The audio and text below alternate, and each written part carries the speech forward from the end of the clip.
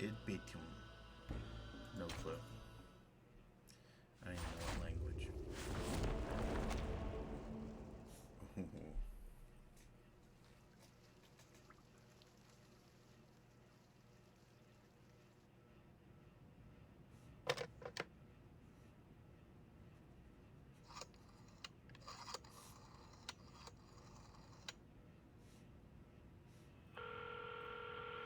A sealed office with a screen emitting white light.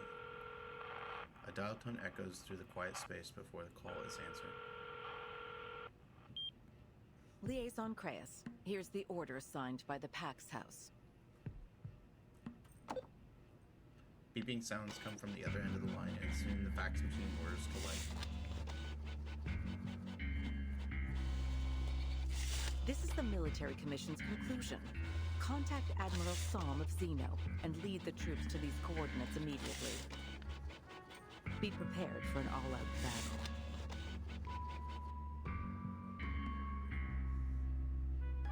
The other end falls silent for half a second. I've never received an order like this.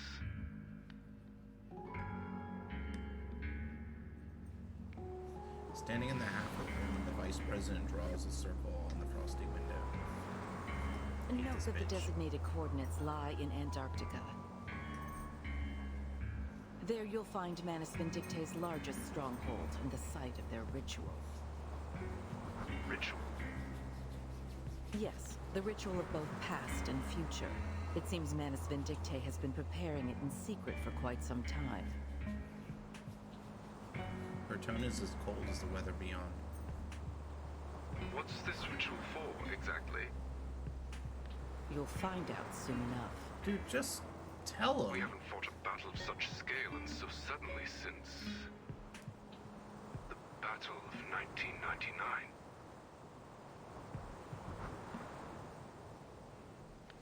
Her eyes remain fixed outside the window.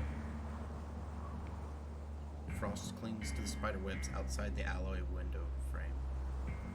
The thin strand flies off on a long journey down into the piling snow. History is repeating itself, isn't it? Liaison Creus. She doesn't give him the chance to continue. We look forward to your performance on the field. As you know, officers with successful track records are often given greater access to information. Oh, dude, she's such a dick. Yes, madam. Suppressing any betrayal of tone or emotion, he ends the call. The screen's white glow illuminates the window again. Labeled videotapes organized by time and date are slotted neatly on the shelves. A tape is pulled down and inserted into the projector.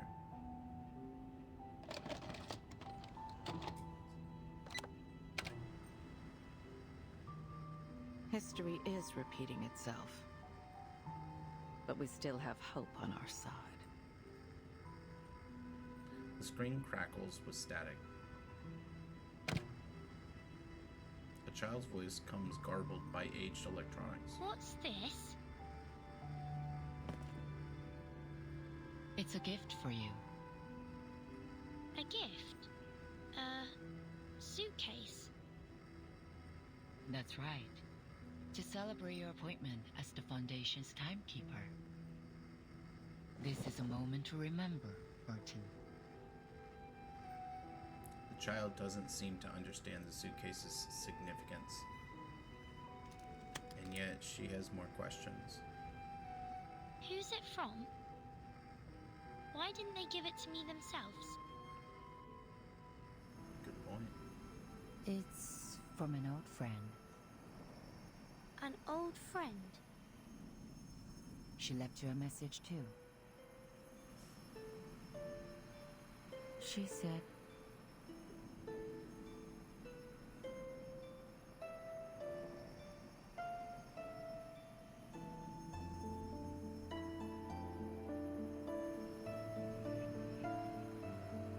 It's so weird. Why does she have that video?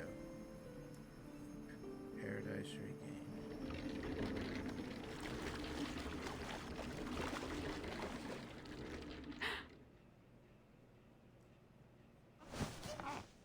Also, that occurred after all of her friends were killed, didn't it? Is everything alright, Timekeeper?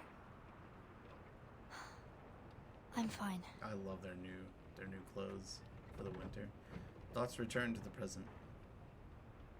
A memory just came to me. The further south we go, and the colder the weather gets, the harder it is to shake this feeling of deja vu. It's like That titillation, pain, and pleasure. Call it emotion or some physiological mechanism of I've been here before. amygdala. Her companion's concern reflects back to her from the window. Deep breath suppresses her heartbeat. Will we be there soon? Things are cut up by the bustle of the ship's docking. That's quite the docking. The breath crystallizes continuous as the vessel stabilizes. Looks like we've arrived. The two emerge from the cabin.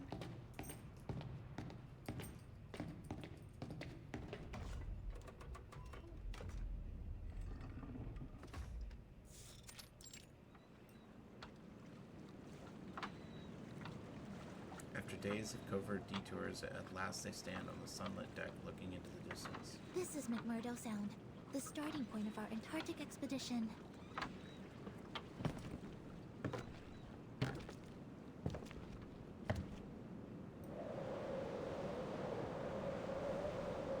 Before them stretches a wide field of rice. Of ice.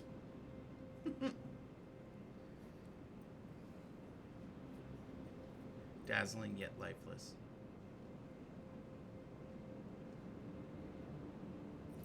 A droning silence that gives up no hint of what may once have been. Yet beneath the silence roars an imperceptible foreboding.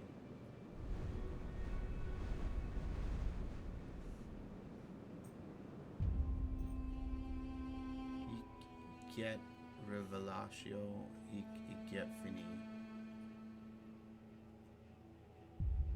Probably really pronounced that wrong. This will be the place of revelation, and it will also be the place of conclusion.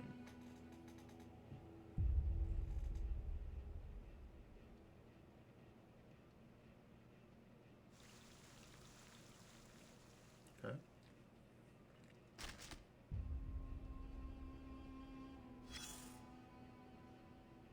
You made it. From the US to Brazil to Australia. From a pleasure cruise across the South Pacific, through Argentina, and finally here. Your feet firmly planted on the southernmost continent on Earth. I didn't realize that that was the entire journey. I didn't know Australia was a part of it. That's really freaking far, man. The enemy's been beaten back, retreated to this polar desert. And here you are too. All because of a single command. Find that writer. That's all you've got. No plan, no place or time. Not even a full squad. Why'd they gimp her so much? I can't help but wonder what pushes you forward. What gives you the eagerness of a newly enlisted rookie? I'd say it's your instinct to follow the path laid out for you, to satisfy the desires of those who watch from afar. That is your arcane skill, isn't it? Personally, I suggest you think twice before obeying a command. After all, you're headed straight into the stronghold of the enemy.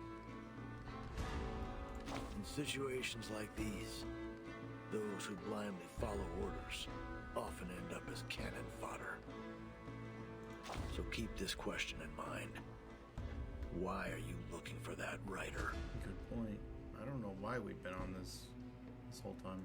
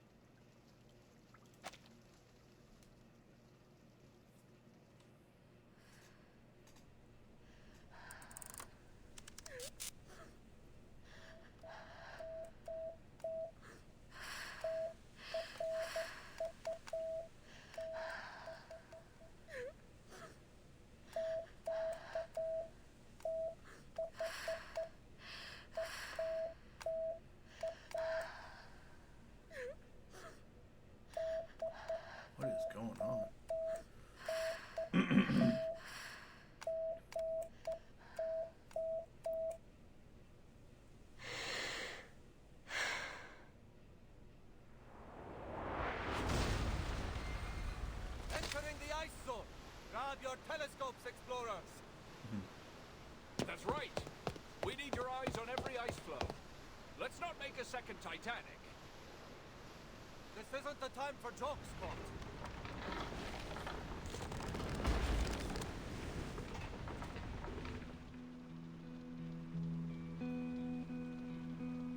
Hearts thumping with excitement, our team set off. Thanks to our courage and careful preparation, it wasn't long until we crossed the Drake Passage. No matter how fierce the katabatic winds were, our will stood firm. In fact, the windstorm we met was very similar to the lab-simulated ones. It didn't take long for the captain to find a way to deal with it. Soon, we were sailing through the South Shetland Islands. There wasn't much there but black moraine and a few groups of Adelie penguins. It was clear to us that there was more trudging to be done before we reached our destination. But every one of us was confident that a journey of this magnitude would pay off with very many ancient secrets. When the sun dawned, we saw the lichen that grows all over the Icho Islands. Crimson, green, ochre, even the landlink couldn't pale those colors. That was when we realized that rocks can move too. I can't help but recall when the famous Gouvernoren returned with a full and bountiful load. We celebrated the harvest very amazingly. We opened a keg of beer and sang the songs of home under the rosy sky. The harvest bounty mankind blessing be. We children blind from mazes must be free. The mother spirit light within each glow guides us to the great current, nature's flow. Yes, we are the polar explorers. We are meant to be the challengers of the most unknown greatness. So, with this feeling in our hearts, we will continue our march into the depths of Antarctica.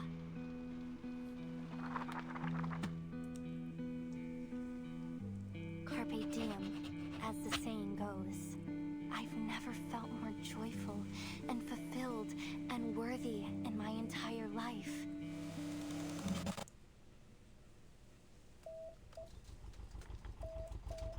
Okay. A two-stroke diesel engine sputters. Sparks fly as the radio transmitter groans. I must send it out. A ragged, maddened voice comes from the research station's darkest corner, speaking into broken equipment with undeliverable messages.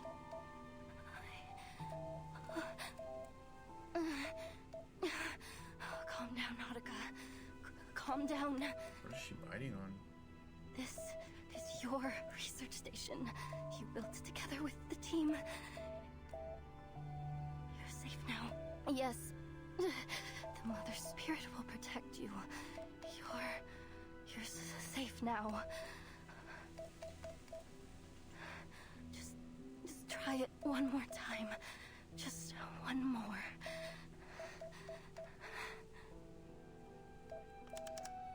Her fingers keep pressing the broken transmitter key while her body shakes uncontrollably. Come on. You can do it. It's simple. You didn't go crazy. You have all your brains in here in your head.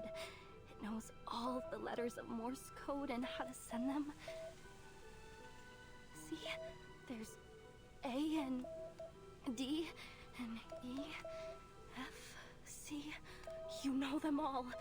Just use them to spell out the warning message and send it out across the whole world to everyone.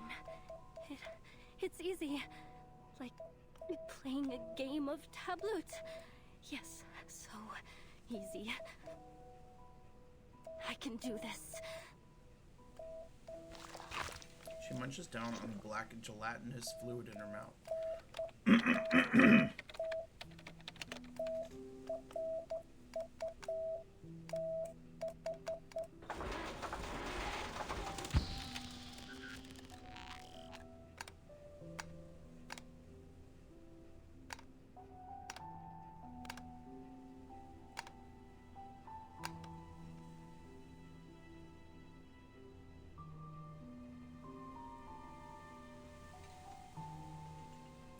gosh, why does she have the window open? Cold. This moldy lime juice and disgusting ice algae. This damn frostbite. Nothing left to do but sit here, stinking of blood, and wait for death to take me. I have to warn the world. This place isn't the last oasis, and there's no such thing as the Hollow Earth.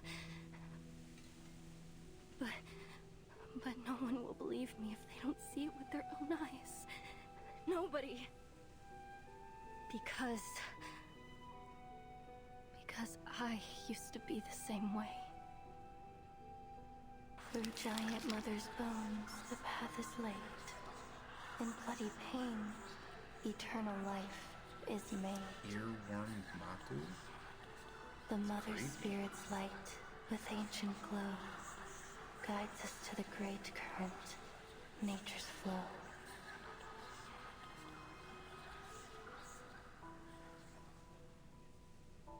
Not now, little Matu. Mother Spirit, bless me. Lend me your glorious strength and grant me your protection. Let me live through this.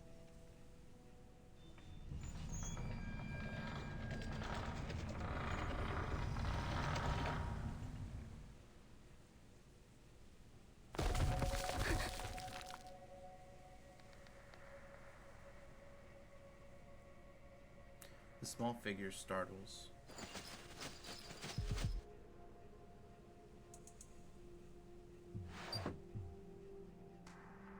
A snow monster ship?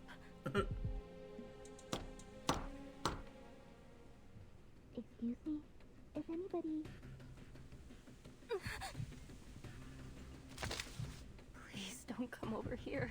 Please, please, please.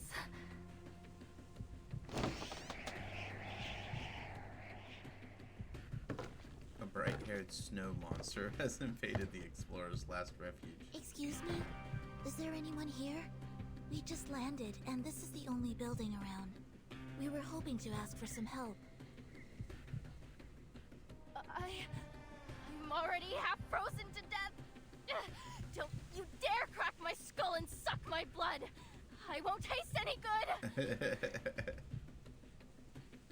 My apologies. There must have been some kind of misunderstanding. The plague in the glacier. The worms beneath the feet of the Mother Spirit.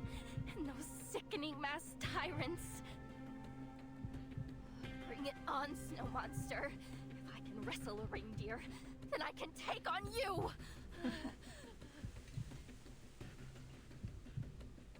Wait!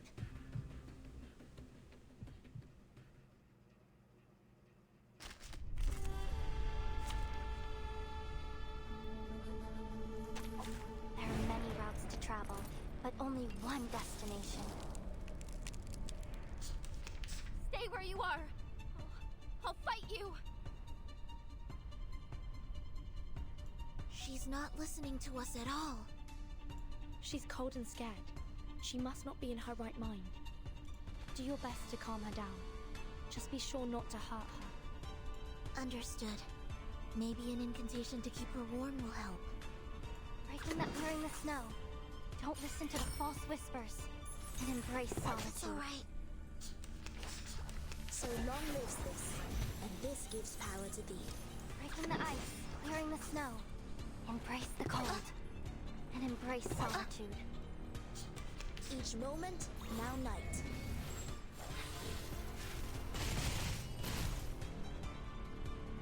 Breaking that clearing the snow. Find strength and true knowledge. Embrace the cold. It's alright. Brevia sereno intenso ad infinito. Breaking that clearing the snow. Don't listen to the false whispers.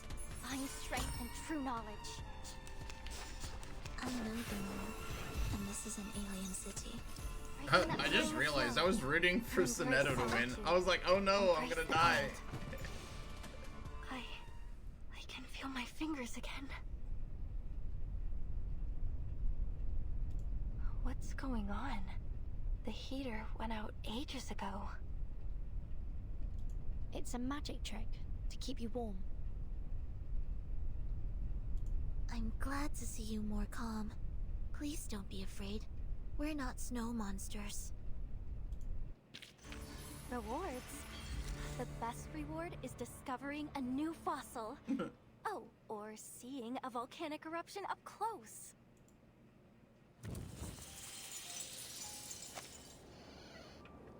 You're not a snow monster? Normal behavior, no mask, uses magic. Yes, warm magic. I can move my fingers again. You're right, Matsu. They don't seem like bad people. At least not as bad as the snow monsters. Crazed but still wary, she shrinks back to keep an eye on the intruders. The two newcomers seem without concern. They straighten the furniture and examine the scene as if looking at a puzzle. According to Mr. Olive, this should be the coast that Dr. Norris landed on. This plane is the way to the heart of Antarctica. We may still catch up with her if we pick up our pace. I see. But I didn't expect there to be a research station all the way out here. This place isn't on any map of Antarctica I've ever seen. It must have been built less than half a year ago. The facilities are quite complete. Diesel generators, snowmobiles, radio transmitters. Soneto steps forward and an empty can rolls to her feet.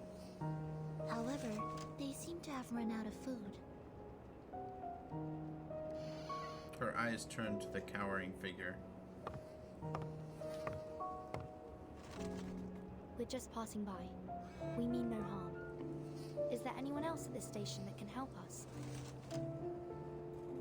100 days of solitude ends with a simple question. Nautica stands half hobbled in a corner, rubbing her nose. 100 days. No, there's no one else. Only me. I don't mean to offend, miss, but you don't look very well. May I give you a health evaluation? No, no need.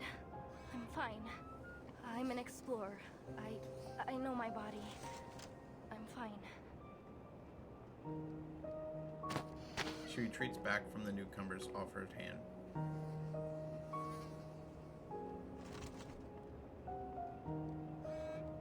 What are you eating?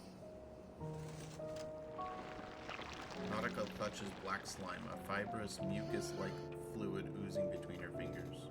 She licks her lips and swallows it whole. The only thing there is to eat here. Soneto shakes her head, and the suitcase's metal clasps are open with 2 clicks. Please, take this. It's turnip and potato soup with beef. I hope it suits your tastes. Food. Fresh food. The long-suffering explorer reaches out as tenderly as a fawn. Is that a magic suitcase? She points at the suitcase that conjured food out of thin air. Yes, it's an arcane suitcase. It's bigger on the inside. It can hold food, rooms, even Arcanists themselves. So you're Arcanists? Color finally returns to her pale face as she begins to examine her visitors with fresh eyes. That's right. Protein-rich aroma wafts up from the tin.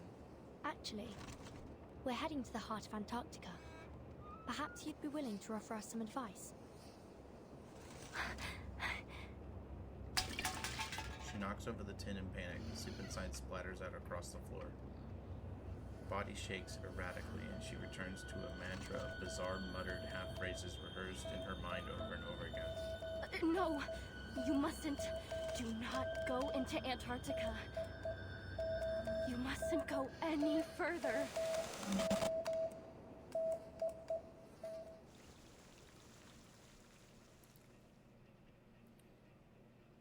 Alright, talk with her. Talk it out. Help him out.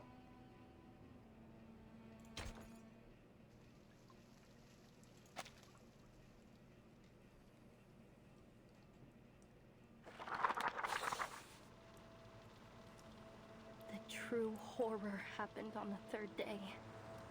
When we reached the hinterland, an aurora australis appeared in the sky, in the broad daylight.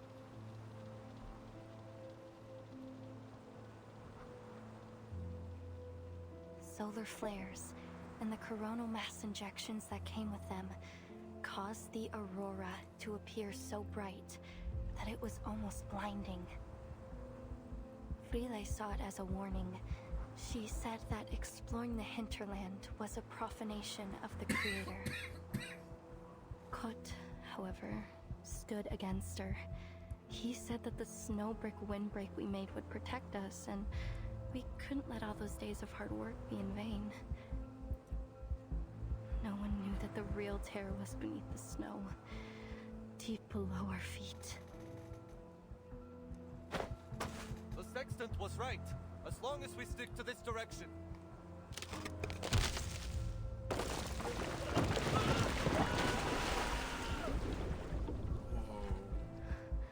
Day 5. Hyde has been left behind.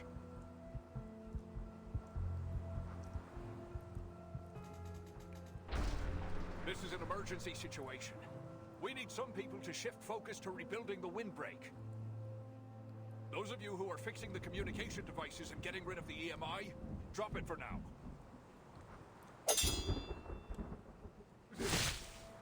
Devil! Demon!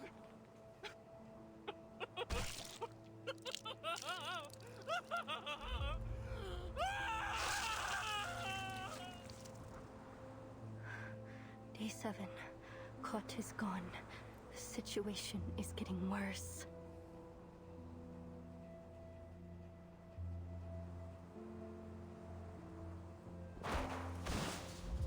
Finally, this damn place has shown its claws.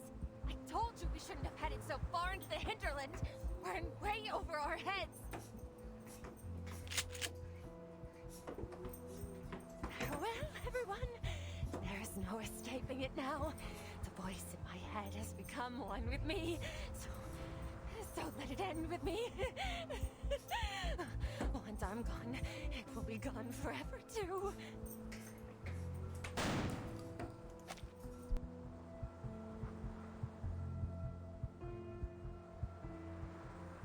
Day 10. Day 15. Day 23.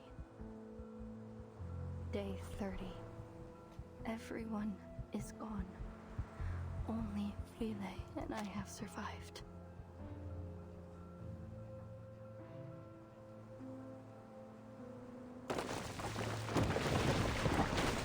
It's okay.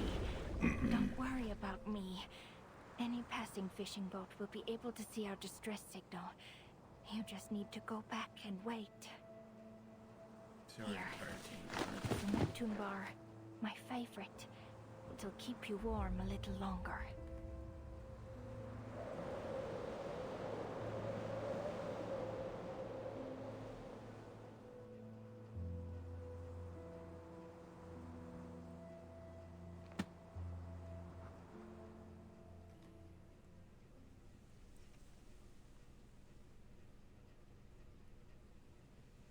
That's why you cannot go to the hinterlands. In fact, you should leave as soon as possible. Oh, why? If we did, we should take you with you. So this is your concern. But rest assured, we are taking every measure to ensure our safety. That said, even a draft map would be extremely helpful to us. Ah, I get it. Timekeeper?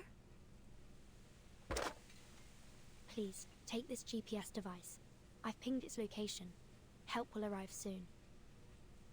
My apologies that we can't stay with you until they arrive. I'm afraid we're on a time limit. Excuse us.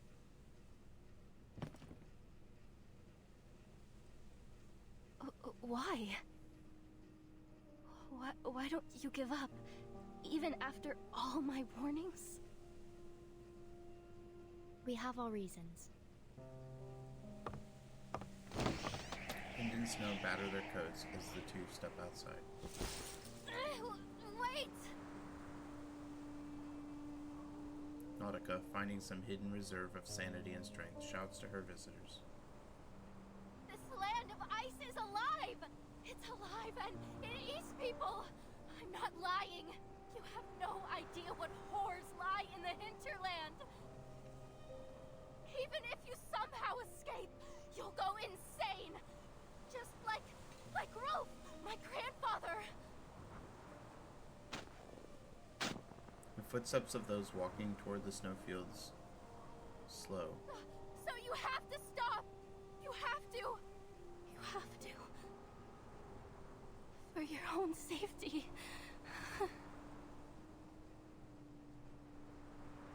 Breaths hang in the silence. After a pause, they turn back. Rolf Amundsen. I know that name. What? The outstanding human explorer. His research has formed the basis for understanding many applications of Arcana. Countless Arcanists have benefited from his work.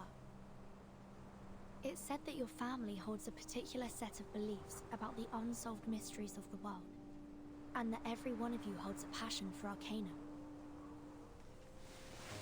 Nautica looks down. Are we that famous? Indeed, it's widely known that many members of the Amundsen family became explorers. Their passion was so strong that it's been recorded in Arcanist textbooks. Nautica's eyes widen, cheeks red from coldness and excitement. I assume you're here in pursuit of something, just like the rest of your family. And that's why you're reluctant to leave, even after all the misfortune you've encountered. Is that right? Reluctant to leave? I pray to the Mother Spirit to take me away every single day. This station is close to the shore. There are many ways you could have got the attention of passing ships if you'd wanted to.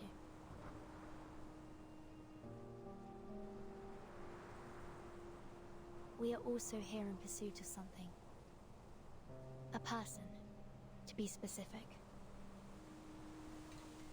Nautica's eyes widen again, this time with confusion. A person? A sigh echoes through the small station. Are you familiar with Manus Vindicte?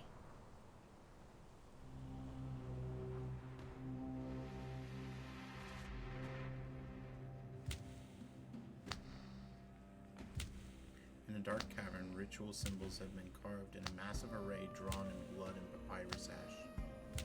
The lion's tail is placed at the top. Tides running blind by their every routine. Sacred scarab wings at the left. Staining at heaven with the sea calamity. A seashell holding a spirit is embedded in the skull at the right.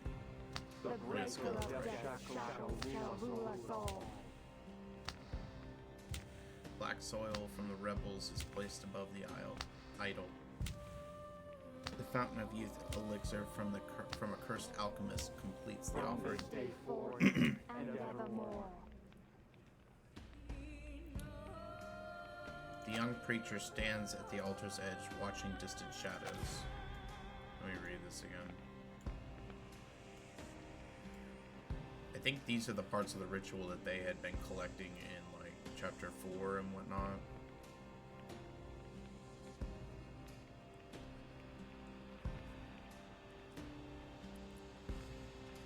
This is from Fatutu.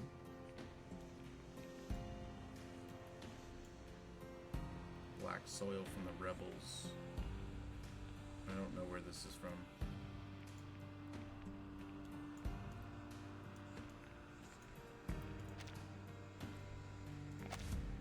The figure she awaits traverses the narrow passageway, entering the altar cavern. at You've once. arrived, as the prophecy foretold. Ugh, Sophia.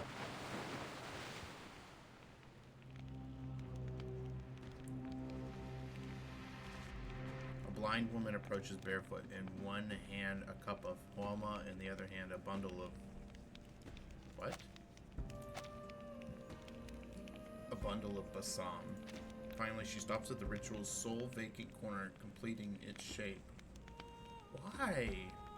The preparation of the ritual is about to enter its final stages. The inculcator of Arcanum, Lady Arcana, has revealed to me the final revelation and oracle. Hear ye! The blind visitor shall start the great ritual on our behalf. The black-clad believers kneel and prostrate themselves before the blind woman, their chanting synchronized and unceasing. Her sightless eyes seem to pierce through the eternity before finally settling on the ritual's center. There stands a golden spinning wheel, locked in silent communion with her.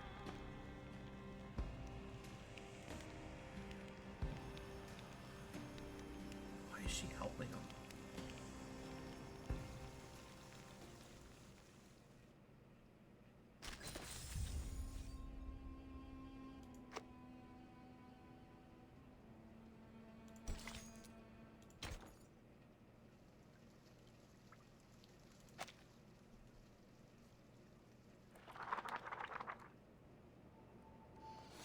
Manus Vindictae is an extremist pureblood arcanist organization. They used to act covertly to disrupt the world order in hopes of reviving Arcanum. However, in the last year, they've become much more active, even encouraging ordinary people to wear their masks and endure their trial. It's suspected that they went high profile in order to quickly attract more believers. According to our intel, they'll hold an important ritual in Antarctica soon. And we're searching for someone who may play a vital role in this ritual.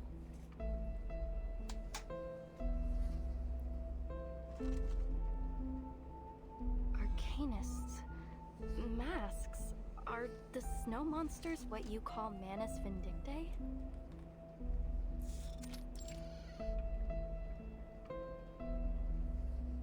Nautica's words are marked with a strange excitement. What exactly is this ritual they're holding? Sadly, we don't have much information in that regard. We're hoping to figure it out on this mission. Ritual. Arcane ritual. Wait, wasn't that one of my research topics? Draw the formation, place the offerings, and summon or invoke her spirit through a series of actions to communicate with the Mother's spirit. She looks up with pure eagerness. Do you know of her? Do you know the Mother's spirit? Sorry. No. No? Please excuse us, miss. We have to leave now. Oh, and given that the communication equipment at the station isn't working... The suitcase opens again, this time revealing a radio decorated with a flower.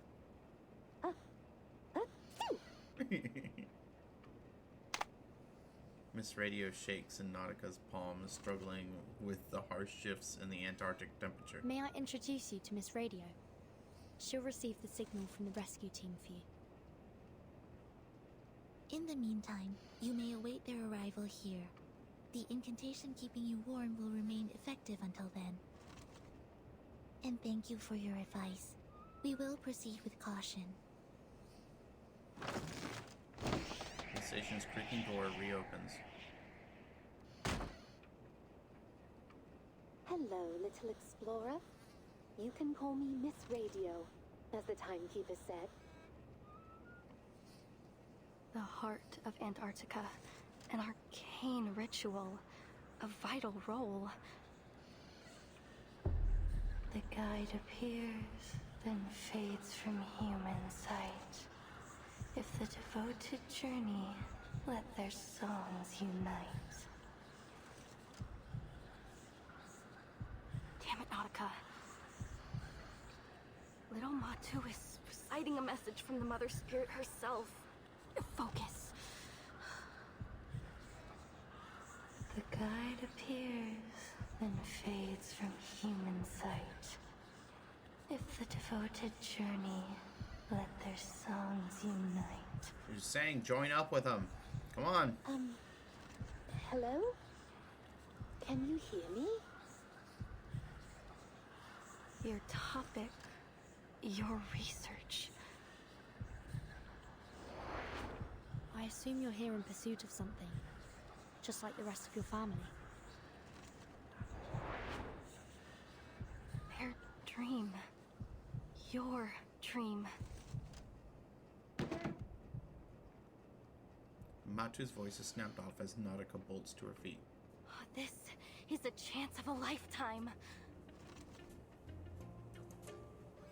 The visitor's boots are already cleaving a deep path through the snow outside the station.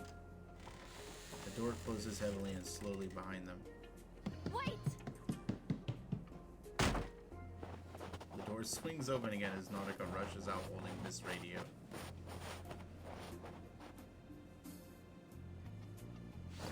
Her hands tremble with excitement as she pulls a map from her pocket and struggles to unfold it in the wind.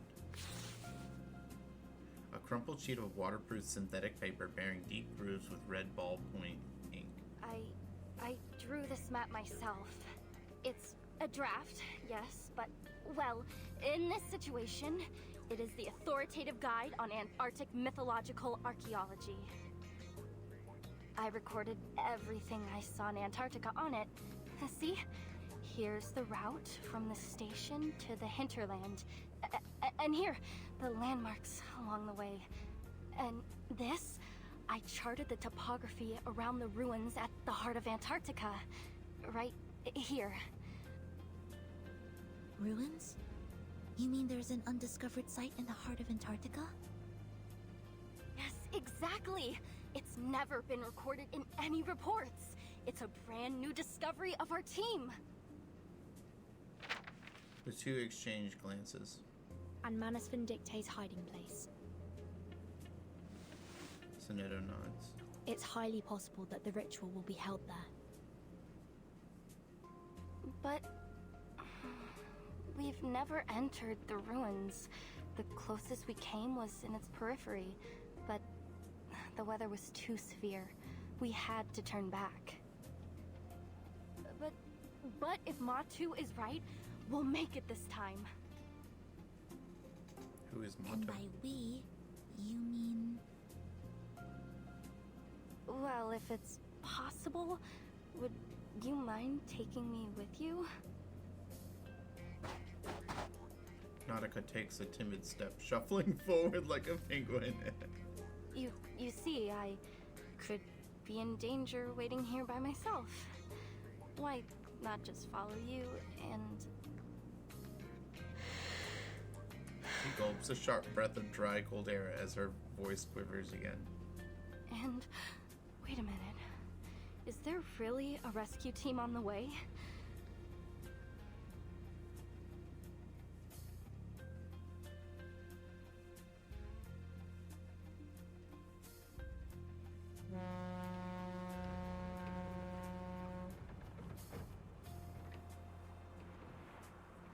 A small schooner enters icy waters. Ulrich's ferrofluid moves erratically. He grips a communicator in one hand while impatiently tapping the porthole with the other. Yes, we've tested the stability of the Regulus record in the storm the hard way, but there are still some experiments to be completed, and that is a problem. Our study is like a baby who just started to crawl. It's making moves, yes, but it isn't exactly going to win a marathon anytime soon. That's why we need you to stay in the lab. You have the greatest knowledge of the artificial storm. You're more than capable of continuing the work on your own. Is he talking to Enigma? Yes, yes, I know how much you want to see the Timekeeper and embark on your cross-century rock expedition. Cross-century rock expedition? But Wait. the experiment in Antarctica isn't one of your concerts. It's a gamble, and we're betting every hypothesis on it. If Regulus, that is your record, is in fact the key to artificially controlling the storm and its syndrome as we suspect, I hope it can at least serve as the Timekeeper's backup plan in this Antarctic operation should the worst happen. Okay, it's Regulus. I forgot that Regulus is with agreement Laplace. we made with her. I take the Regulus record for experimentation and support, and you stay in Laplace to work on the artificial storm. He adjusts the record to fit snugly and securely under his arm. Even after surviving multiple storms with its former owner, the record remains good as new. Boss, we've entered the continental shelf. If Manus Vindictae picks up a long-distance comm signal, this operation will be declared a failure. A guard chewing chocolate-flavored rations mutters out a warning. Deafening horn blast echoes in the distance. Hearing this, the guard exits her casual slouch and moves onto the deck, scanning the horizon.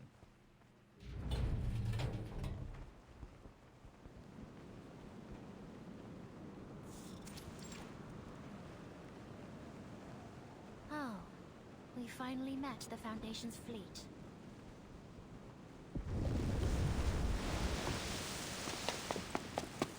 What? Dark shadow cloaks the heaving waters. Ulrich looks up from his communicator.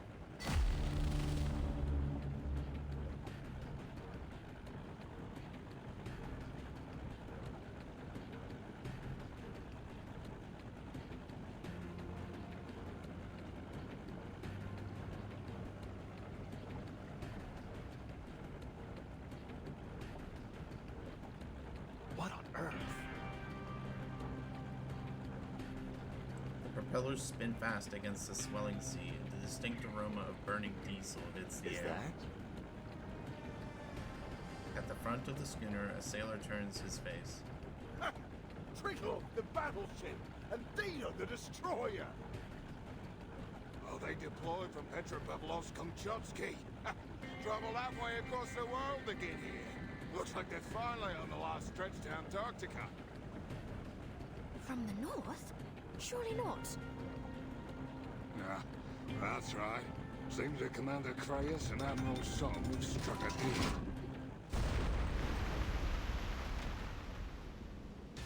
What in the world? The torpedo explodes 100 meters away. A strange animal-like scream is heard as waves splash over it. Hold on! Adjusting the sail angle! Damn it! No one told me we'd be fighting on the front bloody line. It's one of them Magnus beasts that the Manus modified. Didn't expect their first line of defense to be an actual monster. Lido's elite expeditionary force versus the army Manus Vindictae's gathered across multiple storms. This is gonna be a right hell of a fight. What is he so excited about? Yeah, really? Come on! Help me at the helm!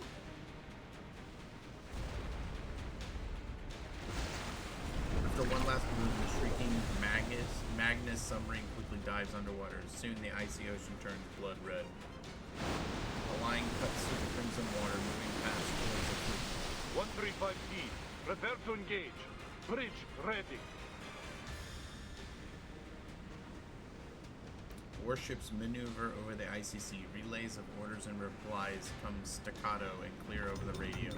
The guns inch into position, aiming to hit the water at 6 o'clock. Let's see if their liquid metal reactor can resist Type 65-76 torpedoes and our aerial firepower. Attack!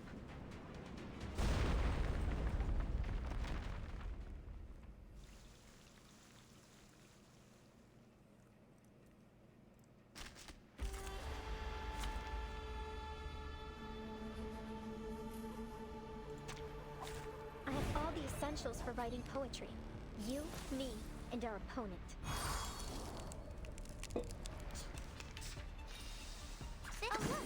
todos los momentos. En la acumulación de laberintos, suéltalo todo una vez más.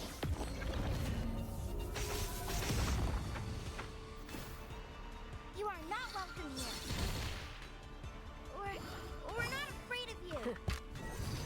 Nuestro adversario es el tiempo.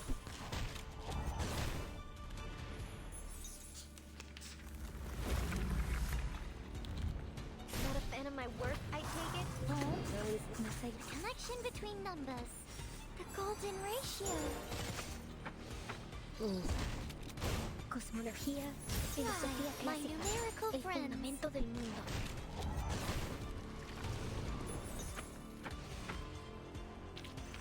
Yet another proof nearing perfection.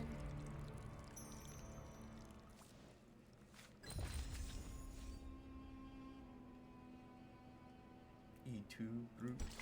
Another betrayal.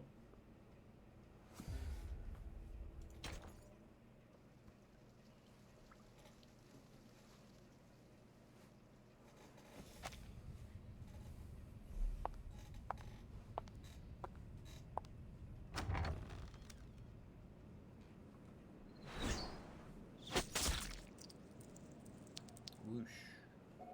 A thin lead arrow hits a gallbladder, spilling bile and blood. Nearly half. The young apostle grows pale, her breath What? faint as a whisper. Nearly half of the Magnus submarines have been sunk. Speak up. Drop your pompous little act, girl. You'll win no favor with me through airs and graces. Damn, she's a bitch.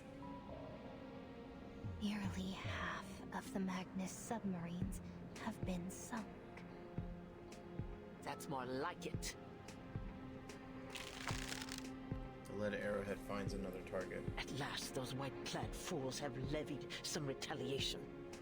How kind of them to finally join us. Another arrow is fired. Frostbitten flesh splits open, oozing rancid fat. I am loath to witness any more groveling at the feet of that creature and her so-called omnipotence. An elder shuffles forward in plain The robes. great corrector of the mysterious island, the one and only leader in the face of the slumbering inculcator of Arcanum, the supreme caster of the great ritual. Some infighting. The orb in the avian skull crumbles under pressure.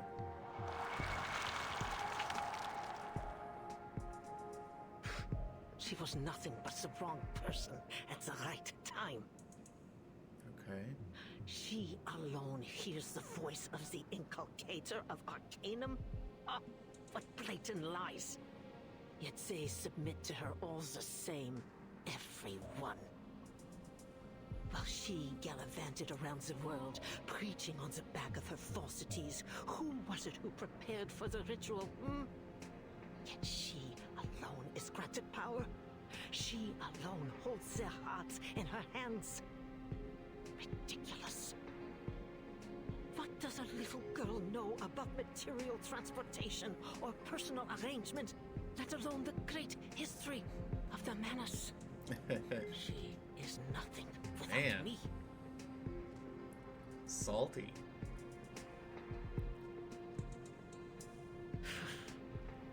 It is not you to whom I refer, girl. But you'd better keep that tail firmly planted between your legs. Yeah, for sure. Your actions aboard the Free Breeze have garnered much attention. Attention that could easily have been avoided. Now the whole world has their sights set on the southern hemisphere. And it's all thanks to you. No amount of ritual materials can make up for that. This is precisely why I was against giving power to you infantiles in the first place. Arrogant, reckless fools. There's not an ounce of self-control to share among you. Okay, boomer. Jeez. The Foundation's army will break through our first line of defense soon. If we don't stop them. their advance will be halted. Oh, okay. Words falter mid-sentence. Antarctica's no place for them, no matter how many machines they send. Their war efforts have been naught but a desperate attempt to prove to themselves that they are not utterly without plan. Pathetic as usual. You're right. There's no need to concern ourselves with the insects scurrying beneath our boots. Damn. Our role is to support from the outside, to ensure the ritual proceeds smoothly. That's all. What driver straps the blinders to your face, hmm? Or were you simply born unable to perform more than one task at a time? Tell me, how do you ensure the safety of the interior? The young apostle allows her breathing to grow fainter, struggling to keep the absolute appearance of humility. I'm not sure what you mean. The Admiral's Sentinel unit. What is its status? Igor's unit? They've set up defenses in multiple locations along the coast. They're on high alert for possible Foundation partisans. Defense sitters. How could they possibly serve our great Mother of Resurrection? It's an insult that they were ever allowed to set foot on the Holy Land at all. Jeez. But the preacher The has old lady treated stuck them in her with the ways. utmost respect. They did bring the key to the ritual, after all. Utter foolishness. Those heathens are not even willing to undergo the holy trial. Standing among these unblessed, unguided simpletons is the greatest humiliation to befall Management Dictate since its inception.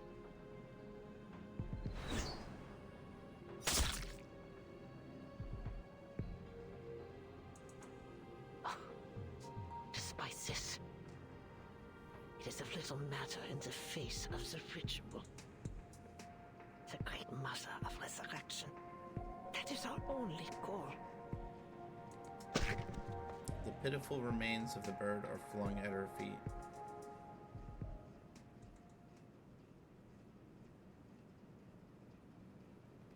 The tents are pitched, yet exhaustion lingers like frost on a cold morning.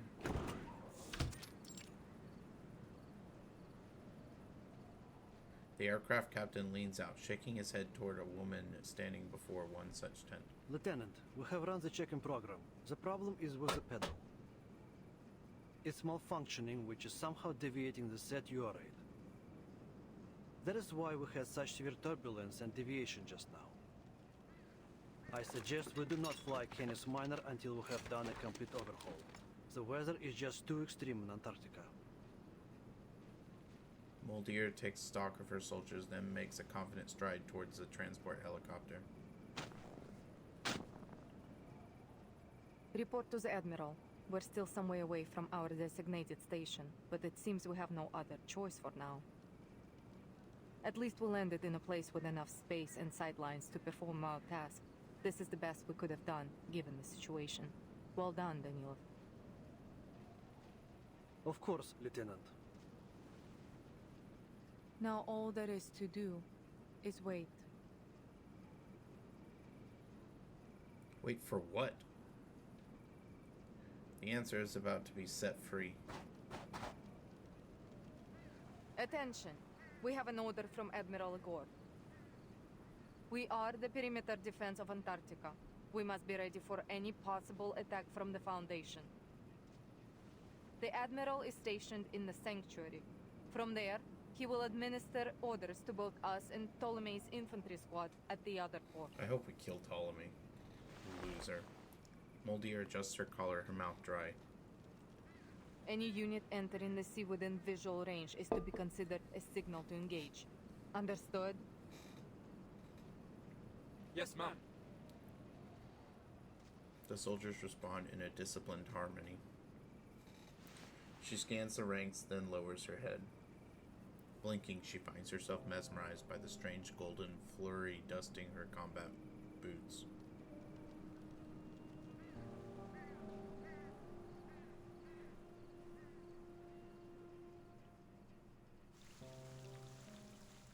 What golden flurry?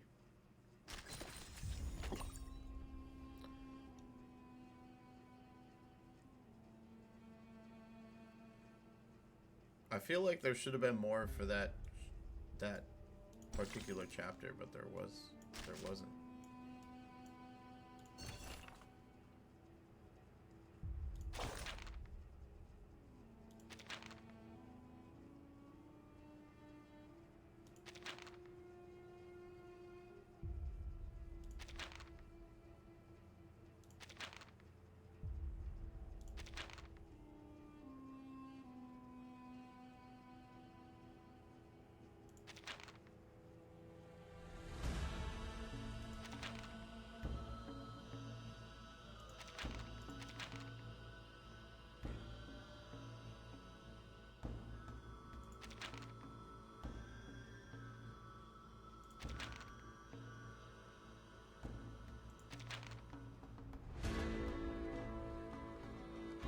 Moth. Who's she referring to as Moth? Is that Nautica?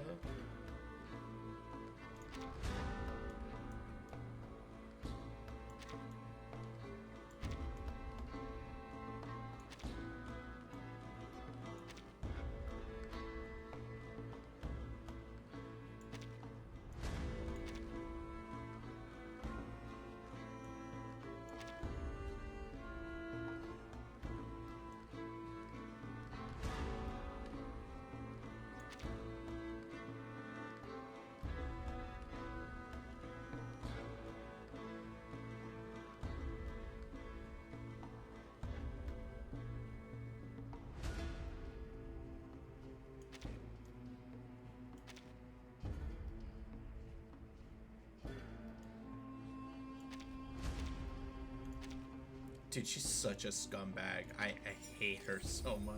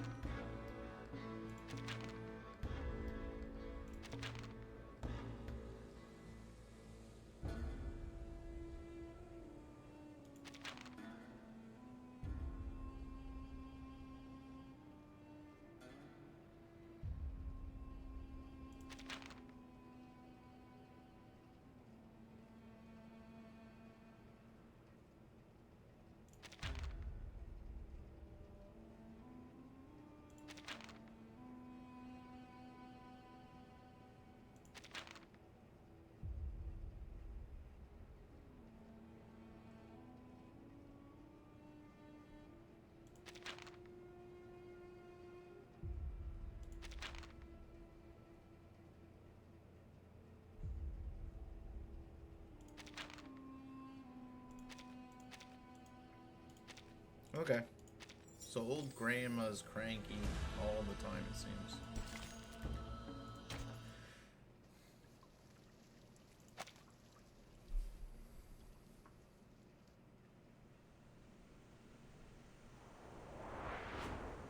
Timekeeper, are you sure this is the right direction? Please trust me and my map. This is the way to the ruins. I promise. We need to catch up with Dr. Doris as soon as possible. Hold on tight, everyone. I'm going to speed up. Please slow down. Just a bit. Tiny blue flower shakes wildly in the wind, straining to grow toward the sheltered side. The snowmobile races across the frozen plain, his driver face composed and certain, yet her passenger's eyes widen. Wow, incredible! You really are an arcanist. We couldn't figure out how this thing worked. The new model with the Chevrolet bumper, only Frile was able to drive it. But you knew how to drive it as soon as you touched the handle. Are you trained to use human technology at the Foundation too? If you are, it would be a huge case support to my study on Arcanus lifestyles. The truth is, Miss Amundsen, the timekeeper has never driven before. As the world streaks past in a blur, panic creeps onto the backseat passenger's face. What did you say? Don't worry, I'm generally a proponent of safe driving. Generally? What are those snowdrifts ahead? Neurolic ice towers! Pull over! Stupeo switch.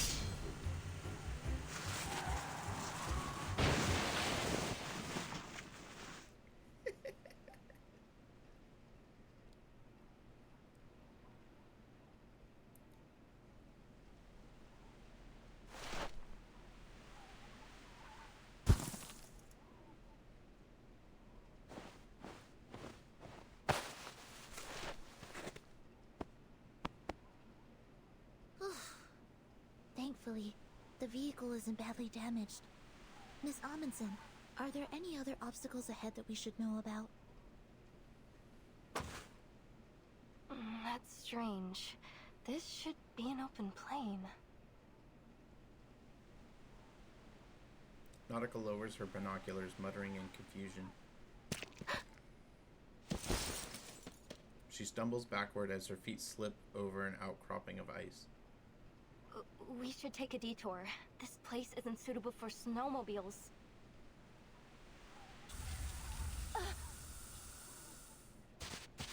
Where the ice had fallen, a burst of steam succeeds in sending her sprawling back onto the ground. Miss Amundsen, are you okay? I'm fine. I'm alright. Her tough talk dies on her lips. She sniffs the air, her face stiffens. Has my nose gone wrong? Or are we carrying rotten food? The pungent odor is not an illusion. It began to spread all around them. It's begun to spread. Smell that? Smell? It smells like... rotten reindeer meat. It's the sour odor of protein being digested and broken down by microbes.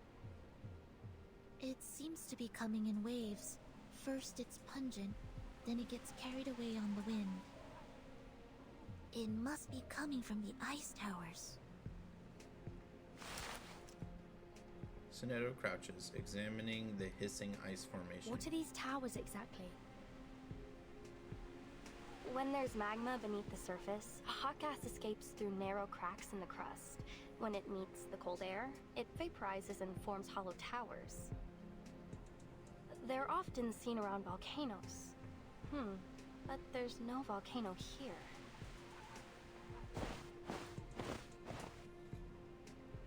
Crouching on the ground, Nautica's fingers gather crusted deposits from the vent's rim. Ugh, it's so stinky. The sulfur dioxide in lava does have a strong smell, but it's not as sour and smelly as this. Besides... She begins an analysis at breakneck speed. Beads of sweat roll down her forehead and she shudders involuntarily. The last time my team and I were here, these towers weren't. That was less than 100 days ago. They shouldn't have formed so quickly. And I've never seen towers like these before.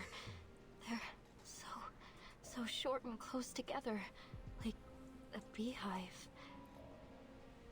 It's almost like they're the pores of the continent.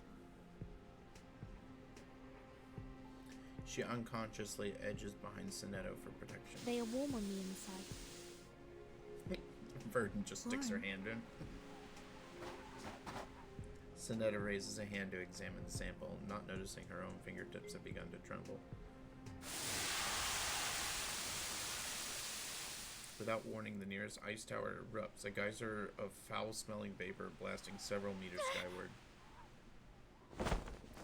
Mia is blown over, plunging deep into the snowbank. Don't hurt my precious flower. Her muttered complaint is cut short by a panicked shriek nearby. Burton! Snow! Look!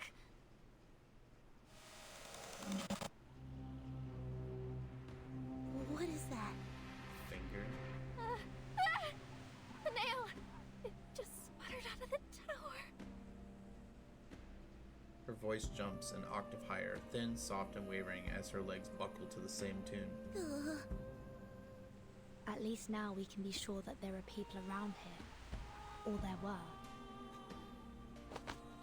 Let's head further in. I love how Verton's like, totally unbothered by it. Wave upon wave of snow stretches out beyond them, steep ridge formations vanishing into the distance. After struggling up the shifting slopes, they finally stand atop the snow waves. Timekeeper, over there.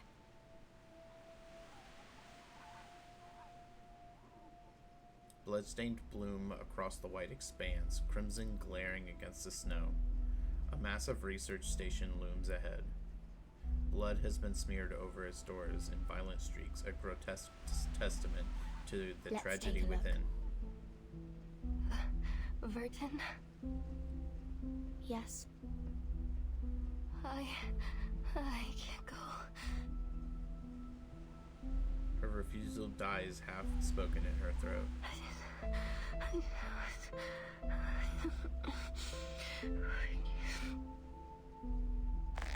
Nautica clenches her jaw tight against the shivers of both panic and cold and takes a step forward.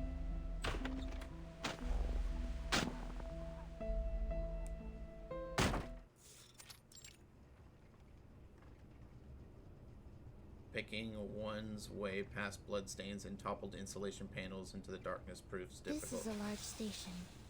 They have a kitchen, separate bedrooms, a biolaboratory, and a daylight simulation room.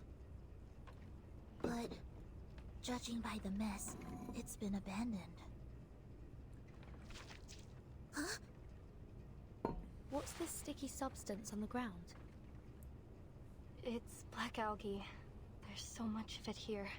Watch your step. It could be slippery.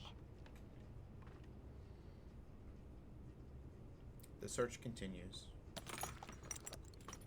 There are arcane fluctuation traces on the desks and chairs. Timekeeper, look over there. Following her pointed finger, deep in the shadowed interior, a faint glimmer pulses. Excuse me? Is anybody there? Hello? We're here to ask for help. I don't think we should go any further. Sinato! Her teammate's voice rings out from the adjacent room. Yes? Timekeeper. Unfinished words fall to the ground like wet sand.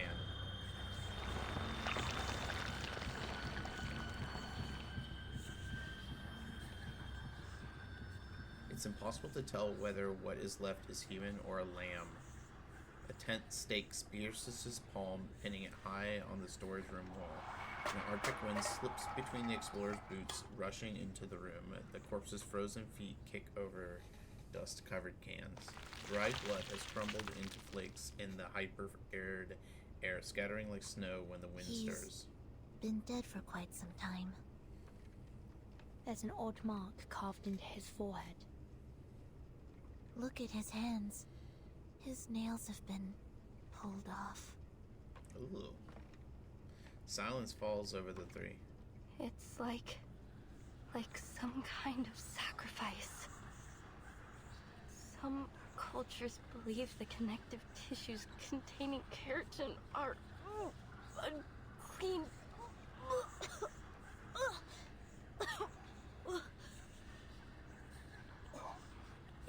Overwhelmed by the horror of the sight, she drops to her knees and retches violently. Stop it, Matu. It's just a corpse. It's not the first time time you've seen one. It's not the first time. Her hands are trembling as she clutches her head. Something else is off. There's gauze on the floor, and brown powder around his wound. Looks like somebody gave him first aid. Timekeeper, look! What's that hanging around his neck? A stethoscope. Aside from the few creases on the tubing, it looks rather new, or at least well kept. Do you think he was a doctor? The body's bloodied, but the stethoscope is clean. It was put on afterwards. Which means someone came here before us. Their analysis reaches a conclusion as their eyes meet. Dr. Doris. Let's take it off and have a look. The instant her fingertips brush the stethoscope, the bloodied windbreaker wool tops, desiccated skin, atrophied muscles. Timekeeper, watch out! The atrophied muscles, the horrific truth fractures before their eyes. Cover your mouth and nose.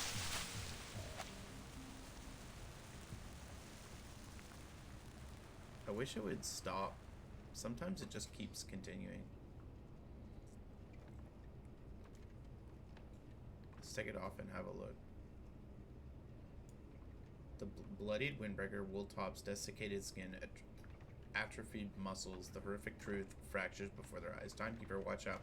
She stumbles back instinctively, yet the remains collapse toward them with gravitational inevitability. Cover your mouth and nose. When the dust clears, only two grotesque tent stakes remain embedded in the wall. Within the great eternal mystery, even death itself shall die instantly.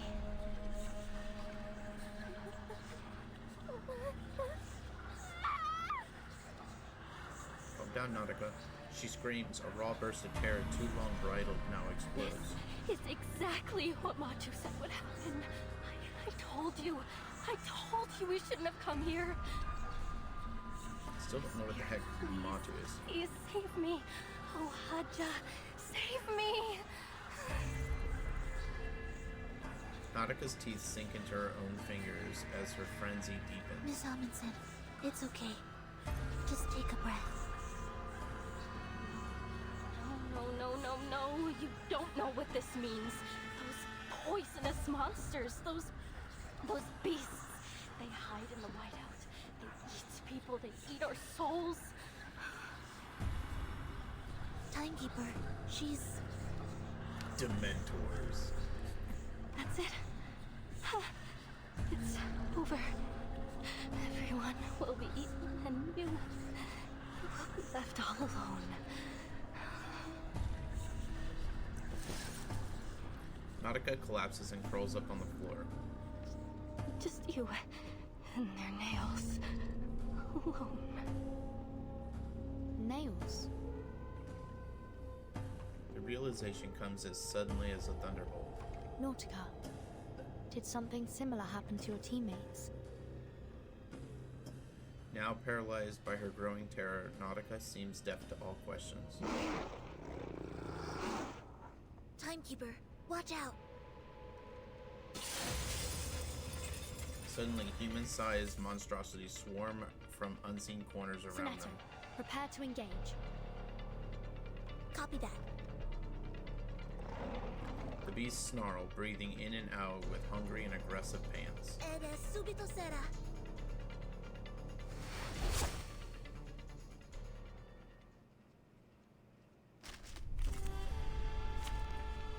Let's bring in Nautica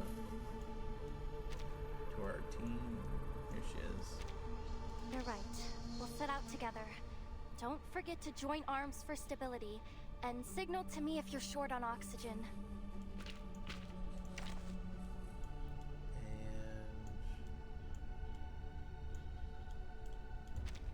It seems you're ready. Greetings. Okay, so she always goes into combat with this beast form, no matter how you have her dressed. These are the biggest sled dogs I've ever seen. But working dogs shouldn't be this aggressive.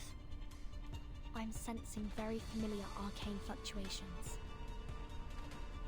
Manus Vindictae must have done something to them. Perhaps a calming incantation will abate the effects of the arcane skill they cast on them. Agreed. Sensing their thoughts. Oh, be careful! Our victory comes in the tide of blood. Become clear. Rotten up! Be fooled. My shells! Oh look! Picking up, sensing their thoughts. We're not afraid of you! Face the truth.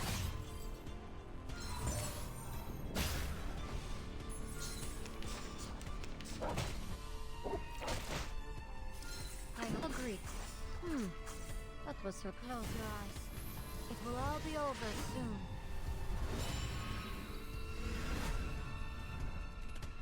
Huh. Very well. A little surprise.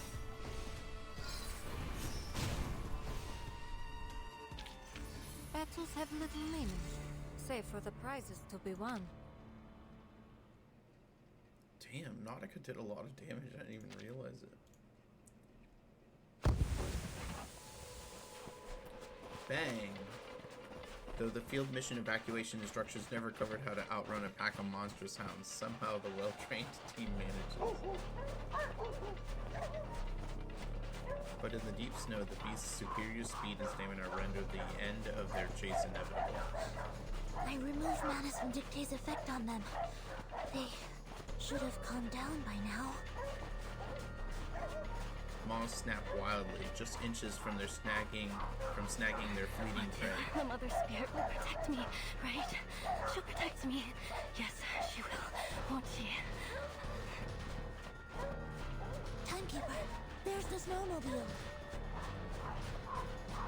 The snowmobile stands loyally in the clearing.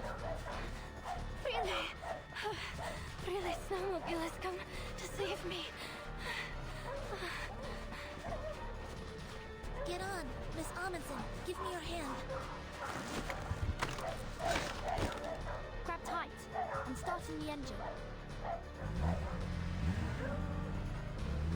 The engine screams to life, throwing a spray of harsh shards into the air as the treads turn and a glittering mist rises behind them.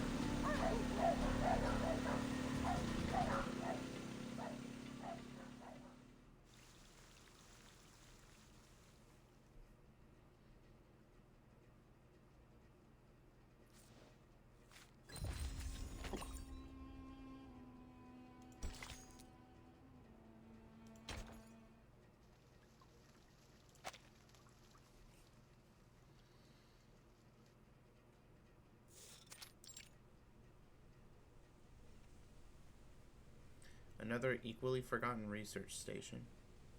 Close enough, just a few slopes away, yet it proves enough distance to put the crazed dogs off their chase.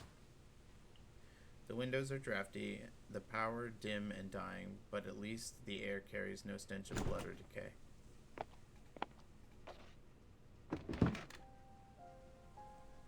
Every room has been checked. There are no hidden enemies. Thank you, Sonetto. Let's take a rest before we set off again. Timekeeper.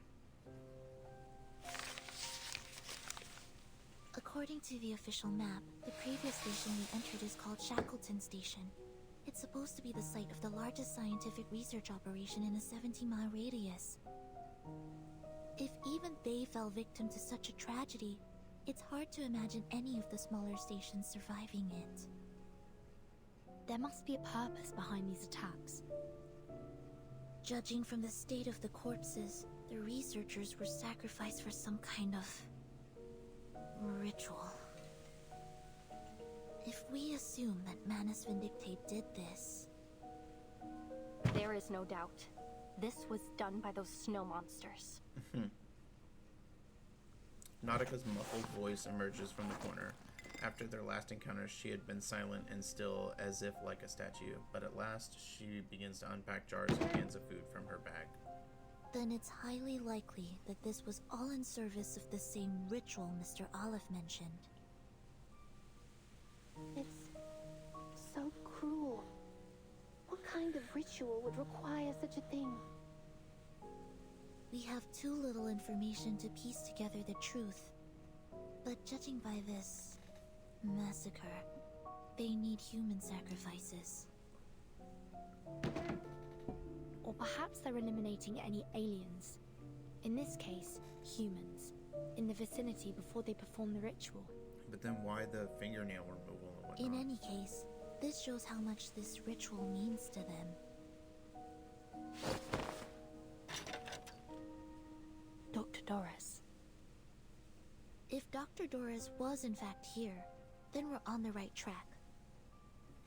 According to Miss Amundsen's map, we're not far at all from the central region. We must catch up with Dr. Doris before she enters Manus Vindictae territory. From the looks of the angle of the sun, we still have some time to catch up to her before it gets dark.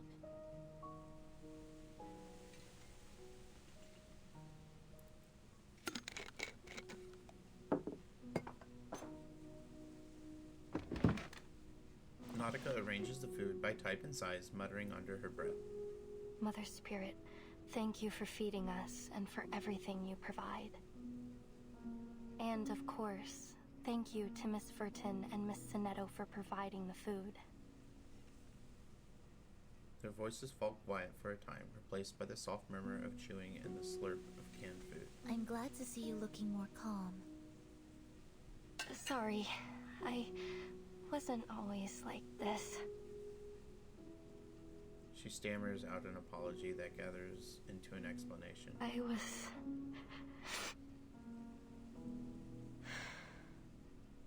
They said I was like a fearless sled dog.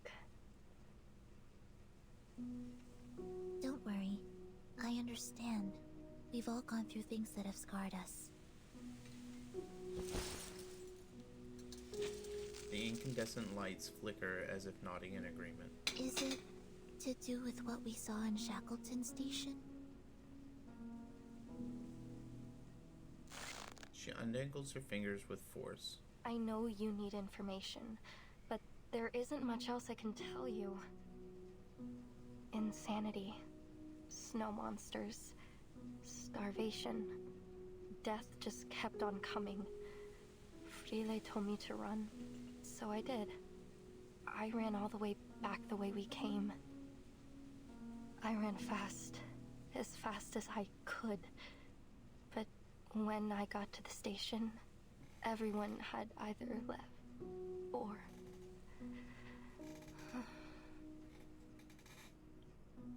She stops, unable to continue. Words aren't necessary to piece together the rest of her story. I'm sorry. Nautica shakes her head, meeting Sinetto's gaze. She steels herself and tries again. I don't know if it's because of hyperventilation or that I hit my head, but there's some things I can't remember clearly. But that fear I felt, that fear still haunts me. I'm no longer as brave as I used to be. Miss Amundsen. Back in my hometown, you're considered brave if you can tame a reindeer. We have a racing festival every year. Whoever wins the race serves as the voice of the Mother Spirit.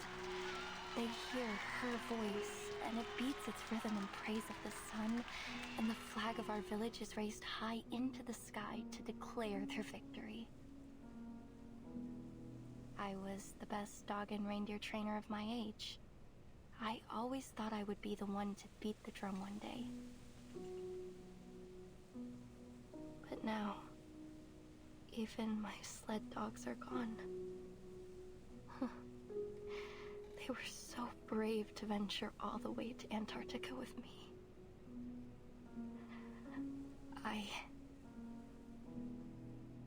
Her eyes drop, the words still don't come. Her fingers twist back together, untwist, and then twist again. I'm not that girl anymore. The air feels damp, damper than it has any right to be on this cold, dry continent. Sonetto turns and pulls out a thick stack of documents meticulously organized as always. Miss Amundsen, I thought you'd like to see this. An expedition diary? Oh, did you take all these from Shackleton Station? Yes. Due to the urgency of the situation, we were only able to grab a few documents. We thought you'd have liked to look through them had we not encountered those rabid dogs, so we took what we could before we left. A survey of the Antarctic cryptobiosphere, an index dictionary of arcane ruins, a polar guide to the arcane cultivation of vegetables. Incredible. Fantastic. With this, we may finally master how to grow potatoes in polar regions. She gets excited so quickly. Under the dim light, Nautica's face flushes red with emotion. A long time passes before she realizes she's been lost in her reading. She gathers each precious page, then looks up at her new teammates. There's a conflict burning in her eyes. Thank you. Thank you so much. In the end, all she can manage to repeat her It thanks. was worth the risk. The scent of canned food lingers as each savors both the fullness of their bellies and the rare moment of peace. What are you looking at, Sonetto? Sonetto closes the door, looking very grave. The sun doesn't seem to have moved at all since we last calculated the angle, Timekeeper. Oh, is it the midnight sun? If only I had the eyes to see it. Technically, it's autumn in Antarctica at the moment. Polar day only occurs in the summer months. Indeed. We've seen it rise and fall several times since we left from Tierra del Fuego. And even if it were the season for Polar Day, the solar angle would still vary. Nautica's breathing once again picks up speed as their analysis progresses. No, it can't be. All these abnormal phenomena. The sun standing still in the sky. That aurora in the broad daylight.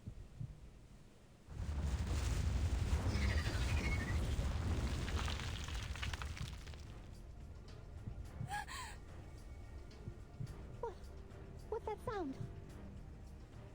Are we in an avalanche? No, it sounds like the screaming of critters.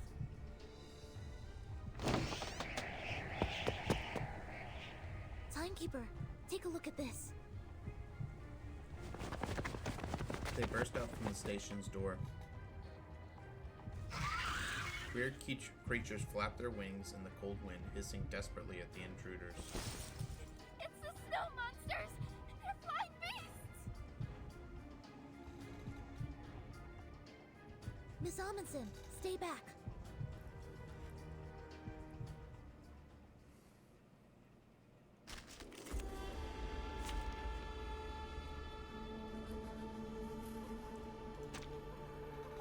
Greetings.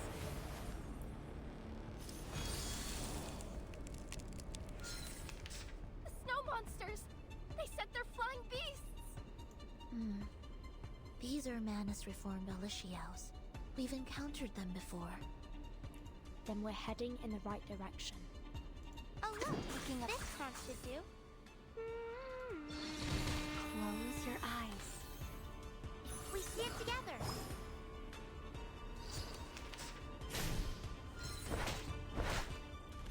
Agreed. I'm taking a peek inside. Our victory comes in a tide of may blood. come of pain. Oh, be careful.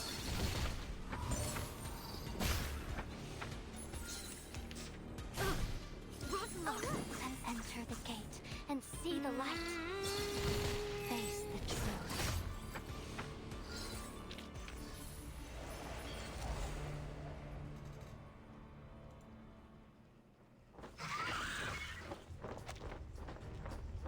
With a piercing shriek, the Elysian plummets from the sky. And as if perfectly aligned, it lands square and heavy on their poor snowmobile. She dashes out, desperate to save the vehicle teetering on the edge of destruction, only to be held back by her companions. Don't!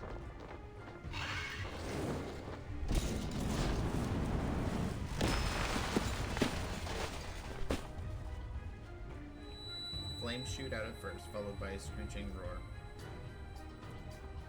Rising to its grand finale, a spectacular explosion. The transmission tears free from the blast. The snowmobile lies scattered across the white ice field, flames still licking over its spilled fuel tank. Blinded by the smoke rising from the fire, they make out a glowing mass that brightens the endless daylighted sky. That was our only means of transportation.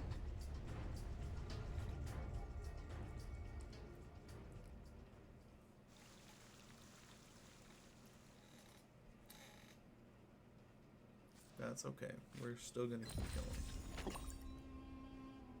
The worst journey in the world.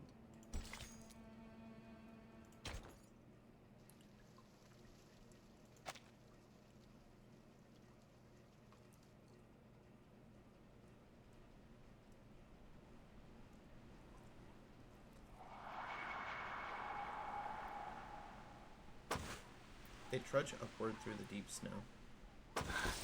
Great. Mother Spirits. Almost there. Just a little farther. Unsteady and fresh snowpack makes it nearly impossible to keep steady footing. Each step comes with a wobble as she rebalances herself. Traveling on foot was never a good choice for an expedition. Evil snow monsters. First, sled dogs, then mad critters. Her ice axe slams deep into the packed snow. Now, endless daylight. Endless glaring sun. Is all this because of that ritual? What the heck are those snow monsters trying to do?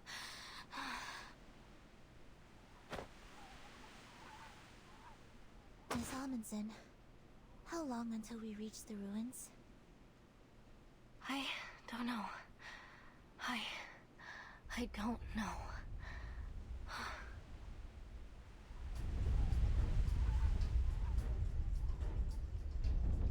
Careful! Something's coming! A low, thunderous rumble vibrates the ground beneath their boots. An earthquake?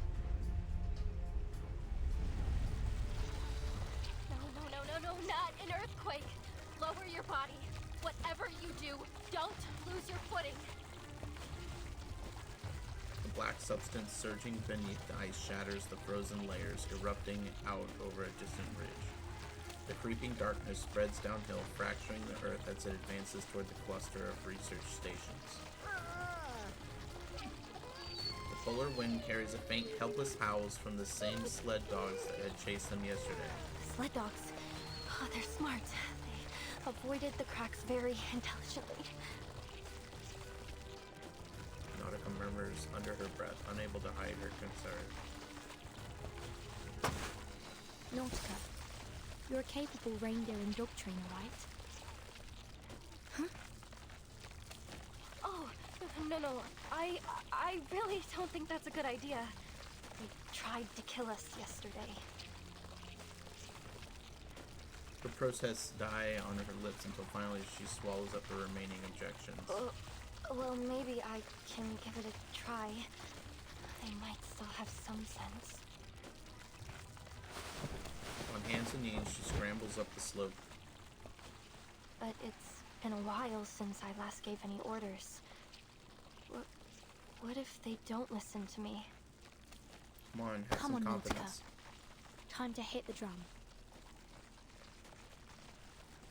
Her eyes widen, then she nods. You're right.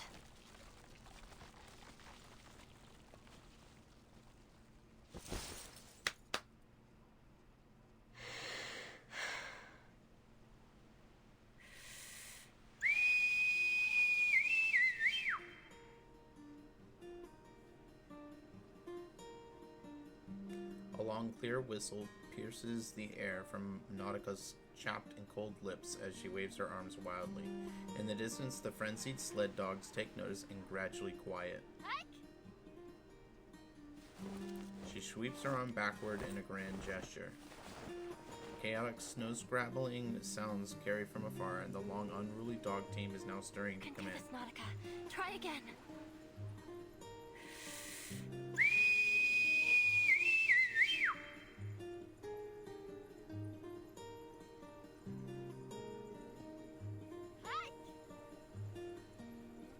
A pause hangs thick in the air. The sound of barking dogs gets nearer as approaching paws churn the snow into a rushing tide of powder. Easy.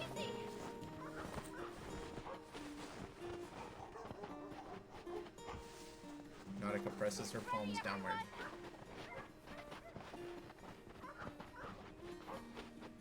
Her legs are shaking, but her eyes glitter with exhilaration. Do this? The dog team is nearly upon them, still half wild as they speed forward, yet in a single swinging motion, Nautica pulls herself up and over the top of the lead dog. Miss Radio rustles, nearly tumbling from her perch. Oh, mother of... What are we doing? I have no idea. Straight ahead. Straight ahead. How did Burton and Snetto get on? The dogs charge down slope without hesitation, ignoring any potential pitfalls that may be hidden in the mist. Oh, right. Get them around the head and neck. That will help you bond with them. I suppose that makes sense. Fingers brush over the sled dog's head, coarse yet soft fur slipping between. I hope Ulrich has come across friends as reliable as these. Nautica presses low, burying her face in the soft fur behind the dog's neck. I did it! I did it! These are the biggest sled dogs I've ever seen!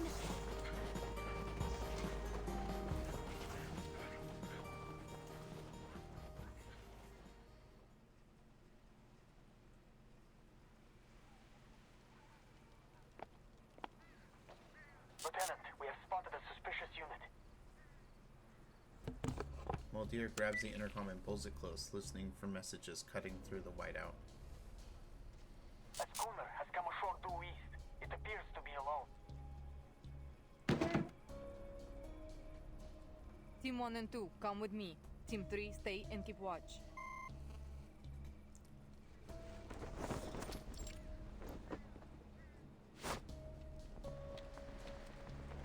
With mutual trust, the disciplined soldiers now move in perfect and silent synchronization, slipping behind the natural barrier near the ice shelf.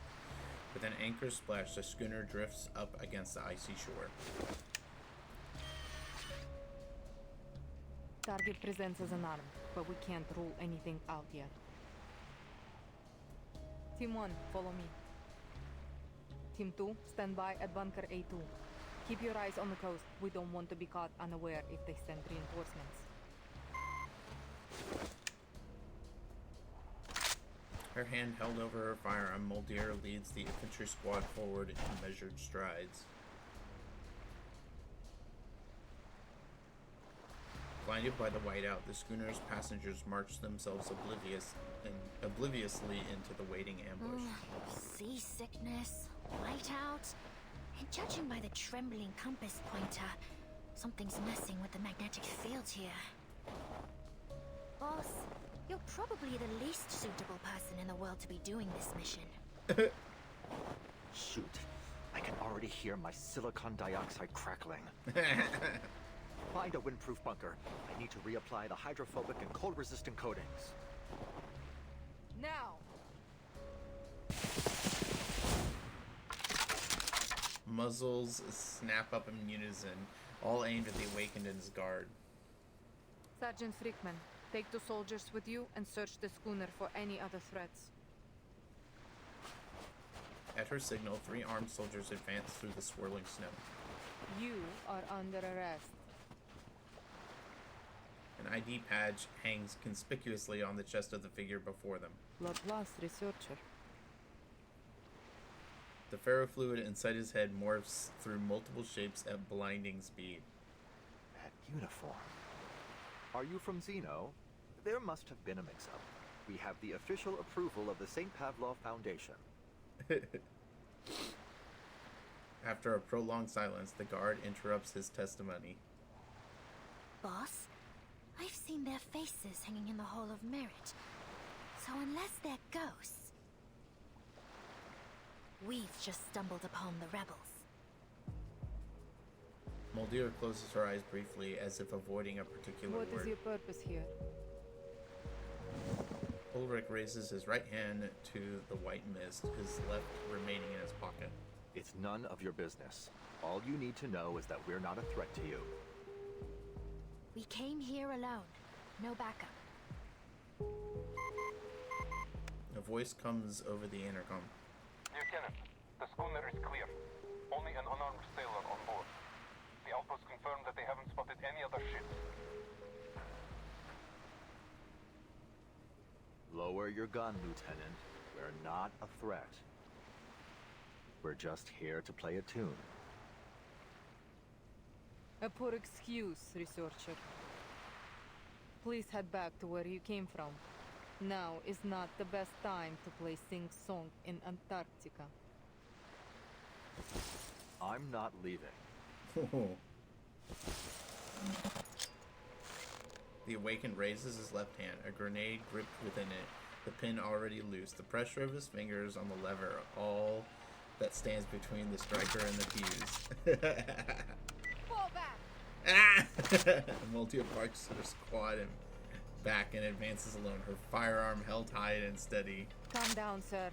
You're a researcher. Perhaps you should stick to the pursuit of knowledge and leave the explosives handling to me. She locks onto the tiny silver lettering stamped on the grenade. RGD 57285 128 Theta K 006. I know the owner of this grenade. After the first storm, all Xeno equipment was codified under a particular numbering system and distributed among the platoons. But the number on this grenade belongs to someone special. Someone in an independent team. Who? Someone who has a unique code on all her equipment, including her famous SU Noledin Veye flying device. A Slav. So, you've been in contact with Team Timekeeper. And what if I have? From the swirling pace of his ferrofluid, it's clear he's taken the question badly. So the weapon that was supposed to protect me is the very thing that gave me away. How ironic. With a wave, Moldir signals her squad to hold position while she holsters her gun, then grasps the grenade with one hand. Are you out of your mind? That's Lilia's. This is a real grenade, you know.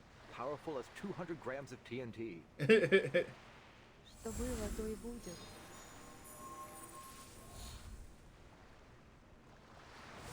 The pin whips back into place, the spring retracts, everything resets to its factory new state. Your arcane skill. She offers no explanation as she wrenches the now harmless grenade from Ulrich's grip. For the last time, what is your purpose here? Is it about the Timekeeper? About Verden?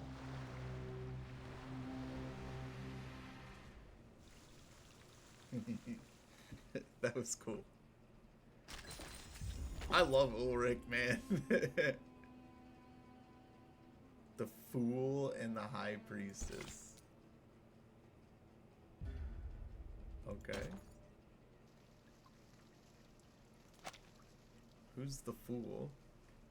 I'm guessing the High Priestess is Sophia.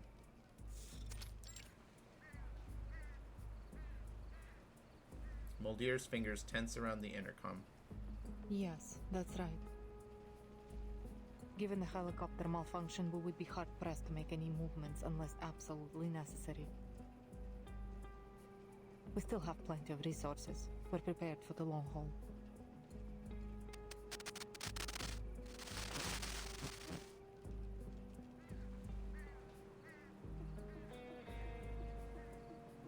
She hesitates at the difficult question, weighing her answer before speaking.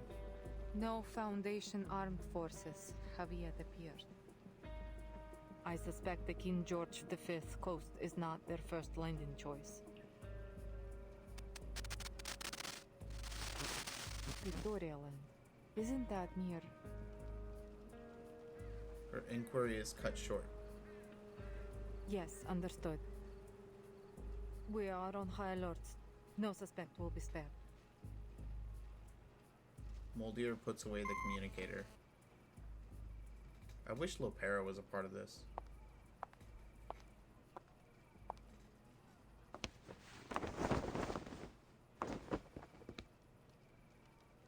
Ulrich sits restrained along with his guard. All that chatter, yet you didn't report the thing most worthy of reporting. Am I so trustworthy? You are disarmed with no locator and no backup. It would be redundant to report you. There's no need to disturb Father with such things. Redundant, useless information, like the hundreds of millions of possible combinations of the Enigma machine that are discarded once the code is deciphered. Anyway, are you certain there's no room for a deal? He raises his handcuffed hands. A bullet is loaded. That single action makes it clear who holds authority in this camp. No deals for captives. Ulrich pauses, though not entirely too long. A soldier's loyalty should be unwavering, no? Then why did you turn to Manus Vindictae? The shadows of distant clouds cascade down the mountain, bringing a rush of chill air as if to freeze both time and space. It's none of your business. Oh, yeah. Touché. Did the other soldiers agree with this decision? No need to tell me. Your silence is answer enough. Ulrich laces his tone with sarcasm. Those who were loyal to you stayed, and those who weren't were exiled. While I'm sure you have a trustworthy team, you must have suffered a significant loss to your manpower.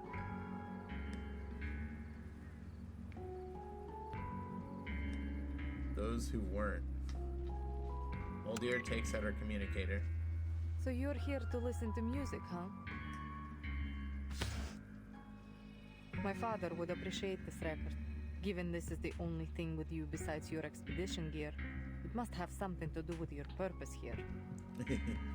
I assume the LSCC has made another development, but I wonder how many sacrifices have been made to get to this point.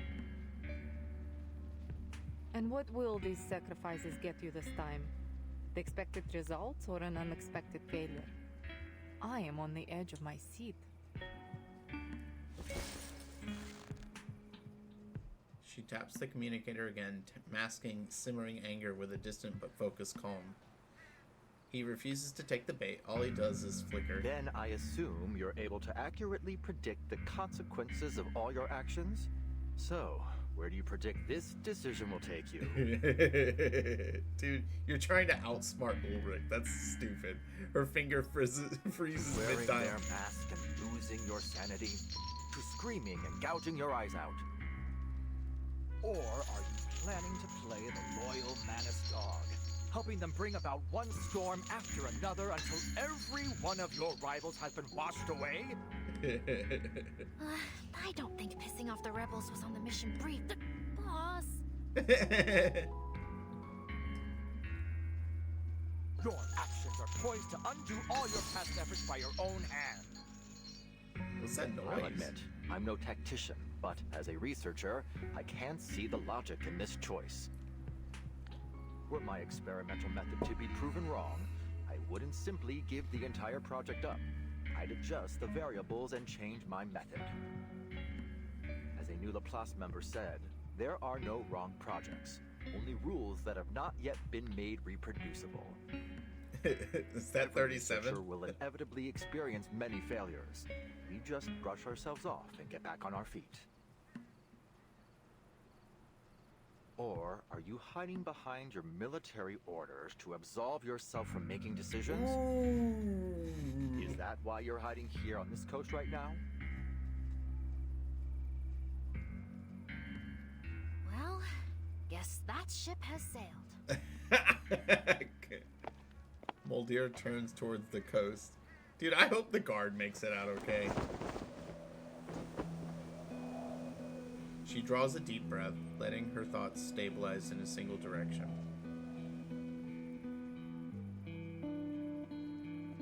The King George V coast, a place where defense would be favored. Intelligence has confirmed that the Foundation's fleet is coming from the Ross Sea. Presumably, that's the area of operations. They should have rushed reinforcements to Victoria immediately. There is only one transport helicopter, but the journey is traversable for a well-trained team. But Father never gave that order. He just left his children waiting at the ice shelf's edge, far from the battlefield, still on standby.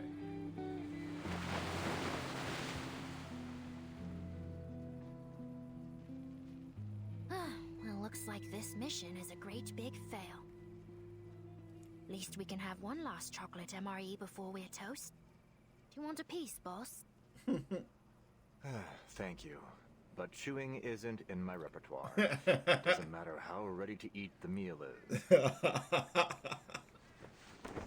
I forget they like he can just like only like drink Mr. fluids or Ulrich. something. Moldir snaps out of her thoughts and turns with piercing focus. How much do you know about Manus Vindicte's plans in Antarctica? Her sharp shift in questioning puts Ulrich on edge. No deal made, and you still want some info. Is this how Xeno trains its soldiers? She looks away deliberately. Honestly, I've never been much of an interrogator. But before I pour you into Terra Nova Bay, I have to know who or what is behind your mission here. Wait, what? Wait, what? The ferrofluid flickers, circuits crackling inside. The situation appears hopeless. Sergeant Whitegloves, Sergeant Frickman. At Moldir's calls, two sergeants flank her on either side. Take him back to the old building in the station. That will be a more suitable location for interrogation. She signals with two fingers, and the sergeant seizes Ulrich by the arms, dragging him away. Wait. You don't know what you're doing. You're making a huge mistake. There's no response nor reaction.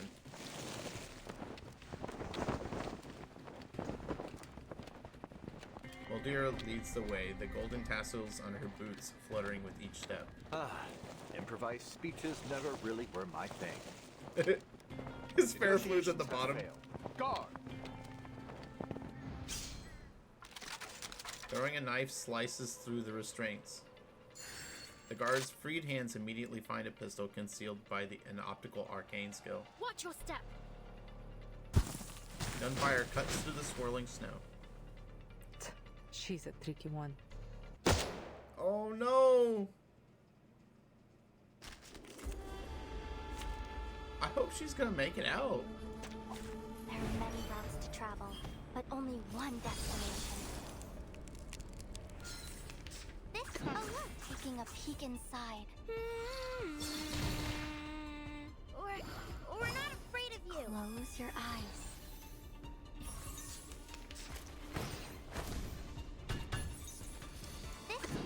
Sensing their thoughts. Oh, be careful. Very well. Face the truth. Oh, enough. Oh, taking a Agreed. You are not welcome here. though it may come with pain. Have I startled you?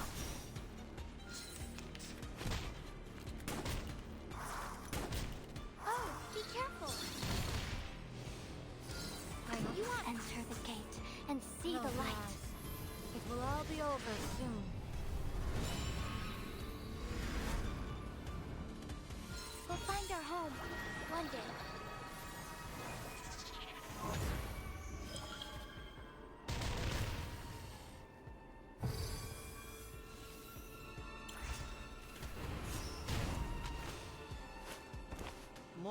Lieutenant, sorry we're late.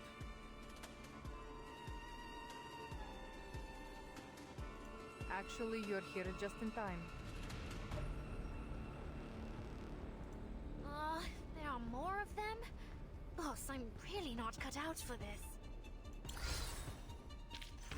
Yet another proof nearing perfection.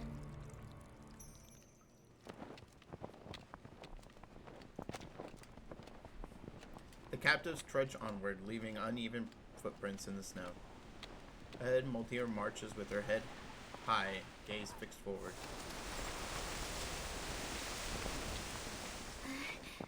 Boss, the situation's critical. Do I have your permission to use? The whispers drift up the wind, up with the So wind. close to death, yet you're still in the mood for chit-chat. The guard flicks the intercom on her his This chest. emergency intercom has a direct line to our commander-in-chief. If I press this button, our mission will fail. But it'll also send our coordinates to him. And we both know what'll happen after that. Moldier shows no trace of concern. She doesn't even turn back. What are you waiting for then? Press it. We're ready.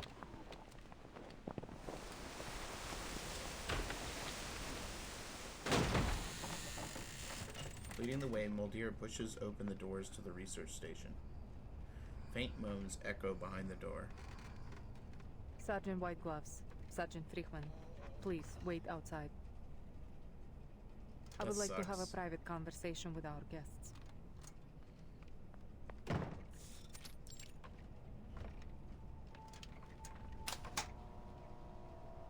Makeshift clinic.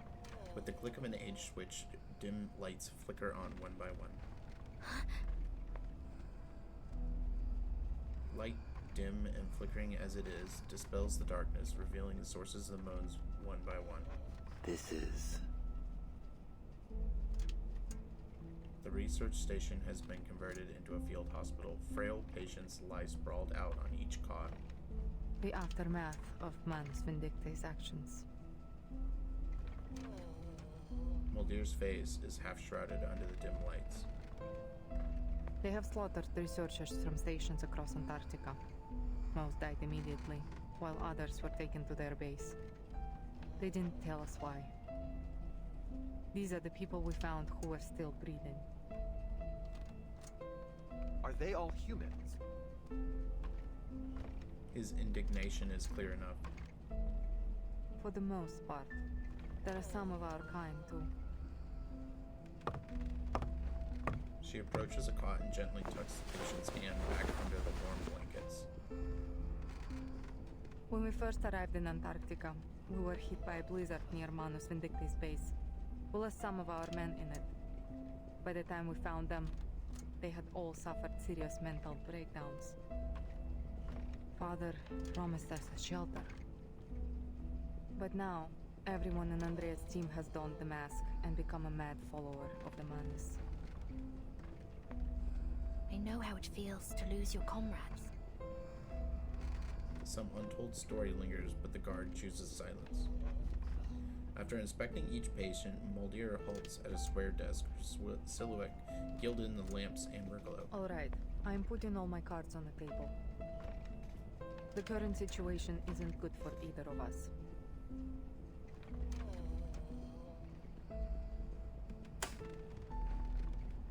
We need to trade information if we want to stay in the game.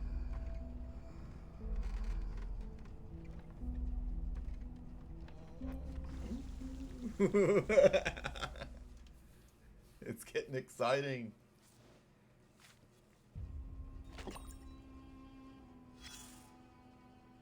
Turn away. Cover your nose. Better not look at this scene unless you're mentally prepared. What a mess. Surely the work of amateurs. Well, as you can see, there was more than one person here. How many is anybody's guess. Anyone with a sense of justice wouldn't let this happen. I'm just a soldier, a brainless follower of orders. I have no grounds to make judgments on morality. But loyalty, that I do know about. Anyone could pledge their allegiance to an undefeated commander. It's a no-brainer for most soldiers. But give that commander a few heavy losses, a couple of misjudgments, and that loyalty becomes a whole lot harder to give. So if you really want to prove how loyal you are, you should follow a stupid commander. The stupider the better. Just be sure you know what you're getting yourself into. That lieutenant, though, she's a sure way off from being a loyal subordinate. She must have been sick to the stomach when all this went down. Just a kid.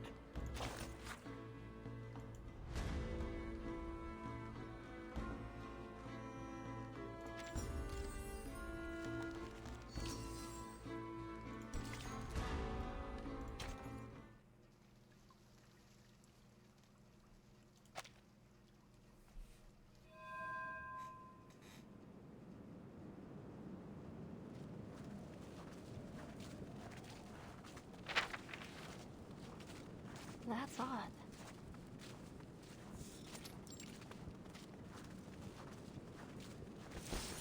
Nautica looks down at her map, then up at the surrounding snow slopes and peaks. She repeats this several times, searching for familiar landmarks. Lost? My team reached the outer perimeter of the ruins twice.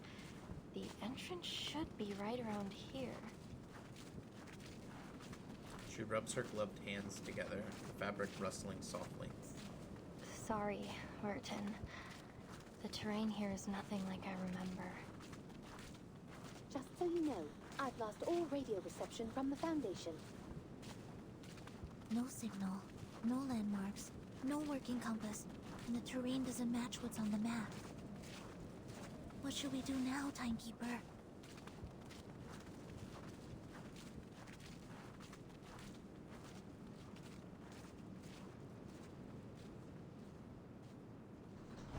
Their energetic sled dogs, after only a brief rest in the snow, start chasing each other's tails. Hey! Hey! My watch is not for dogs. Give me that. Shoo! Shoo! Nautica wipes the drool off her antique watch before storing it safely in her pack. The dogs play in an Ouroboros-like circle. Happy whimpers fill the air. I have an idea. In fact, the answer's right in front of us. The stethoscope. Give them the stethoscope. Make them smell. Watch. Dogs lead our way. Haha! I was right! You're right. It's been staring us right in the face. The sled dogs are canines after all. They should have a sensitive sense of smell. Nice. Yes. If we give them a moment to smell the stethoscope, they may be able to track down the scent left on it. Let's hope it works. The lead dog releases its companion's soggy tail and lowers its snout to sniff the stethoscope. They smelled something. Hop on their backs.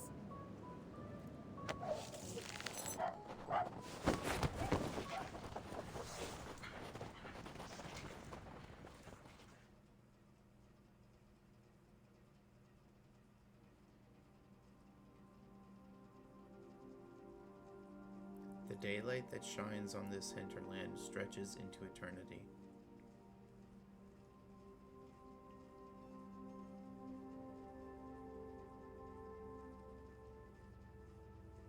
Movement across the icy water seems meaningless without reference points, just as none could say how long the sled dogs run before the sudden halt. Their sudden halt.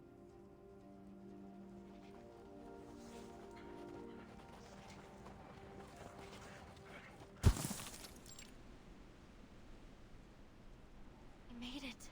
This is where my team went before. She pulls the harness, and the sled dogs obey in a steady and contented stop. The guide appears then fades from human sight. If the devoted journey, let their songs unite. Matu was right. The Mother Spirit was right. Oh, it was the right decision to join you. The companions pat the dogs as they dismount. Where are we? A labyrinth in a valley? Relay believed that these were the only outskirts of the site. She said that if we pass through the valley, we might even find the real ruins of a temple, or a city even. Look at this stone wall. There are excavation marks on it. We ran into an abnormal whiteout last time. It was too dense. We couldn't make out any details. She sprints to the nearest rock face, crouches, strips off a glove, and presses her warm palm against the frozen stone. I've never seen this kind of rock before. Is it some kind of fossil? It's Toliitic basalt. It forms at mid-ocean ridges, down at the bottom of the sea. Look at the geometric pores and the golden mineral veins. If Relay were here, she'd call it a miracle. A once in a 425 million year occurrence. Relay. She would have been so excited to see this, even if it is only the size of my palm. That's why she joined the expedition. Head bowed, she warms the rock before slipping it into her pocket, as if cradling some cherished life form. What's that? After a faint tremor, the arcane fluctuation dissolves into flying snow pellets. Instinct carries her 2 steps forward before freezing. Timekeeper? Her sight has locked onto an anomalous snow mound at the base of the opposite rock face. Not an illusion. Crouching, she brushes away the accumulated powder.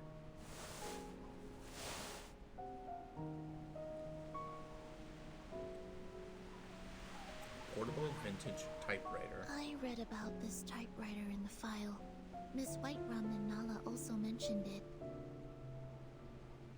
In this era, it typed terse medical records for the drowning girl, recorded Sao Paulo's raucous nights, and broke into That's right. Ushuaia's This is Dr. Doris's typewriter. Poetry Society, yeah. Wait. Terse medical for the drowning girl. Drowning girl, I guess, would have been me. Yeah. Another one of her belongings. Is it too coincidental to be mere chance?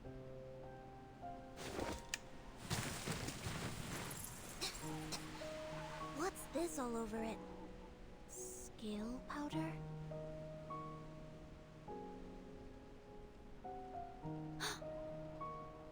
Blood. It's dry. Penguins, seals, or the fallen at the research station. The bloodstains could belong to anyone, including Dr. Doris. Whether these were left intentionally or not, this proves that we're heading in the right direction. So much blood. She may be injured. We need to find her as soon as possible. Everyone crowds around, including Miss Radio, who had been lying on one of the dogs. Barren mountains flank them on both sides, a stone labyrinth of basalt standing sentinel at the pass, its end shrouded in mist. The lead dog approaches, then raises its head, alerted to some unseen threat.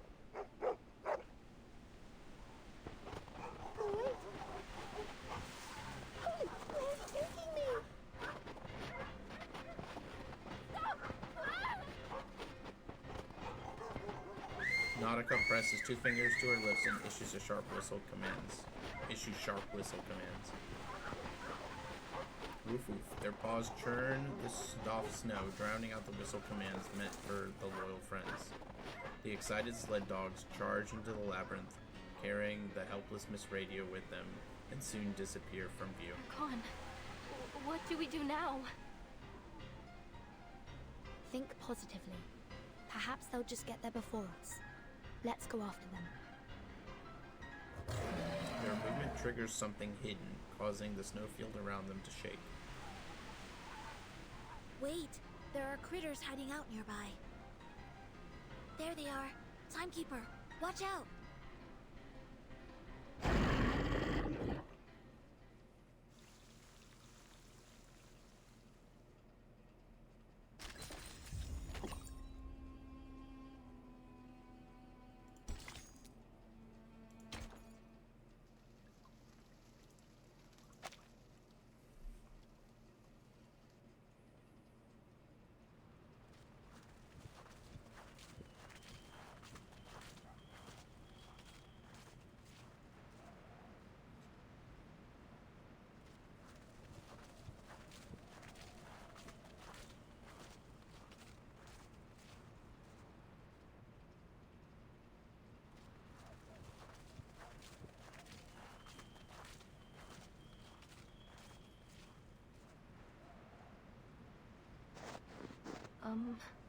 Guys? Exhausted, Nautica finally breaks the silence of their long trek. The chief assistant waves her glass fetter, inscribing a tiny 6 beside them. To its left are the 5 preceding numerals in solemn Yes, sequence. Nautica. We noticed it too. This is the 6th time we've passed this stone wall.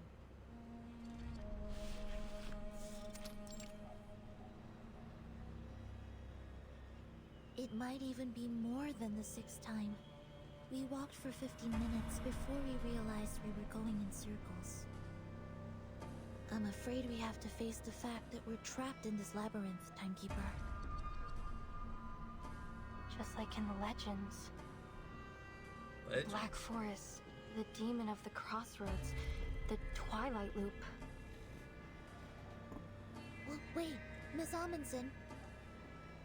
We need to think dialectically. Let's not jump straight to evil spirits.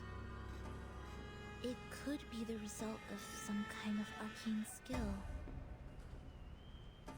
I had the same thought, but I don't sense any arcane fluctuations around here.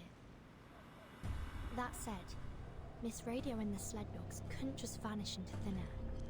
There must be a hidden exit, or something else at play here. Nautica stomps back and forth, soft snow rustling under her feet. Let me give it a try.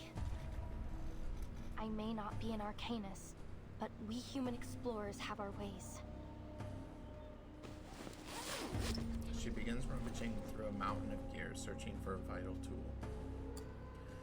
The mechanical gears turn dutifully, just as they had half a century ago on this same frozen ground. My grandfather taught me how to tell the directions using a watch in the position of the sun. I have his watch right here. I took it with me. But does that work when the sun doesn't Let move? me see. What was it again?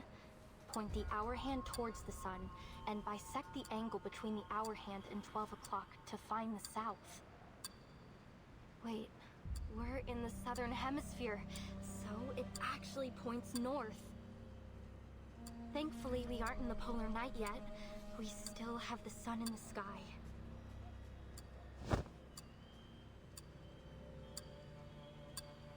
Her excitement soon falls into silence. Nautica shakes her head and curls up, giving the appearance of a startled armadillo.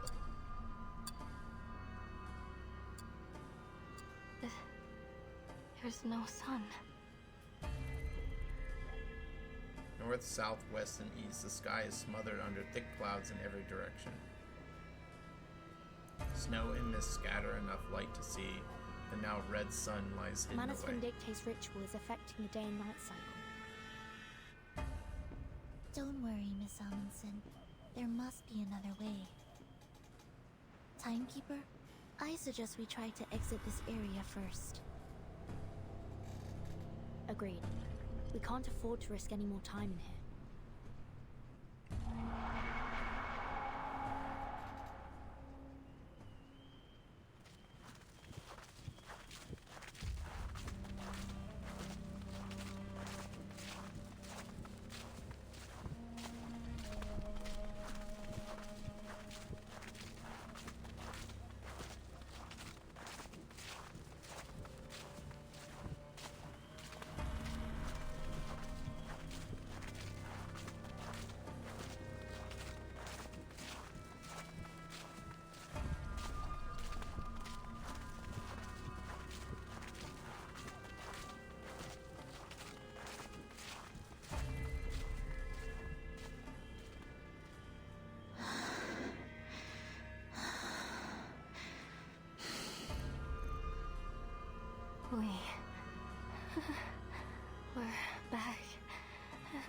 beginning again.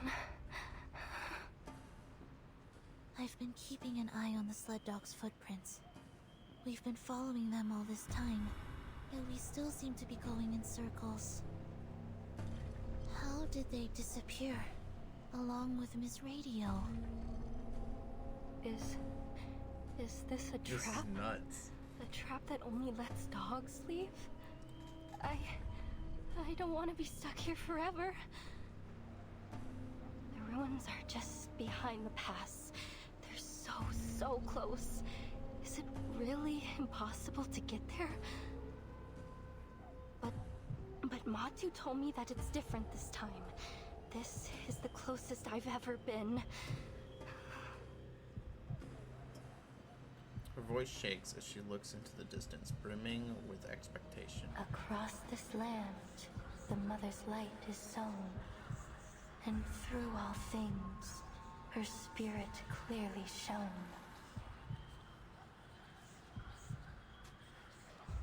This is what I came for.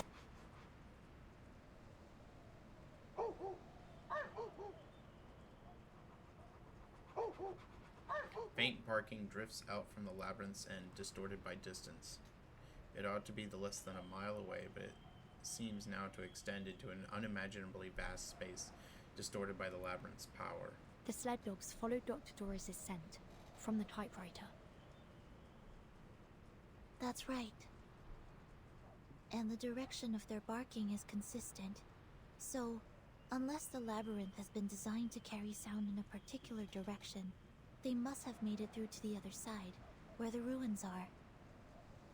Which means Dr. Doris must have made it through the labyrinth too. Exactly. Although we can't be sure whether she was guided here. Let's assume that she was alone. Then, despite the fact that she's blind, somehow she didn't get trapped by these stone walls. This Dr. Doris you're looking for, she's blind? Nautica gasps in surprise, lifting her head from the snow. Yes. She always covers her eyes with a patch or bandage. A look of intense focus settles on Nautica's face. Through Giant Mother's bones, the path is laid. In bloody pain, eternal life is made. The blind seer walks, and we her path do take. For all will shift in the Evernight's wake. Are those proverbs from the legend of the Mother Spirit? Yes, they are. Could this folktale from your hometown actually derive from reality? Even in my hometown, many people think this proverb is an expression of the people's want for spring after the long polar night. But I've always thought that there is something else behind it. You see, the blind Dr. Doris wasn't trapped, and the dogs who followed their noses also made it through the labyrinth. Yeah, you don't follow your We eyesight. looked around this labyrinth. We looked for landmarks and for clues. We even looked for the sun to guide us. We looked. That's the difference between us and them. We've only been using our eyes. Are you saying that... Maybe, if we close our eyes, the true direction will be revealed.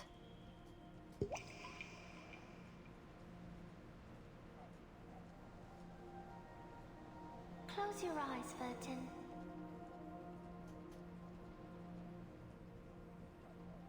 Only when your eyes are closed will your mind open up.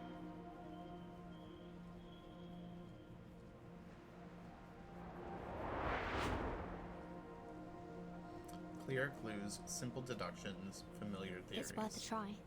We don't have any other ideas at the moment. We trust you.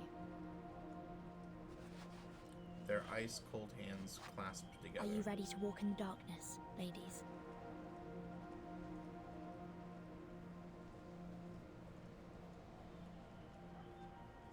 She She closes her eyes.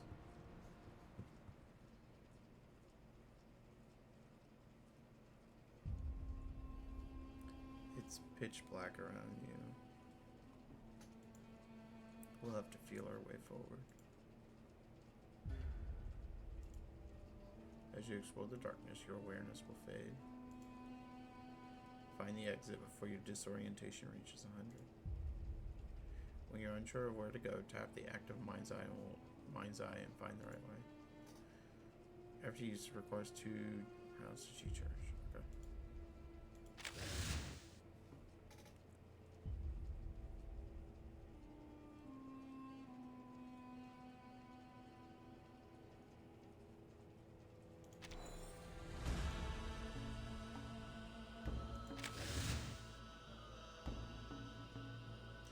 Left hand maze roll. Say if you follow your left hand along, you'll eventually find the exit. That's not true.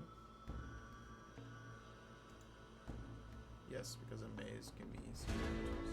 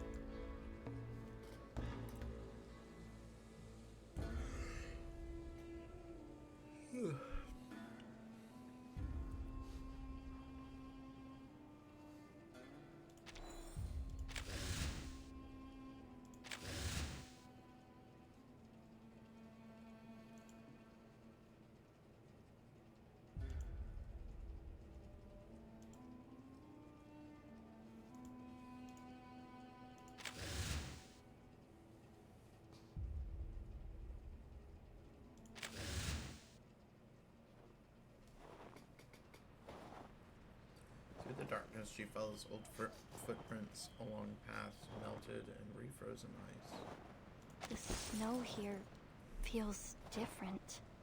It's harder than the last path we were on. I don't think we came this way when we were following the dog's footprints, did we? Basalt, stone walls. A path that can't be found with open eyes. I see it now. The designer of the labyrinth used these stone walls to create an optical illusion. We missed this entrance over and over again. Right. Even if the dogs hit into a wall, they could still follow the scent. Of course! The Mother Spirit is always right.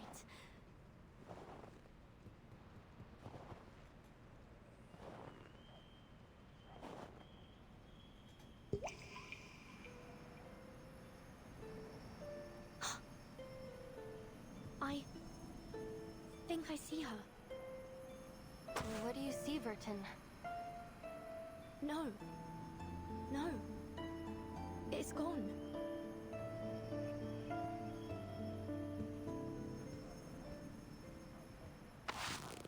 Take my hand, Timekeeper.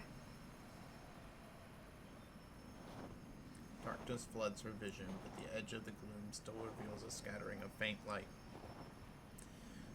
Through the flickering, directionless world, a golden melody pierces the silence. Erd, what is the answer that you're searching for? Footsteps? Timekeeper? Miss Sinetto? Miss Amundsen? Is that you? A familiar voice calls out. Oh, thank goodness you're here. You have no idea how many times these reckless dogs almost flung me off their backs. Miss Radio. Oh, Miss Radio. Great. We did it! We made it out of the labyrinth!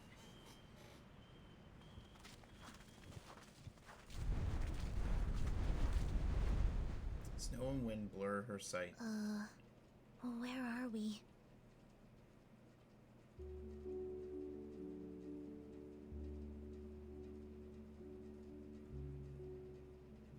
The wilderness lies silent.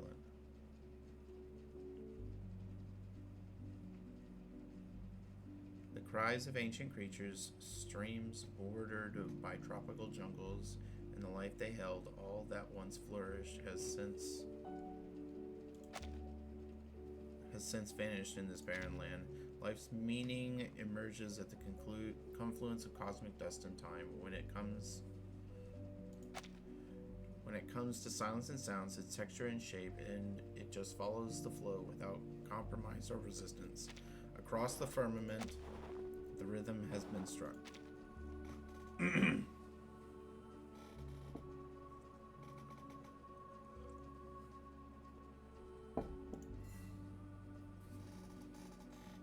Her initial excitement dulls into a gaze. She stands frozen, unable to look away.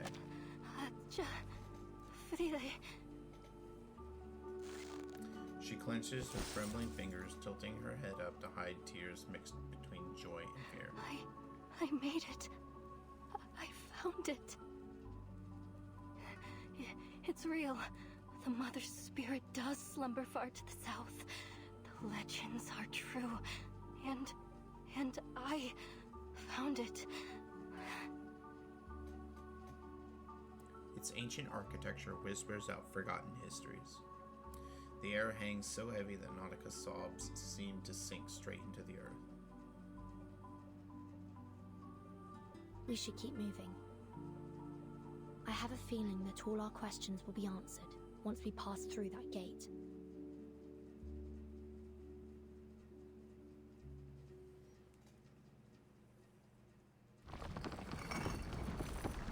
The unsetting sun's cold light bounces between the walls until the heavy doors swallow the last glimmer.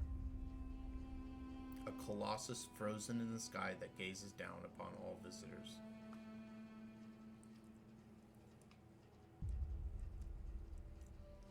Its silence an acknowledgement that they have passed the first trial.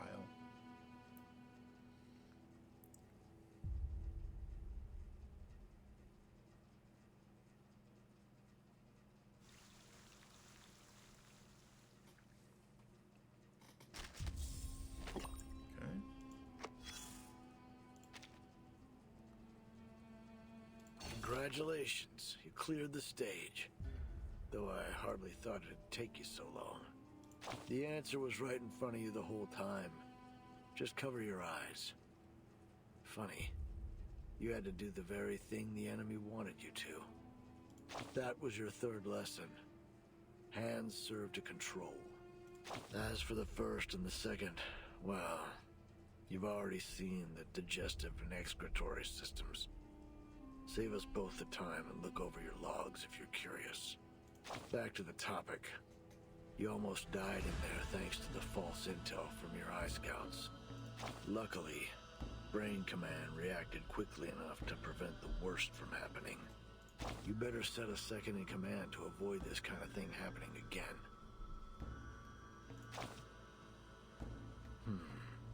The ever-beating strategic center, the hub that every drop of blood must pass through, violently beating when agitated. The most reliable organ, besides the brain, because it has to be. If only it didn't have a mind of its own. That'll surely lead to destruction. whether it beats fast or slow. It wasn't my intention to talk like a Renaissance artist, but when you reflect on Michelangelo's painting on that grand ceiling, there's no choice but to do so. Key to creating life could be either the Hall of Wisdom or the Land of Birth. So, you should understand art a little better now.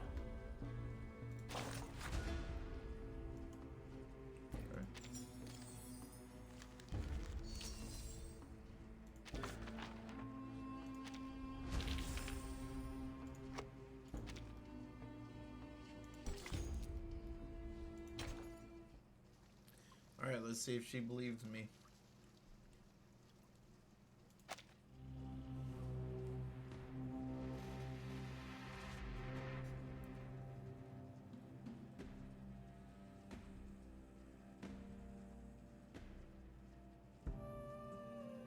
There was a savior. Rarer than radium, commoner than water, crueler than truth. Children kept from the sun, assembled at his tongue, to hear the golden note turn in a groove. Prisoners of wishes locked their eyes in the jails and studies his keyless smiles. Dylan Thomas. The edge of the world resists change in its own way. Frozen soil, stagnant time, and roaring winds. Yet the battleship's armored prow surges forward, blast waves shattering every obstacle. Magnus' scream sinks beneath the sea, staining the thick ice corrosion. No solar contact. Targets eliminated. We go. Thick ice crimson. Good work, everyone. But let's not start celebrating yet. The ice is getting thicker. We are entering an ice zone. Notify all bridge personnel to reduce speed. Engineer, what's the damage report? The Magnus hit our portside propeller. We're down to about 20% thrust on the steering, sir.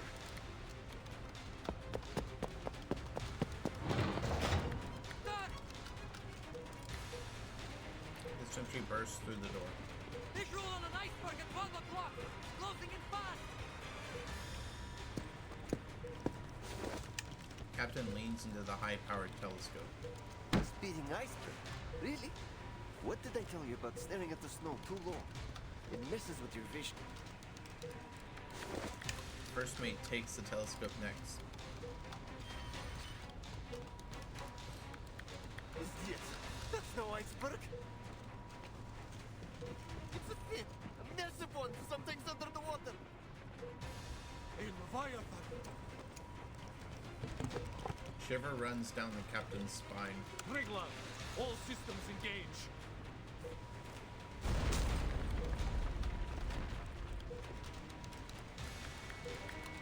Weapon targeting systems whirl alive, but the bottom of the battleship takes the All first units, critical hit. report your status. Water and main battery magazine. All watertight compartments are under pressure. Captain, we're going down! Understood. Understood. Flames erupt across nearby sea as the frigate's fuel tanks ignite. For all these years, we have fought side by side with Triglav and the three frigates. Not once have these old girls let us down. The menace must be desperate to stop our landing. Sending a Leviathan after us of all things. The captain stares out at the colossal creature as it looms closer and closer. Its piercing shriek tears through the air as a prelude to Let another them charge. try. The Foundation will not be stopped at the Ross Sea. The captain presses the communicator on his chest. Triglav to operations. Initiating detonation of the onboard array.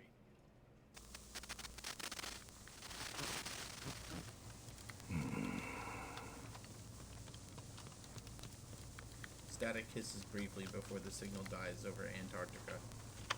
Yet within moments, precise and clear orders are reissued. Operations to Dida. Steer clear of the ice zone. Fall back to defense line A2.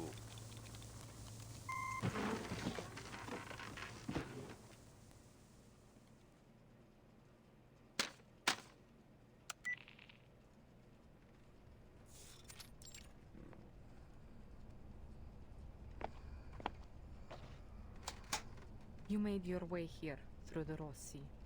The front lines must have given you a grim taste of the war. The Manus won't let the Foundation set foot on Antarctica, not without a fight. The ritual is too important. They will stop at nothing to see it happen. So here's my offer. Reciprocity. As a gesture of good faith, allow me to share some intel on their movements with you first.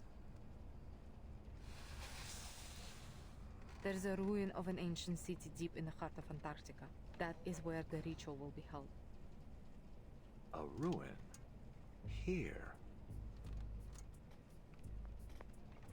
Against that mountain, yes. But it isn't just any ruin. It's Manus Vindictae's stronghold. Rituals, preparations, high-level meetings. That is where they all happen. In order to secure the continent, they have fortified the coastlines, covering every possible landing point. The Order of Enlightenment is stationed at King Edward VII Peninsula. The Apostles' Brotherhood controls Mary Birdland. And the former Xeno Sentinel unit has deployed its forces along King George V coast. Okay, wait a minute. The Order of Enlightenment, that was the group that was with, that was first discovered with, Matilda in San Francisco. With Mercuria and Joe. The Apostles' Brotherhood was first encountered with that weird dude in Sao Paulo. And then, of course, the former Xeno unit is this group right here. The terrain is already a natural fortress, but that wasn't enough for them. They have deployed a number of arcane-modified beasts, several Magnus and a Leviathan, if my intel is correct. Oh, no way! A Leviathan? I heard you could sink Australia with one of those things. Moldier presses the communicator to her ear as battle reports crackle through.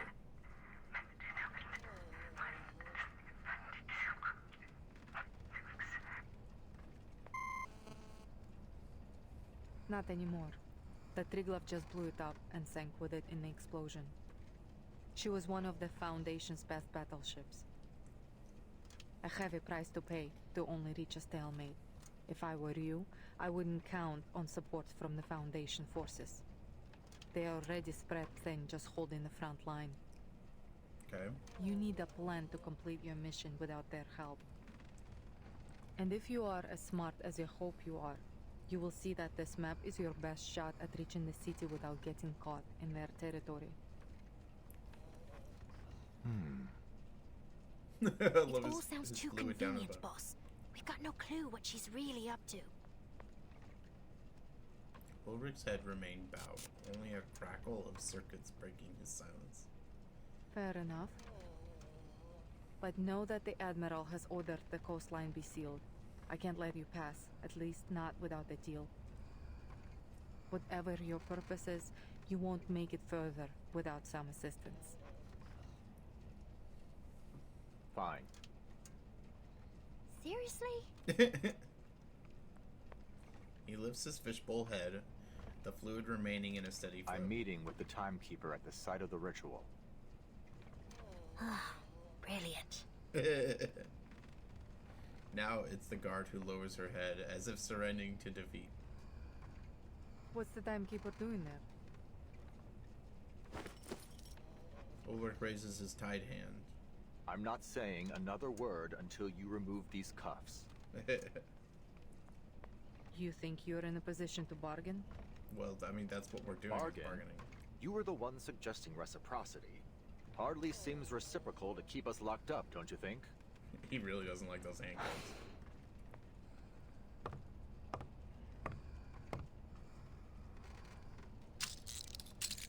Key clicks into the handcuffs lock. The bolt turns, and then the now free captive flexes his wrists. We really are here because of a song. The record is the key to everything.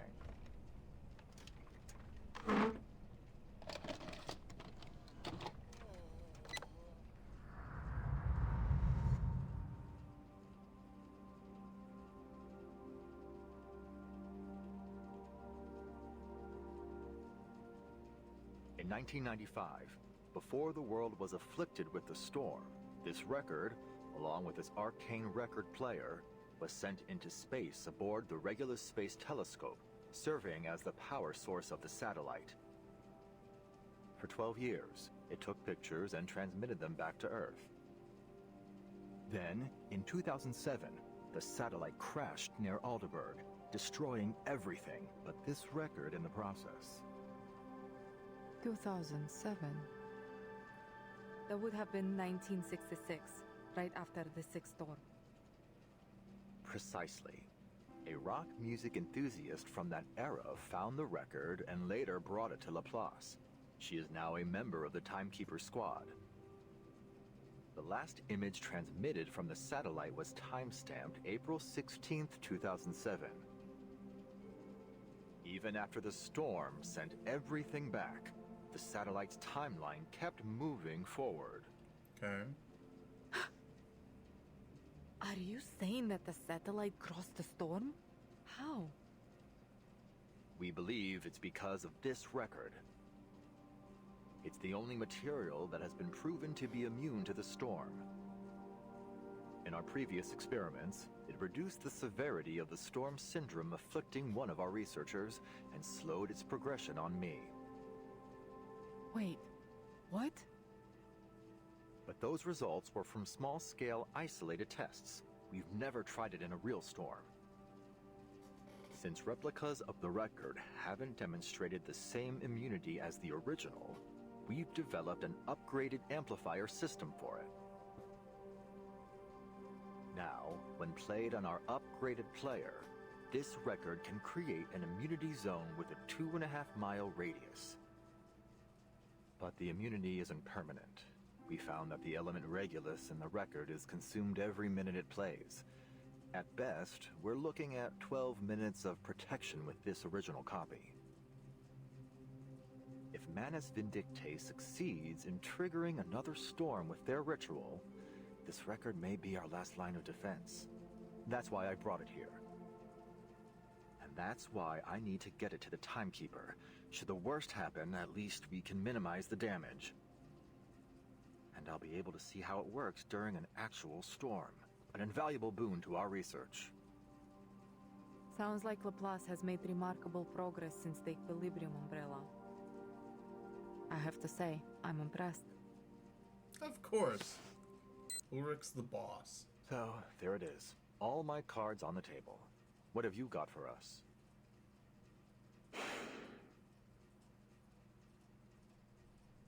What's it gonna be, Moldier? The actual location of the ritual is in a sanctuary hidden in the heart of that mountain behind the city ruins.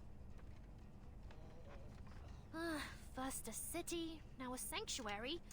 Boss, she's got to be messing with us. I am telling the truth. There is a tunnel in the city that leads into the mountain. Only the chosen are allowed through. And you can bet that the tunnel will be heavily guarded. Moldier turns aside, processing the information absorbed from Ulrich. 2.5 miles of immunity, you said? That's right. I'll need to know the size of the city and the length of the tunnel to figure out the best placement for the record. Why are we trying to save them? The mountain's interior is hollow. The sanctuary sits right in the heart of it. It used to be an active volcano, but it hasn't erupted for centuries. The elevation of the volcano is 11,616 feet.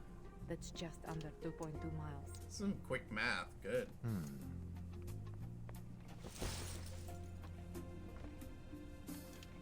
Boss, Ulrich it's not exchanges exactly easy to glances tell with what the you're guard. thinking, you know. Surely you're not Next. taking her seriously, are you? Ulrich exchanges a glance with the guard beside him. Boss, it's not exactly easy to tell what you're thinking, you know. Surely you're not taking it seriously, are you?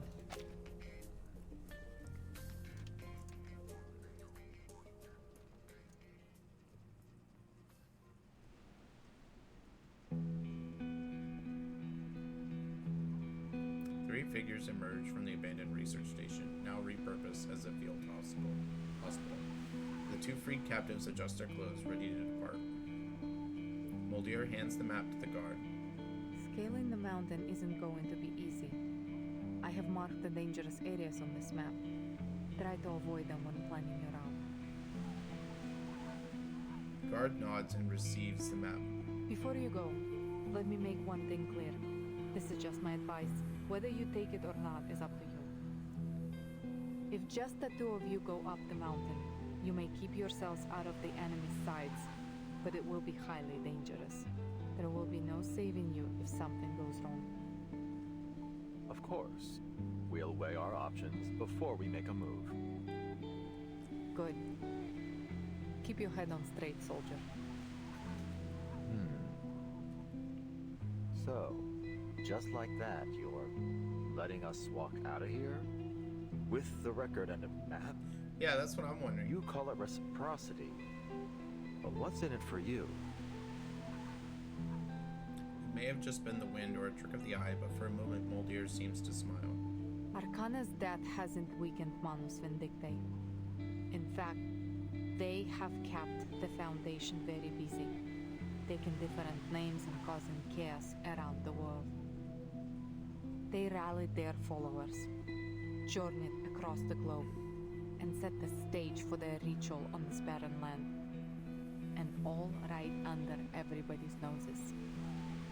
Yeah. They planned every step, but you just barged in here with nothing but a record and an idea. If you were my soldiers, I would have thrown you out of my camp by now. That said, She returns the record to the rightful owner with a solemn I would gesture. rather see the storm end than see you fail.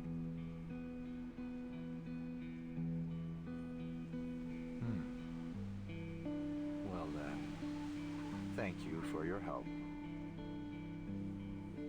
After a final handshake, Ulrich turns to the snowfield with his guard. I don't get it. I would rather see this storm end than see you fail.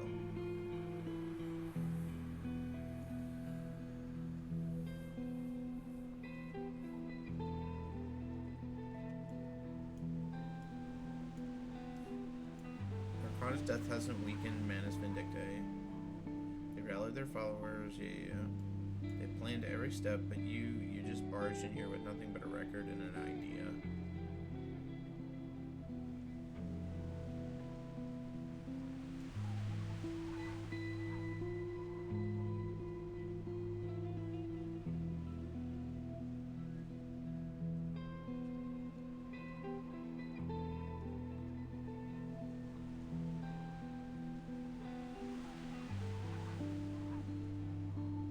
I really don't get this.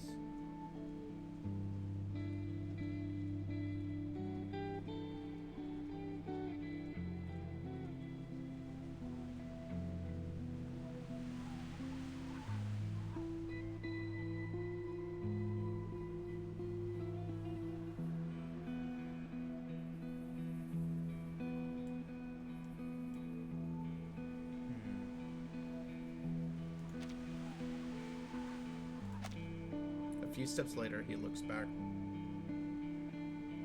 Why don't you come with us? Me? Look, we may be rushing in there like a couple of idiots, but if this works, if it really stops whatever scheme the Manus are brewing, don't you want to see it for yourself? It doesn't matter what I want. I have orders. His ferrofluid flickers a few times before he walks into the gathering powder snow without another word.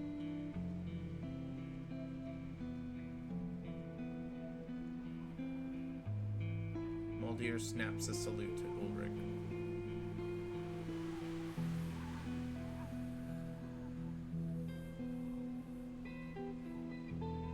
It's very interesting how they showed certain Moldier's text stay visible longer.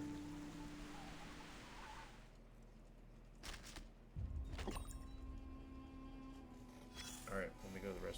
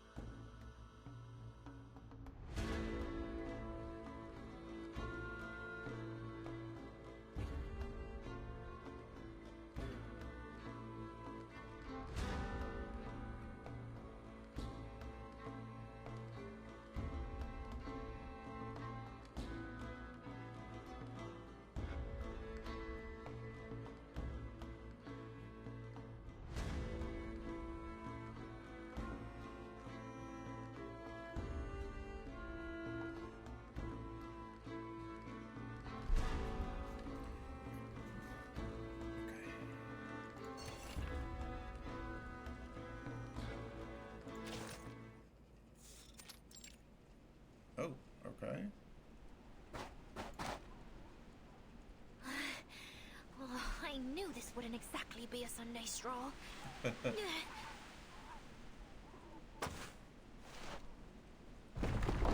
Guard pushes another obstructing boulder aside with effort. But I didn't think we'd literally be carving our own trail through the wilderness.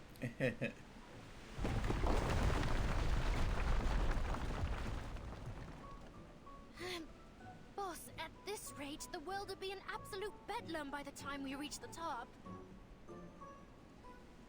Hold on. Let me check the map the lieutenant gave me. Lieutenant Muldir. As grateful as I am that she set us free, which I absolutely am, I have to say, this isn't exactly the type of freedom I imagined. There's a rustling sound. Who's there? Guard fumbles for her gun, only to smash her elbow against the very boulder she just moved. Ouch! Several critter-like creatures burst forth from the snow. Penguins!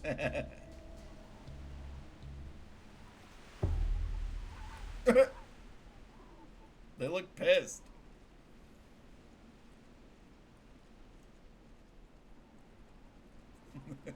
Penguins? Here? The penguins charge toward the climbers, their beaks already pecking at the coats. Hey, give that grenade back! Uh-oh. No interference, right, boss? I mean, you're not going to make me fight a penguin, are you? Look at their little faces. All members of the Sentinel Unit Antarctic Advance Party, attention! The penguins wobble into a perfectly aligned row like well-trained circus performers, or perhaps even soldiers. Alrighty, let's see what we got here. Rookie guard, check. Rookie guard. Awakened researcher with a fish tank for a head, check.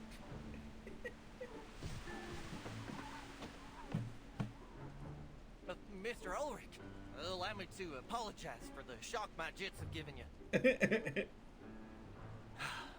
They're jumpier than a spring cricket at the moment. A lot of them just lost some dear friends of theirs after getting back from Florida. Brutal, really. What is this? The little rodent standing before Ulrich snaps off a salute. Penguins? In Florida? In a squirrel? In Antarctica? Not just any squirrel. You're looking at a sergeant, Missy. Sergeant Buddy Fairchild, reporting for duty. We've been waiting here on account of the lieutenant's order. Oh, okay. I've been tasked with being your official Antarctic guide. And it's a good thing, too, because you sure ain't gonna find no one else to guide you around these parts. The lieutenant? You mean Muldir? Mm-hmm. Sure is shooting. Her message came in earlier today. Told me you're fixing to scale that there mountain. Gave me the job of getting you there. Nice. In unison, the entire penguin squad delivers a textbook Xeno salute. Muldir, I could kiss you. So, Sergeant Fairchild, you and these troops are under Muldir's command. Ulrich struggles to process the surreal scenario. Let's skip the pleasantries, shall we? The lieutenant's orders were as clear as the day is long. If you really want to help your friends and save the world, we better get your behinds up that mountain quicker than a cat on a hot tin roof and get that record playing. Now let's get moving before the Menace get their ritual going. Save the world? I had no idea she thought so highly of us. Buddy Fairchild clasps his hands behind his back, tapping the ground with his feet. Now let's see here. Circling Ulrich with his paws still firmly behind his back, Buddy Fairchild sizes him up with a critical eye. Mountain ain't no Everest, but it sure is a storm in July to be a tough climb for y'all big and tall ones. could. Buckle up, folks. I don't want to see no bodies tumbling down the mountain. You hear?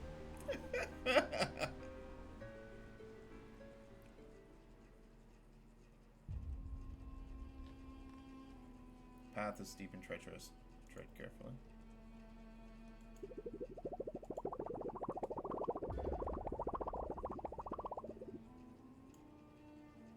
Okay.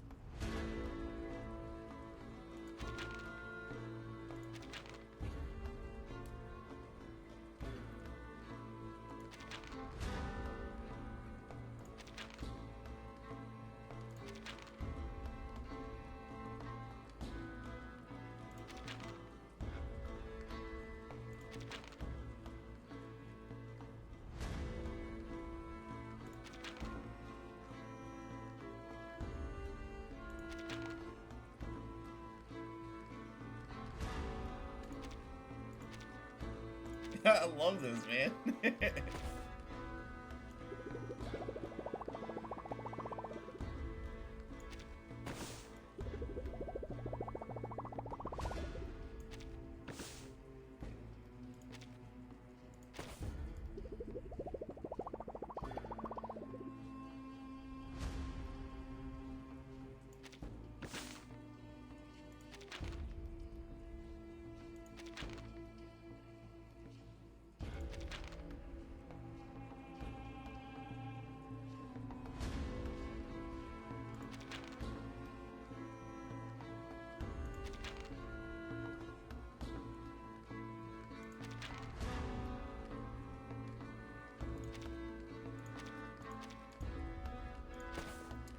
Okay.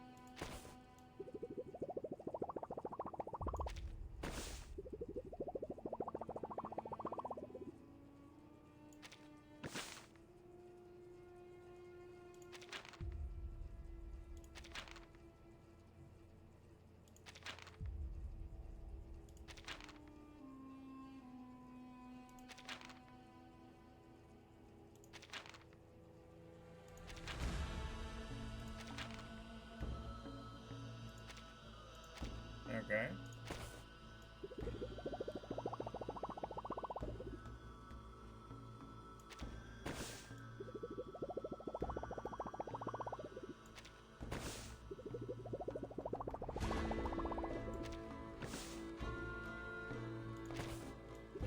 Oh, flux.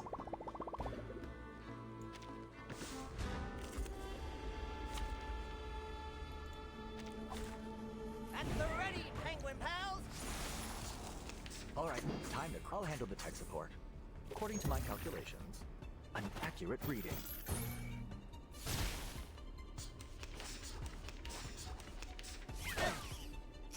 Hold on.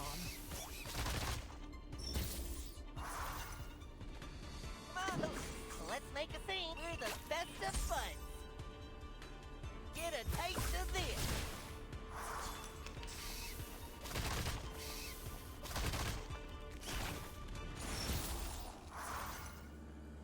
Come on, pals. Let's make a scene. The smell of the great outdoors. Take care, pal.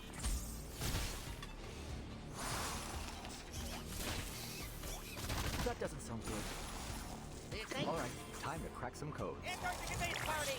3, 2, 1, charge! Another perfect combination of reason and passion.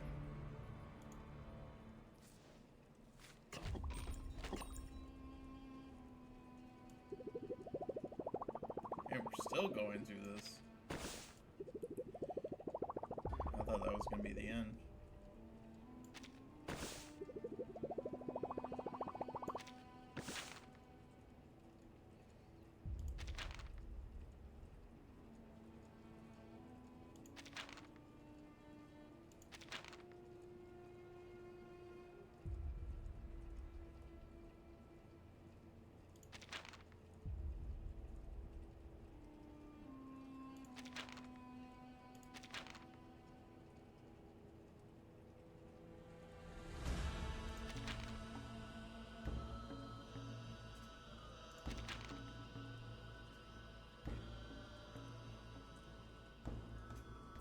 Tell me more about those short waves and bouncy signals.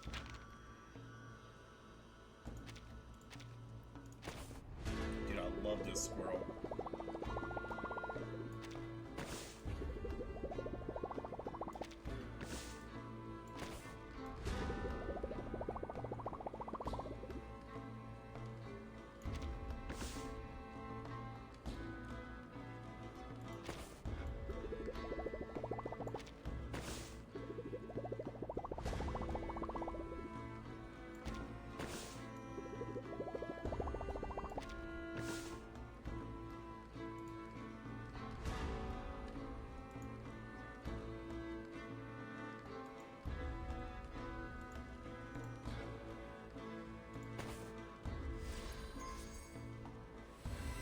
Nice. Oh, we get them for free. That's cool. A brand new home and a whole new world to discover.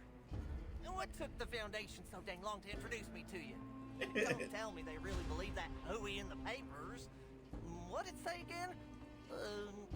Miami animal jailbreak perpetrated by a squirrel?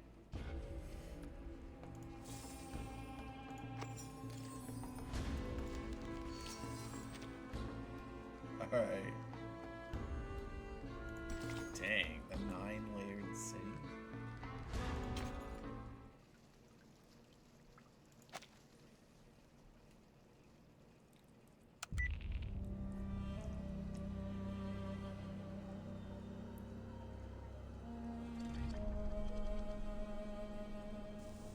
I see.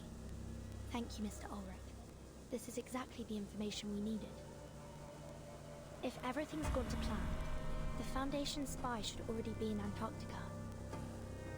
But they haven't made contact with us yet. It seems we won't be getting any more intel on the ritual from them anytime soon. Who's the Foundation spy? Are you certain? Alright. If you thought it through, I won't stand in your way. Just be careful, Mr. Ulrich.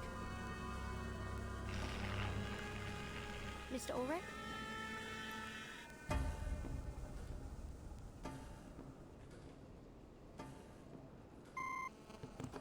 Who's the Foundation spy? Signal's gone. I can't tell if it's an issue on his end or ours. Still, we got what we needed. The ritual will take place in a sanctuary, hidden in the volcano at the edge of the city ruins. As one, the group turns toward the towering mountain at the edge of the ruins. That means we'll need to cross the city to get there. Perhaps it's best to report back to the Foundation and wait for reinforcements before going deeper.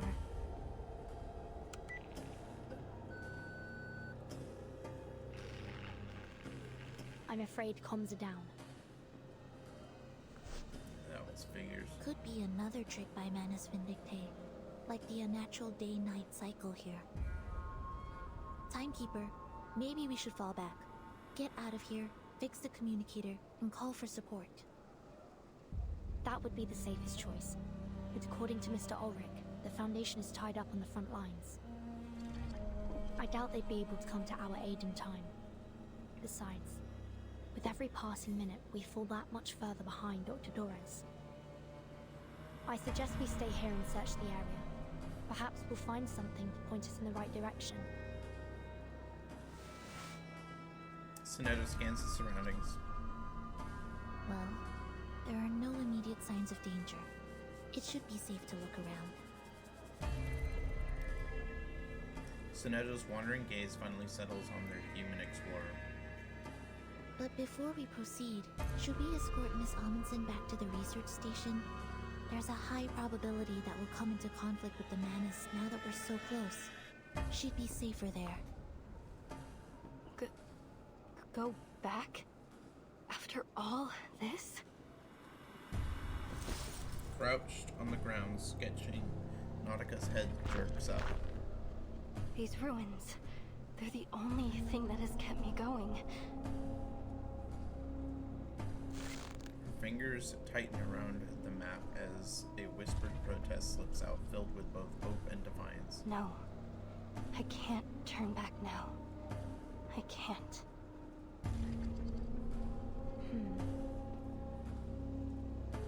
It's okay, Soneto. Nautica can come with me. We'll just look around the city's perimeter. You have my word. All right. Please be careful. She nods and strides forward.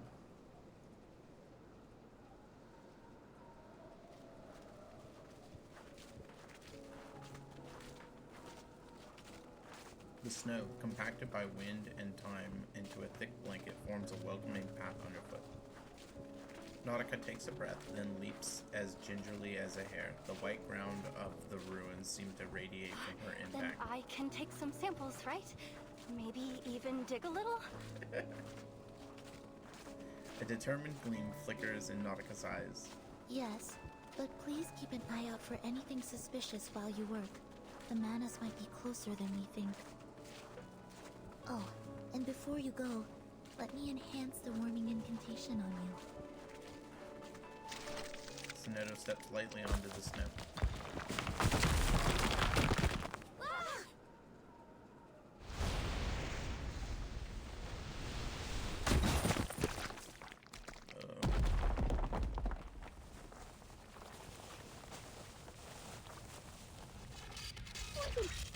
Did we fall into a trap? Is everyone all right? My arm. Timekeeper, are you injured? I'm fine. Don't worry. The ground was probably already caved in. We must have stepped on the thin layer of ice left behind. This happened back home once. The group crashes through the snow trap, landing on a soft, semi-fluid surface. Looks like we've fallen into some underground part of the city ruins. No signal here either. We need to get back to the surface and contact the Foundation as soon as possible.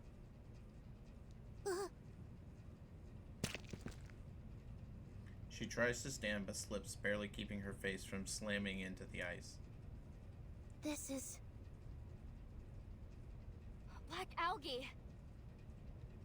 Careful. It's slippery, remember? You need to walk around it. I've been meaning to ask. What is black algae exactly?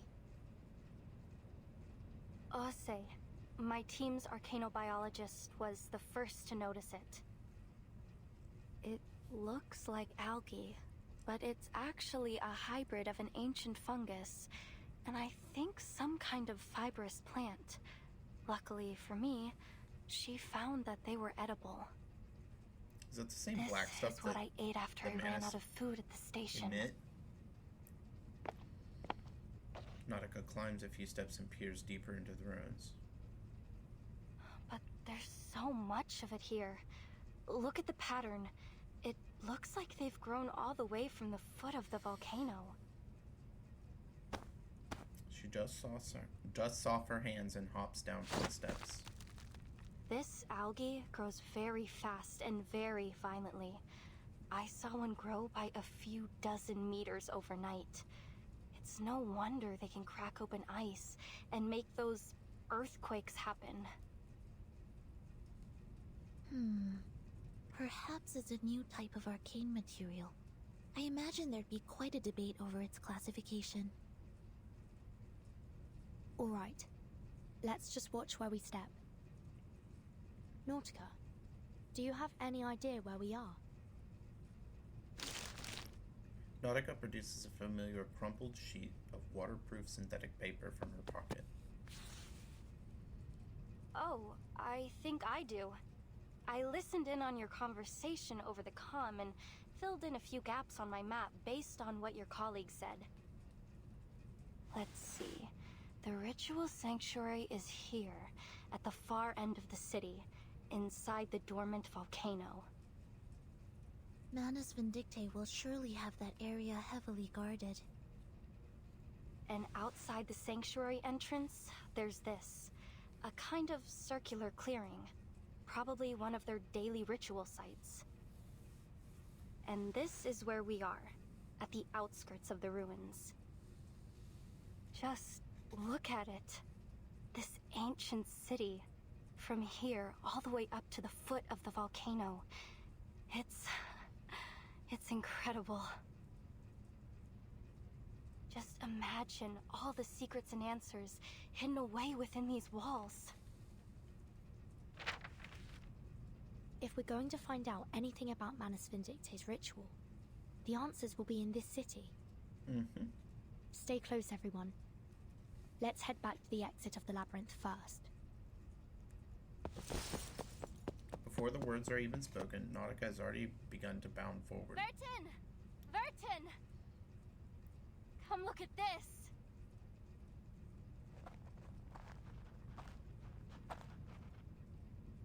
Heeding the call, the other two file into the nearest room. Nautica is the first to reach out and touch what might be called furniture. A peridotite stone bed, a nice stone table and chairs. Someone used to live here. It's so stark, even for life in Antarctica. Do you think this is where those masked snow monsters live? I can't say for sure, but the owner wasn't exactly subtle about their interests. On the small altar sit retorts, water baths, and test tubes filled with red and green potions, while dark metallic powders are scattered across its surface. This is an alchemist's chamber. After careful examination, Sinedo delicately extracts a manuscript from beneath the alchemical This manuscript materials. was written by the great Paracelsus, whose river of verses quenches our thirst for an endless life, and whispers the secret of the fountain of youth. Transcribed by...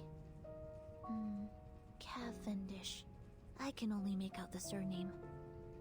The Fountain of Youth. What else does it say? There are just a few verses and illustrations. Paracelsus. Why does that name ring a bell? I don't know either. 6th grade, 2nd semester, History of Alchemy, Week 1. The Life of Paracelsus. Dude, she's got He was perfect a pioneer memory. in ancient alchemy and medicine. Legend has it that he invented a potion that could revive the dead. 6th grade, 2nd semester, History of Alchemy, Week 1. The Life of Oh, that's not what I wanted to...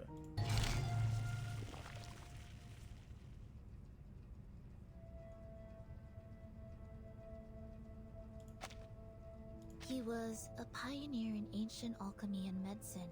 Medicine. Legend has it that he invented a potion that could revive the dead.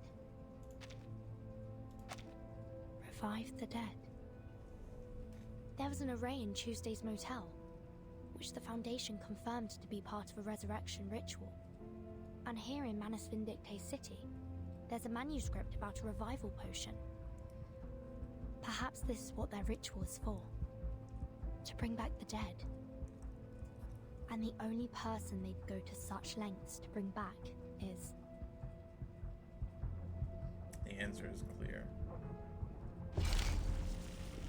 Arca. Anna.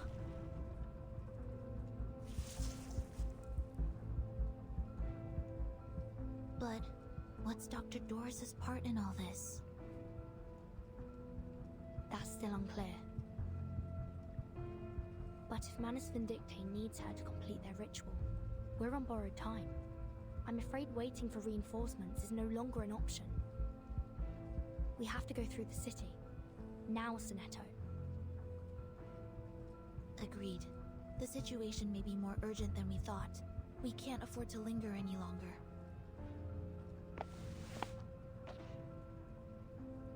Sonetto sighs and turns towards Nautica, who's busy grappling with the Miss building's Amundsen, exterior. There's been a change of plan. We're entering the city. We'll do everything we can to keep you safe, but there's no guarantee we'll... Miss Amundsen? Nautica had kept quiet during their discussions and continued to run her hand along the weathered stone walls without reply. You were right, Frile. The tales are true. The Mother Spirit is here, at the southernmost edge of the world. This is her resting place. She presses her face against the stone, body warmth melting the thin snowdrift clinging to it. The first age ends. The tolling bells are rung. Before the last, a mournful dirge is sung. Alas, where will our bones be laid to rest? O Mother, let us lie upon your breast. The sound causes her ears to spring up and her head follows shortly after.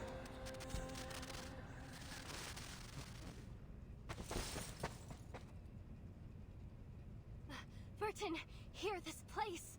Oh, this is the place I've been searching for. Huh?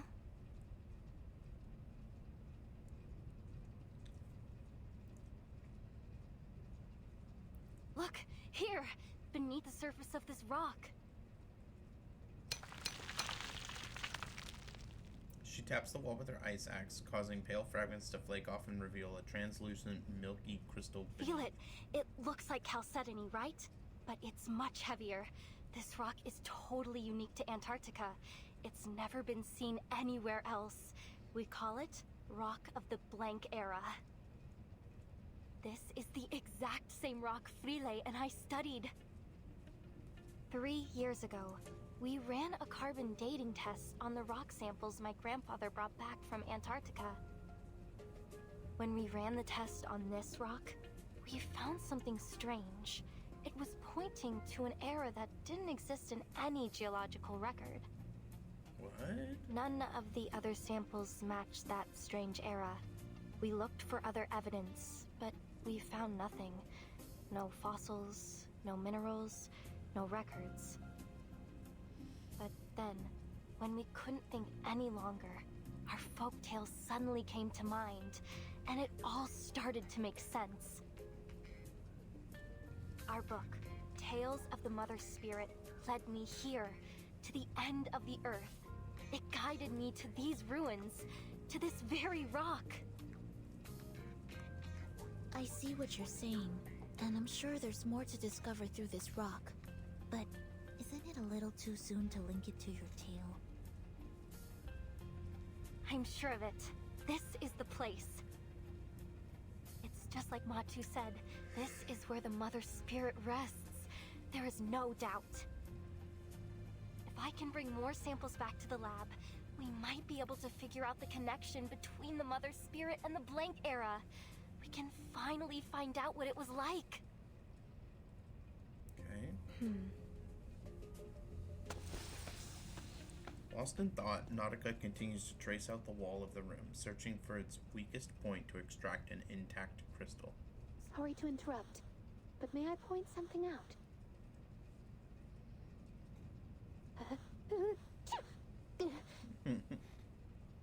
It's getting very cold in here. I can feel my resistance starting to drop. Burton! A soft exclamation from Nautica draws the others out. Monster!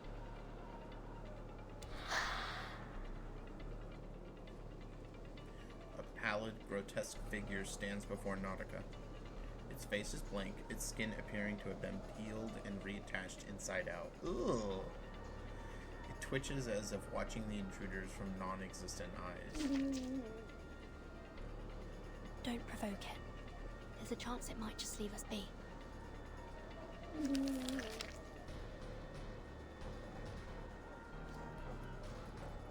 Distant playful barks echo. Playful barks echo back through the walls, drawing a stark contrast to the scene. With a whimper, the humanoid creature lurches toward the group.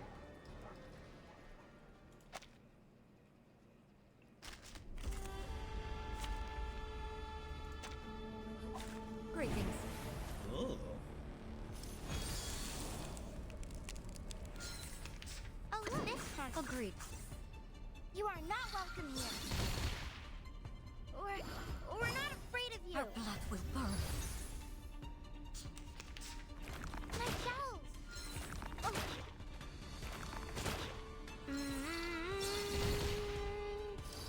Taking a sense. That was certainly The a path choice. become clear. Face the truth. Have I startled you?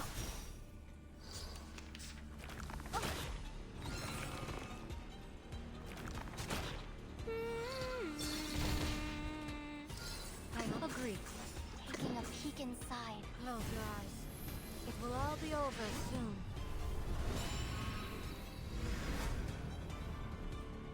Huh. Very well. Though it may come with pain. Rory? What are these things? The ground. It's opening up. Watch your step.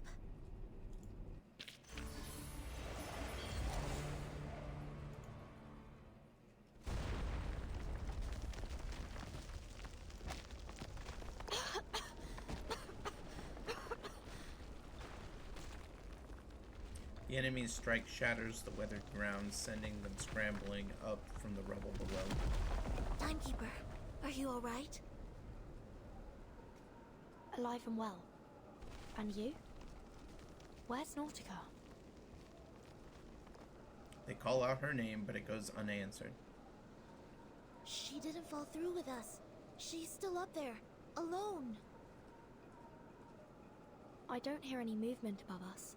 Perhaps she's found a place to hide. Miss Radio, could you get her on the comm? I'm trying. A delicate moth brushes past her ear. That girl with you. Huh?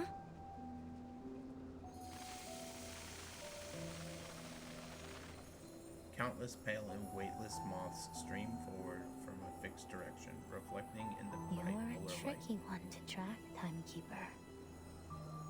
I'm ever so glad you've made it this far into the continent. I'll admit, I'd be more than happy to welcome anyone from the Foundation here. Who is this? She approaches, her steps betraying a faint unsteadiness. But oh, what a pleasure it is that you, of all people, would be the one to show up. What? Grace? Is that you? Her old friend seems to be recovering her breath from some kind of No. exertion. Who are you really? Kayla from the ranch? Captain Grace of the Free Breeze? Or just a familiar stranger. Who would ask a common moth its name? Who would even notice if it weren't drawn to the flames? So many lives have been lived through me. So many names taken. Cecily, Kayla, Grace. I've been them all. Yet never quite been any of them.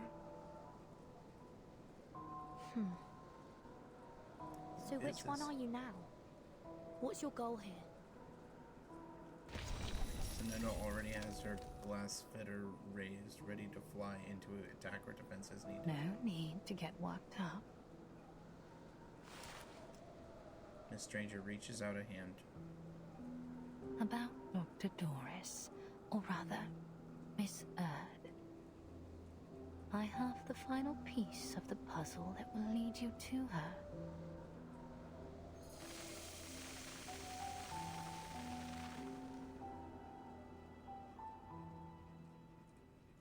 What? Dude, this is so confusing.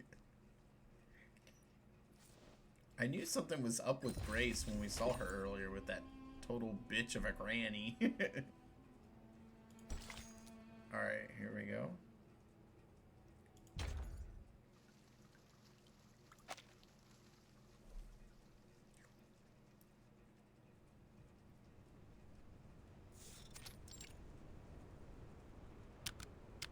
Moldier taps a code into the communicator before putting it back into her pocket. Lieutenant?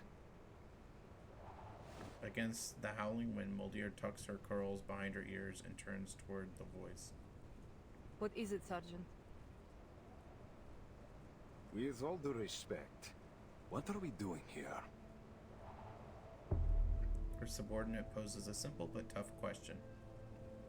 Her troops are relaxed, warming themselves around their fires, yet each one would be ready the moment she gives the word.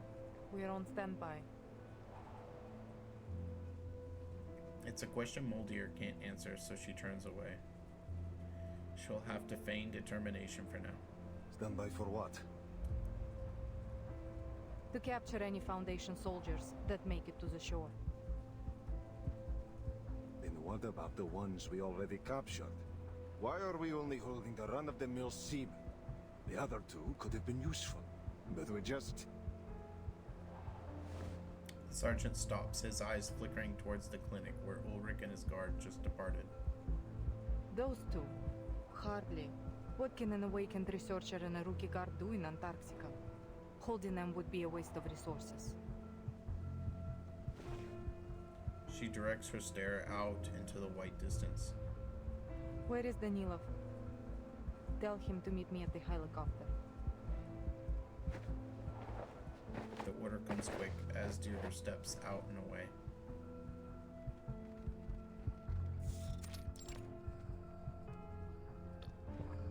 Captain Danilov takes a long and deep sip of stew, letting the warmth linger on his tongue, making it all the worse when he suddenly tapped on the shoulder. Stop sneaking up on me like that. Gotcha. Some things never change, huh? Still as jumpy as you were when you were a kid. Come on, cut it out. I'm a captain now, you know? Not some kid. He sets down the can reluctantly and rises to his feet. What do you want? Did the lieutenant send you? Yep. She wants you over at Canis Minor. As they pass each other, Captain Danilov catches a muttered complaint. Lucky you. Getting to stretch your legs while the rest of us have to sit here, idling away the hours. Guess that's how it is these days. Everything still seems foggy.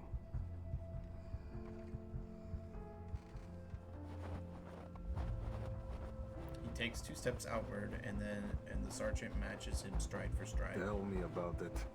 I thought Brazil was tough, but this is worse.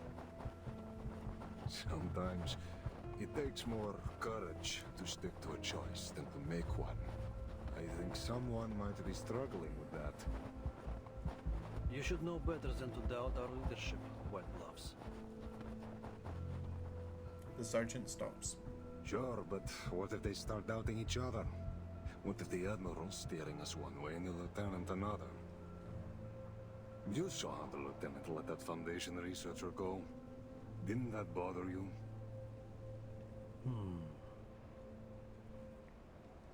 Silence lingers as the captain finds himself watching the snowflakes settle on his boots.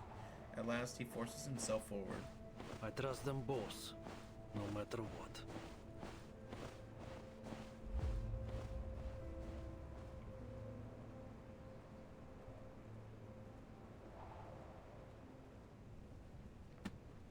captain closes his maintenance manual, finding himself in search of the least technical way to explain the helicopter's Your issue malfunction. might just be a pedal problem, you see.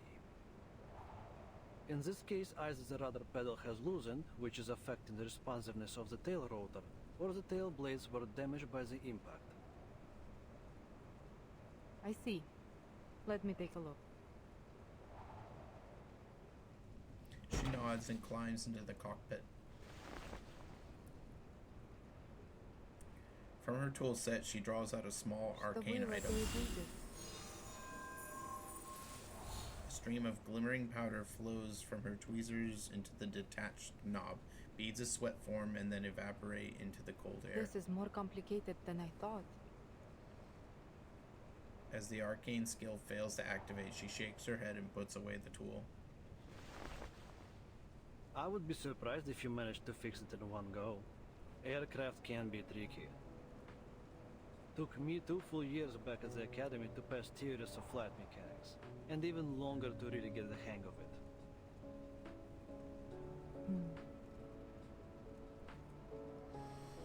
She studies Captain Denilov for a moment before offering a rare smile. I remember. Your teacher called me in 3 times because of the extreme frustration and concern about your grades. I'm just glad I didn't call father. That would have been the end of me. Okay, so he's another one You of know, the brothers. I don't see you using your arcane skill much these days. Well, there is not much use for it, really. Bullets and medicine are 1,000 times more useful on the battlefield. Detecting the rare and likely unintentional emotion in her turn, the captain hesitates. Oh, I didn't mean it like that. Sorry. Do you want some space? No, it's fine. You're fine. We just need to get this helicopter fixed as soon as possible. Can you run another check?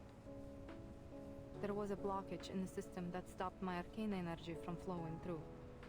Maybe the issue isn't as simple as just the pedal or blade. Got it. I'll take another look. The lieutenant exhales softly. That blockage. I just couldn't push past it. Did I follow the wrong circuit? Or did I just do the whole thing wrong? Silence lingers after her words, forcing the captain to shift position. I wouldn't overthink it if I were you. And stop underestimating your arcane skill. It saved us more times than I can count. Frozen prosthetics, broken casts, ripped tents. Hell, you've been fixing our guns since we were kids. There's nothing wrong with your power. We all appreciate it a lot more than you think.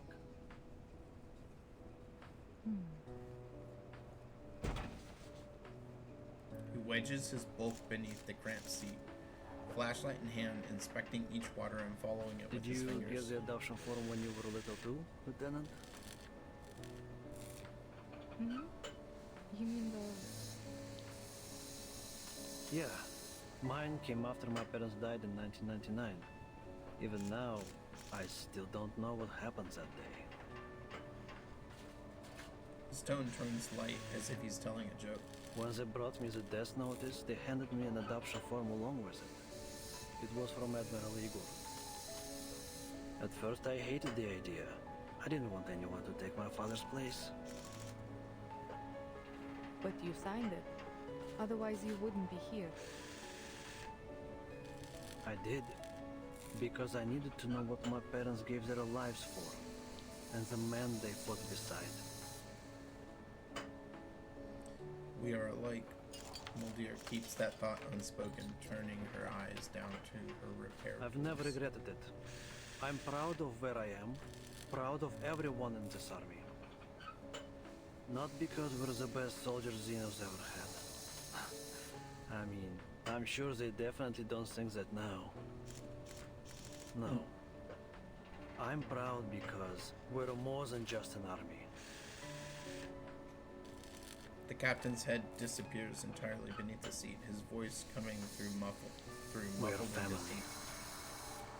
We Storm Orphans grew up together, trained together, fought side by side. We trust each other like we trust ourselves. Hell, maybe even more so.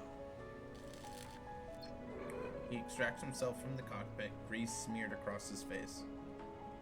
Under her flickering gaze, Danilov drops his voice. I know Father hasn't told us everything, but maybe this for the best. The less everyone knows about his plan, the better. But no matter what, I will follow you and the Admiral to the very end. Whether it's flying a fighter into the Foundation headquarters or waiting here until the spring. I believe in him. I believe that he can take us home. And I believe in you, sister. What are you talking about? You betrayed everyone. Like, there's no way you can go home. He salutes solemnly, proudly, but the smears of engine oils on his nose take all the seriousness from the moment.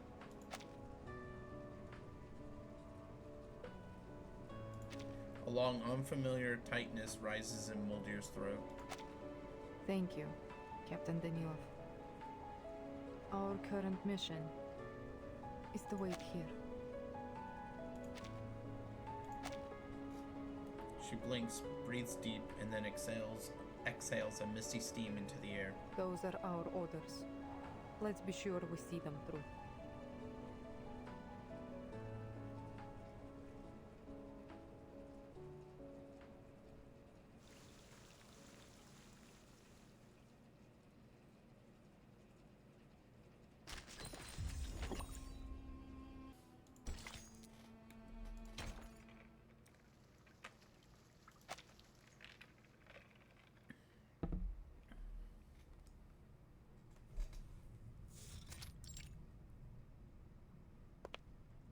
Sonetto steps forward, her glass fetter aimed squarely at the Manus Apostle's chest. Miss Grace, you're a Manus Apostle.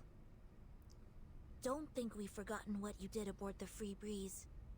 What exactly are you scheming now? The stranger tilts her head, sensing the arcane energy gathering at the glass fetter's tip out of the corner of her eye. A cough escapes her and is quickly suppressed, her whole body twitching to contain it.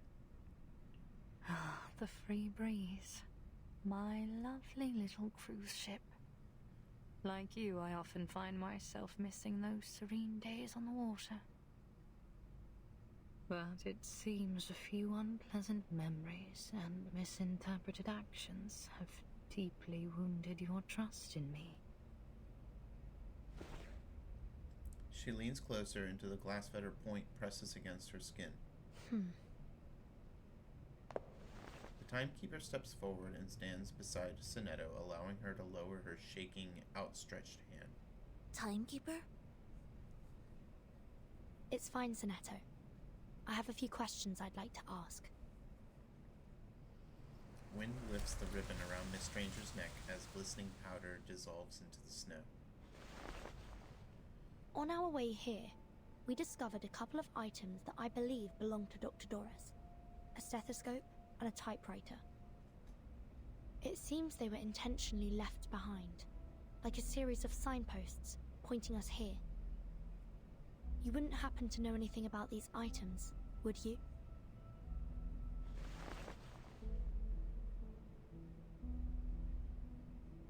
How about the powder we found on the typewriter? It's finer than snow and reflects the sunlight differently. It sticks to the skin and is bitter on the tongue. Why is she silent? Any idea how it got there? And how the typewriter ended up lying in the snowfields? Did you leave it there? Were you giving directions to the Foundation's investigators? Come to think of it, that powder looked like the scales from a Lepidoptera wing. A butterfly. Or a moth. Okay. Dude, you gotta have some strange intelligence for Moth. that. It's you, isn't it? You're the Foundation spy. A moth alights on Miss Stranger's fingertip, then flutters off with a barely perceptible twitch of her finger. I could provide you with a detailed account of the Foundation's phototaxis experiments if you need further proof of my identity. But we're running out of time. Their astonished stares hold on Miss Stranger as she turns her face toward the ruins beyond. I'll lead you to the sanctuary. Dr. Doris, Miss It's already inside. Oh, and my moths have just brought some new information. Your human friend has also gone in that direction. With that, she turns her back to them and advances without fear. Interesting. A weary yet relieved sigh sinks into the snow. The gate to the sanctuary won't stay open forever, Timekeeper. Shall we? I guess that explains how she had the same ability that the Timekeeper had back on the Free Breeze. No. No. This can't be real. I forgot why Nautica got separated from us. This is how it ends, isn't it? Oh, I can't do this. I can't do this alone. Oh, that's right, we fell down. Sonetto, Miss Radio. Trudging alone through the perilous labyrinth had never been Nautica's idea of an ideal scientific expedition. Possible cause of death 1. Freezing. Frozen solid with a bunch of unstudied samples clutched in my hands. Possible cause of death 2. Getting torn apart. Cold, sticky monster fingers sinking into my skin and ripping me to pieces. Possible cause of death 3. Killing myself before 1 or 2 can happen to me. Come on. Hold it together.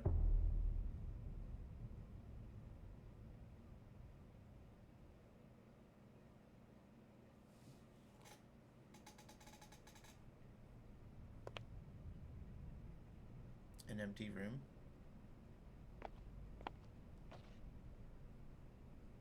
Another empty room. Like a waddling penguin moves from nest to nest, Nautica swivels her head around in constant search for her lost companions.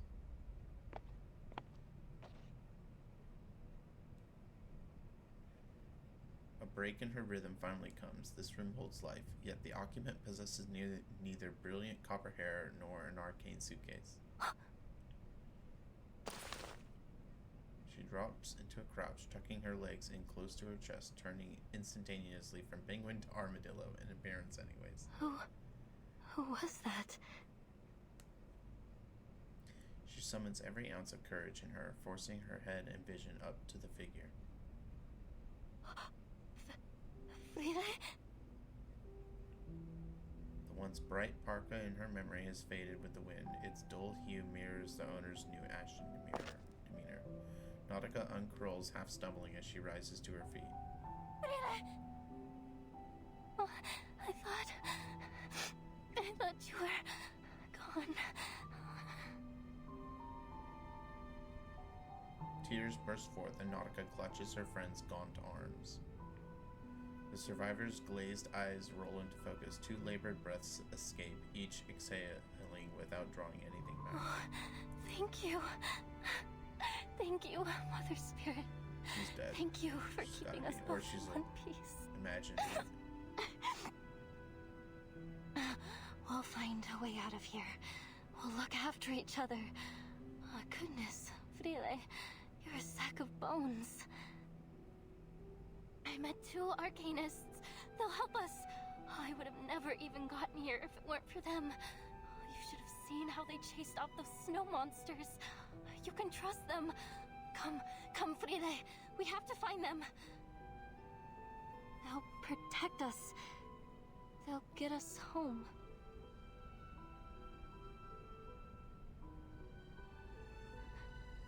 Frile, why aren't you saying anything?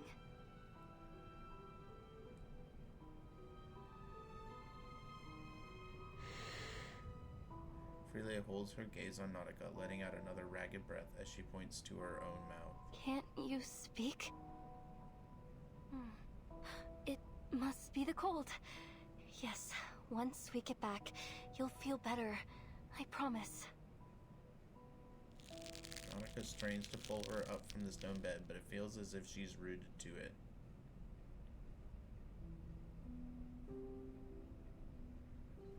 Panting and spent of her strength, she releases and spies the motion of her friend's foot as it cuts words into the snow. No? Why? Frile, listen, I found it. The resting place of the Mother Spirit and the Rock of the Blank Era. Remember? I found lots of it. I found everything we came for. Frile holds her eyes on her once cherished friend, shifting into a devout smile. She wipes away the words, writing something new.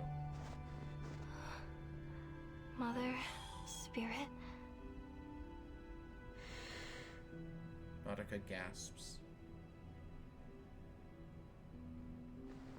Will see me soon. Frile nods with a smile, fingers clenched on the pendant around her neck.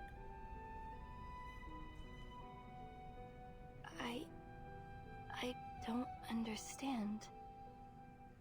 You're going to meet the Mother Spirit? Frile nods. Her conviction seems absolute. But... Cold sweat runs down her spine. You mean she has a mortal form? She's a living creature, like us? And she's here, in this ruin? Frile nods. But how? Nautica's blood surges into her limbs with sudden intensity. Frile tries to object, but only produces wheezing breaths. With visible frustration, she smooths a fresh patch of snow. Homage. Approach. A great gift. Is this what the ninth story in the Tales of the Mother Spirit is about?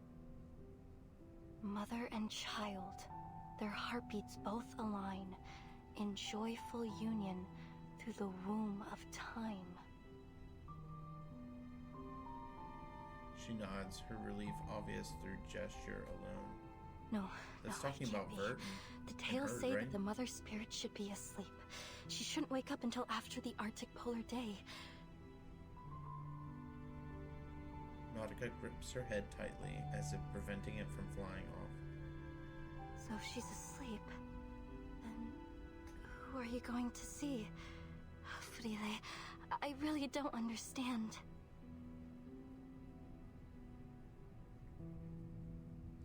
Frile merely smiles. Hypoxia sets in, whether from this information overload or bleak coldness, and Nautica crumples You again. really won't come back with me? But if you come with me now, we'll be home soon. I drew a map, like you always did. There's food cached in the depots on the way. I even managed to train new sled dogs and... Frile slaps a hand over her mouth. With a swift kick, Frile sends a wave of snow bursting upward, then shoves Nautica flat against the ground. Nautica presses down deeper as the snow blankets her.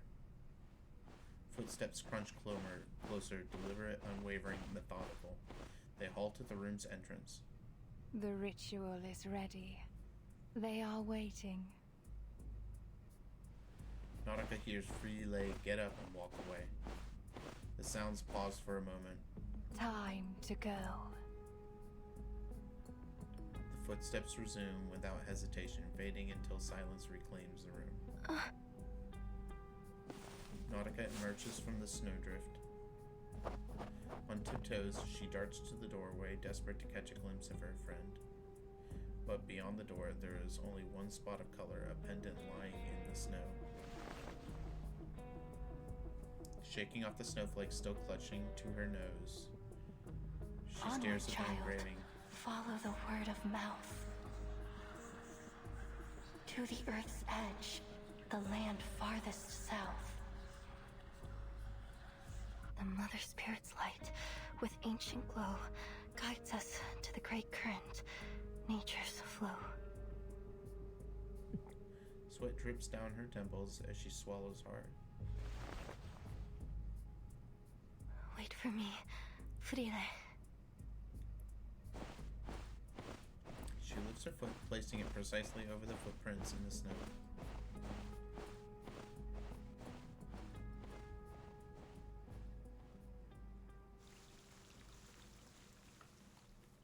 Man, it's really confusing what's going on. It's they're gonna build it up to some massive reveal.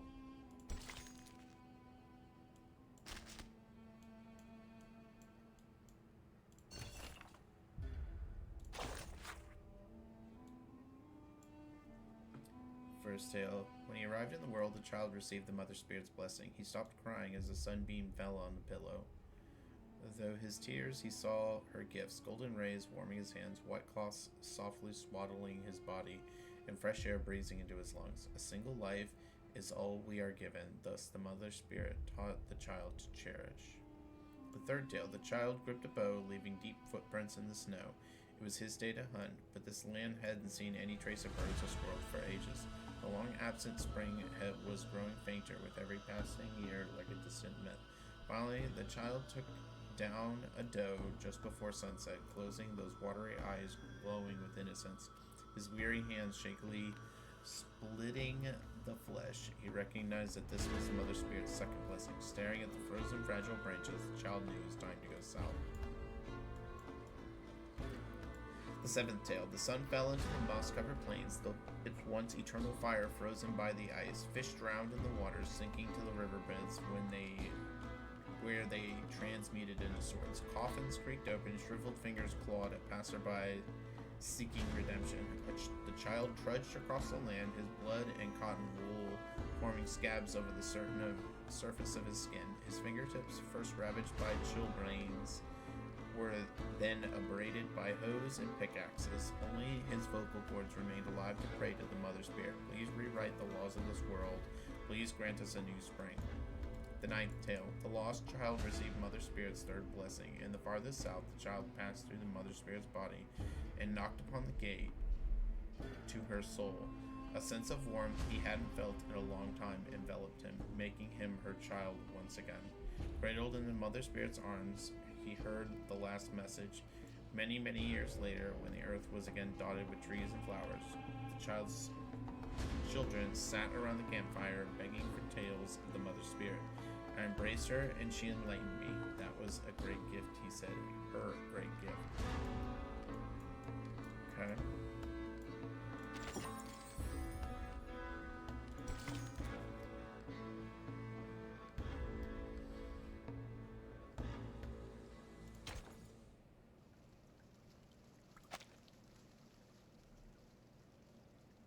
Miss Stranger, where are we now? Miss Amundsen is a human. If she's been caught by Manus Vindictae... Keep it down. We're in the tunnel to the sanctuary. It's the easiest path to follow, but also the most dangerous. Is that a lake?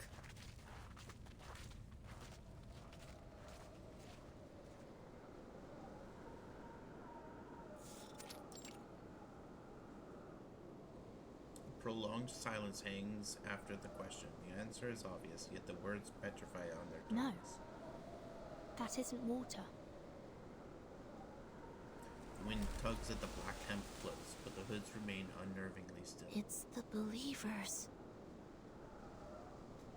The circular plaza is flooded with Believers, the lake rippling with their kneeling forms. Their eyes see not one light of bright star. Down they fell in martyrdom, but from death's murky waters they rise once more.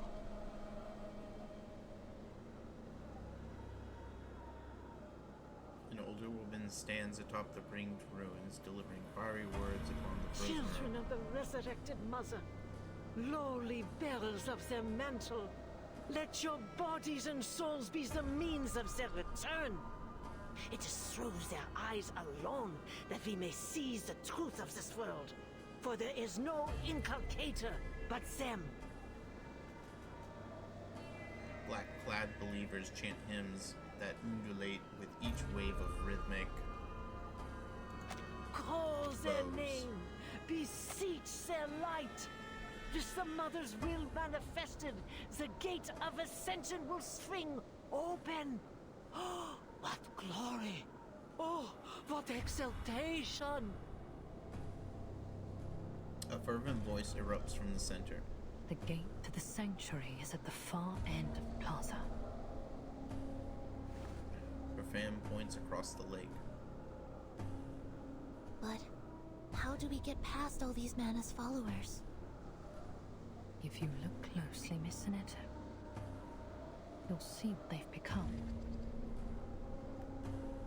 The believers kneel or prostrate, even head held low, their recitations seemingly more and more Strange. mechanical. It's almost like they're in a state of unconsciousness. It's the easiest path to follow, but also the most dangerous. Whenever a sacrificial ceremony is held in the plaza, Animus has all the believers put on masks to ensure she has full control over them. Right now, there is only one thing on their minds: the ceremony. If we're careful and choose our route wisely, we can slip by them unnoticed. No one will see us except for Animus. What's the purpose of this sacrifice? To open the gate. They're taking a life just to open a gate? Miss Stranger keeps her focus locked on the elder conducting the ritual. We must take this opportunity to slip through to the sanctuary. What exactly do you mean by that?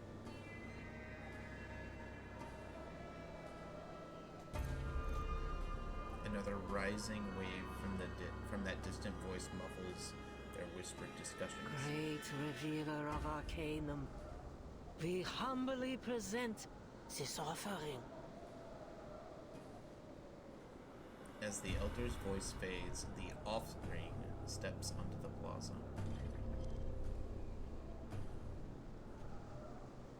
Though well-worn, her attire betrays her former The status. offering is human? No. Not just any human. That's one of Nautica's expedition team members. Timekeeper, look over there. It's Miss Amundsen. The believers fill the plaza in concentric rings, while across the gates Nautica stands motionless. She is transfixed on the offering with unblinking eyes. What's she doing there? Something about her doesn't look right. She's too close to Animus. At that distance, the arcane skill controlling the believers could affect her too. We need to get her out of there. Stay down. Not yet. Animus could spot us at any moment. The ceremony is about to begin.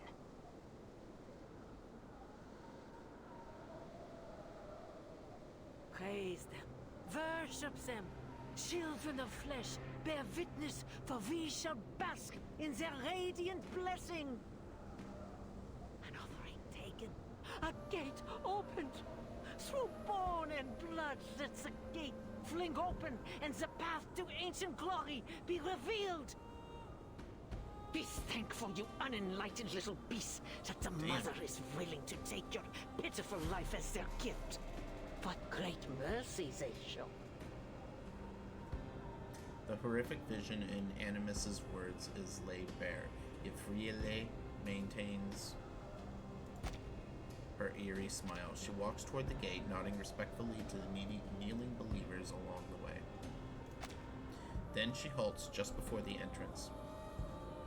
Her lips mouth inaudible Through the words. giant mother's bones a path is laid. In bloody pain, eternal life is made. It's just like in Tales of Mother's Spirit. Friele drifts, her eyes rolling over the scene until they seize on the sight of her former companion.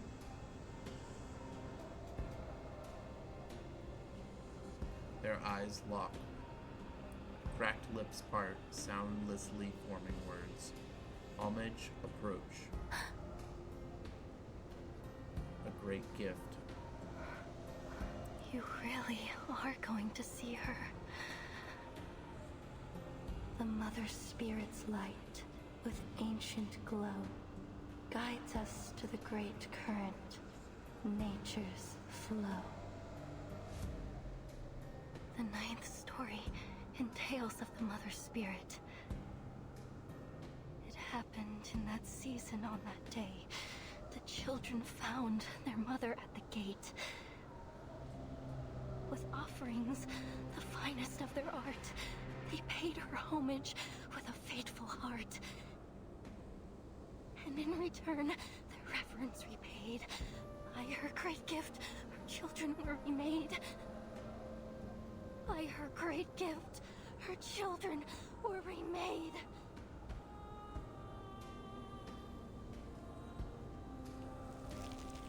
Countless hands reach from inside the gate, swarming over Freelay in waves.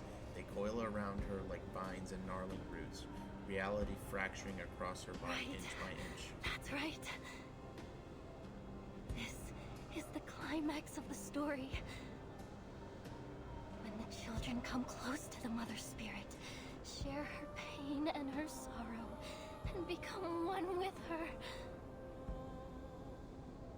Her breath hitches, a scream claws up her throat, blood boiling in her veins. Mother Spirit will come. She'll come to guide us. Nautica lost it, man.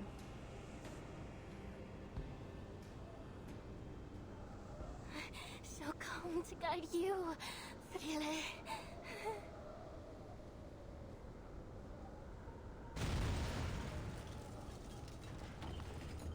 Suddenly, a deafening wail explodes from within. Freelay crosses the threshold, and a shriek tears out from her searing chest.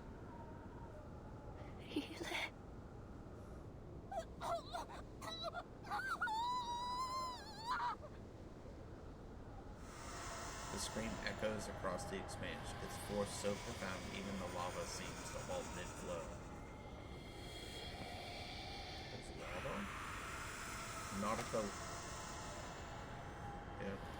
Nautica latches her hands onto a prostrate worshiper, gasping out questions.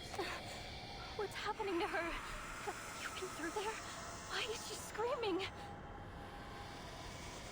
Her questions are met with a devotional void. 1 minute, 2, the crowd does not speak, does not murmur, silence rules. Mother Spirit. That shriek still rings in her ears, muffled all sound as if it were vacuum sealed. The believers are unresponsive, unspeaking, unbreathing. The shriek fades into a dull tinnitus.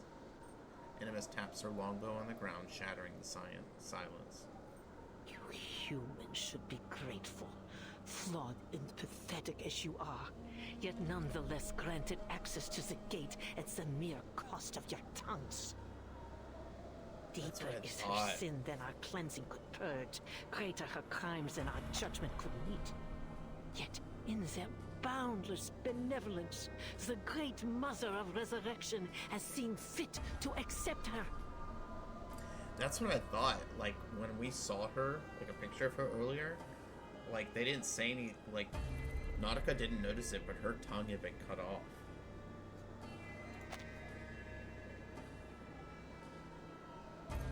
The mere cost of your tongues. Deeper is her sin than our cleansing could purge, greater her crimes than our judgment could meet. Yet in their boundless benevolence, the great Mother of Resurrection has seen fit to accept her. May the Guiding One return to us and restore this world to the ancient order. May the Guiding One return to us and restore this world to the ancient order. Animus shakes her and at the cue, the entire congregation erupts into synchronized cries. Judgment? Heads What are they talking about? Animus sways with her bell, the spectacle becoming a wild dance. And the chant resumes.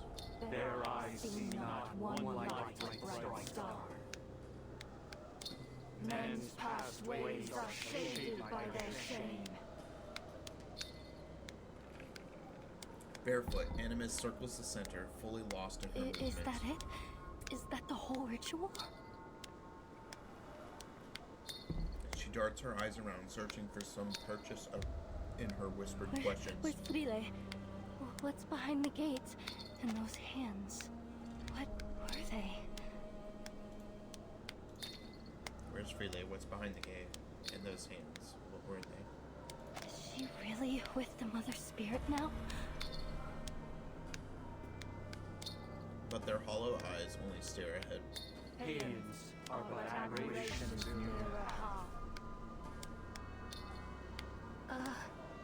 What just happened? A dissonant note cuts through the chant. A small voice reverberates between the earth and sky, the sound almost pitiful against the enormous volume of the sea. Yet Animus pauses her dance atop the raised center. She spies down at Nautica from the corner of her eye. Ah, a conniving little rat dares to taint the purity of our sacred land with her profane, filthy paws. Nautica draws a shuddering breath, a crisp air shivering her inside and out. My friend, Frile, where is she? Why hasn't she come back through the gate?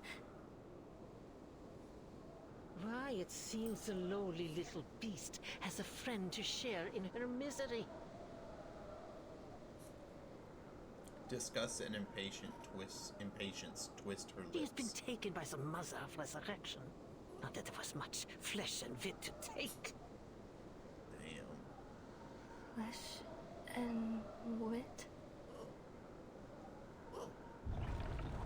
A blinding light hits Nautica's face, and her eyes narrow by instinct. The gate cracks open. They watch as the crack widens into a gap, then a doorway, and finally the gate swings open. Praise them. Worship them, children of flesh. The sanctuary gate has opened. The Mother is pleased with our offering, and we have been welcomed into their hall to bear witness to the final ritual. Yes, bear witness to all their infinite kindness, their unmatched benevolence. They have taken so little, yet they grant us so great an honor. Great Mother of Resurrection, oh, guiding one, we fall to our knees before your boundless love. As if Nautica's presence had become intolerable, Animus waves her hand with the kind of lazy energy usually reserved for swatting flies. How much longer do you intend to allow this human to sully their holy land, Feed her to the gate. She must be removed. Without another glance, she surges toward the gate. Behind her, two silent disciples seize Nautica. No! Let me go! They're taking her. Don't. Now is not the time to act. If Animus spots us, she might lift her control over the believers. Then we'll find ourselves in some serious danger. Nautica is lifted up like a fledgling bird, then slammed onto the ground. Still halfway in a daze, she looks up toward the gate. All this, it was all just to open the gate? But this feels wrong. Horribly, horribly wrong. This isn't how it's supposed to be. Is it, Matu? But Frile did say that she was going to see the Mother Spirit. So she must be with her now, right? And the Mother Mother Spirit must be there. Well, she must be behind that gate. Animus stops, turned back with an inscrutable smile. Mother Spirit. What nonsense are you sputtering?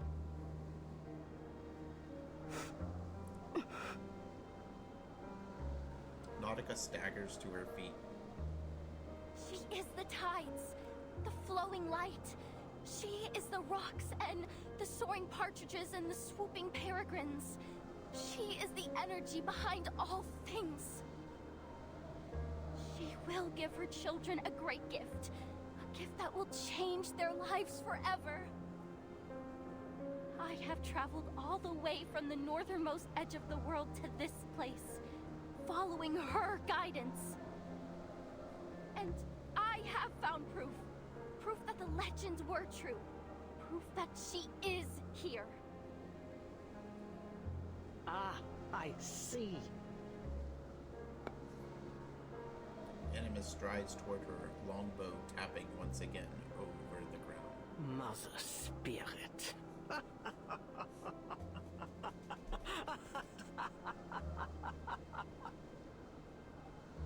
That's how you imagine the supreme being of this world, is it? A deity no greater than a charlatan shaman? And what flattery to claim yourself personally guided by a goddess. Yet, still, I cannot help but feel a twang of pity. What hope can there be for a kind born with minds too narrow to comprehend true greatness? Dude, she is an arcanist asshole. Playful malice kindles An in her eyes. inescapable predicament indeed. Before you are thrown to the gate, allow me to share with you a fragment of truth, so you may die knowing what you've served. Arms spread wide, Animus shuts her eyes with sick devotion. There is no Mother Spirit. The great Mother of Resurrection has cast their eye upon the earth from time immemorial. And Artica has ever been the sanctuary of Manus Vindicte. Here we serve Arcana, the only and eternal mother of Arcanum. Her lids slip open again and a flood of venomous glee You surges are out. fortunate enough to learn this truth. What was that pitiful thing's name again? Really? Oh, no matter. Your little friend came to me boldly claiming to share our noble faith and pleaded to be thrown to the gates so that she may meet her goddess. And so I was inclined to turn down such a blindly foolish request. I agreed.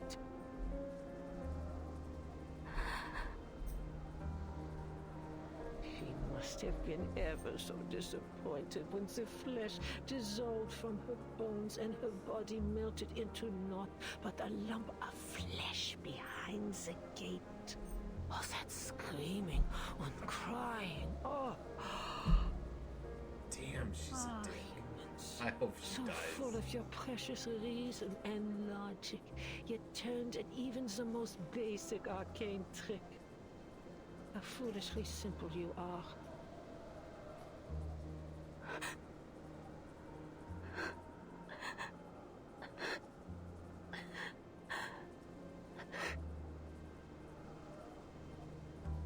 Animus laughs, the shock and agony on Nautica's face is expected, anticipated. Yes, that's the look. Confusion, disbelief. It suits your kind perfectly. Damn, I What hate a her so miserable much. blind existence. Scurrying about in the dark, unseeing, unperceiving, your limited, darkened minds blind to the spark of enlightenment. A creation forsaken from its inception. You could never wield true knowledge. Yet still, You have brazenly infested every corner of this earth, claiming that you would uncover all its mysteries. Such ignorance, such arrogance. Rage and revulsion accumulate too much and too long, like a vast bank of snow waiting to fall into an avalanche. How could you possibly grasp its secrets? How could you catch so much as a glimpse of the greater existence in the barren tenebrosity of your minds? Tenebrosity. The enormous twisted gate pulses as if to match her statement, a movement somewhere between convulsing and retching. Glug. Something is being digested.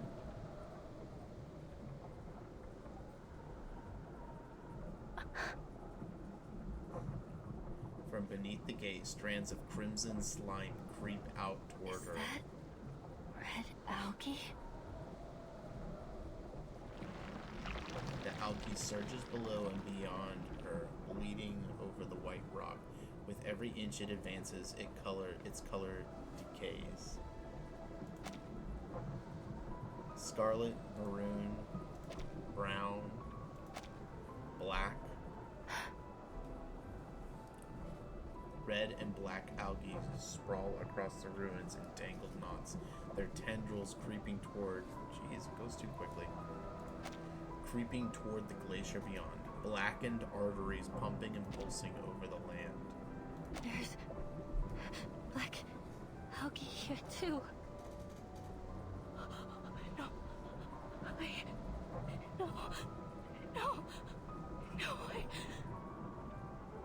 I ate them. I was eating. No.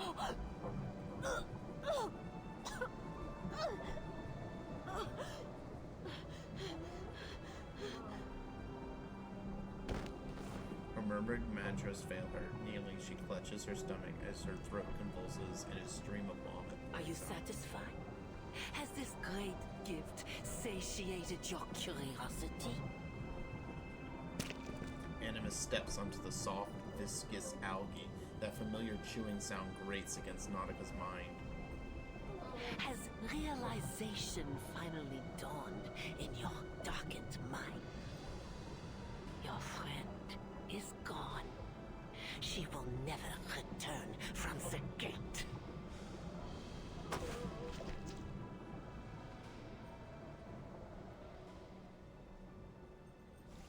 Oh my gosh, I hate that woman so much. She's such a scumbag.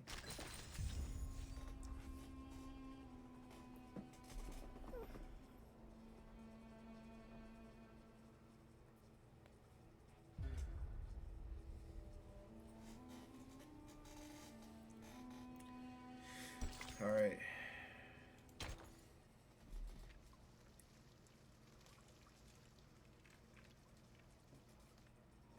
Your friend is gone. She will never return from the gate. Her eyes crinkle with pleasure, drinking deep from the tears running over Nautica's face. Still held under the arcane skill, the believers remain frozen in place. Timekeeper, now!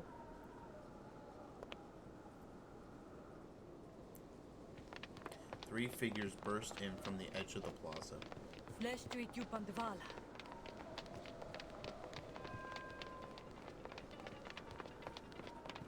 Miss Stranger charges through the believers, her fan spell dazing the gate guarding apostle just long enough to reach the back for the other two. Through the gate, Timekeeper. We can't just leave Nautica here. Sonetto! Miss Stranger charges through the believer, her fan spell dazing the gate guarding apostle just long enough to reach back for the other two. You can't just leave Nautica here. Sonetto. Subito sera.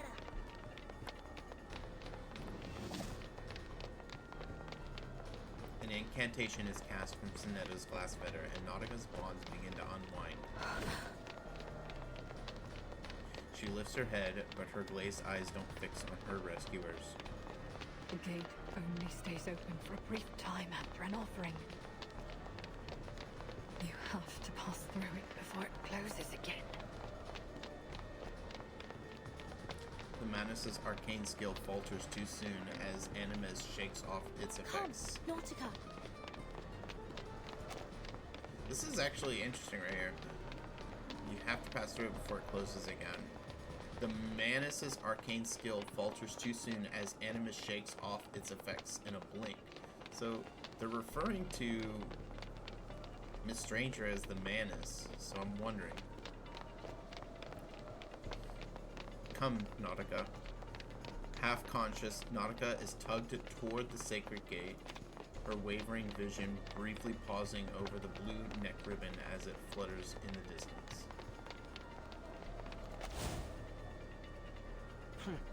Why am I not surprised? She sneers.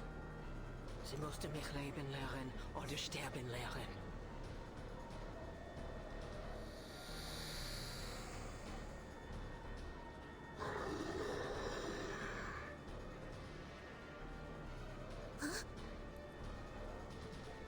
The still disciples flanking the door snap into motion, their massive hammers barring the threshold. How hopelessly naive. How delusionally optimistic. Their rescue teeters on the brink. Animus approaches slowly, wiping her longbow.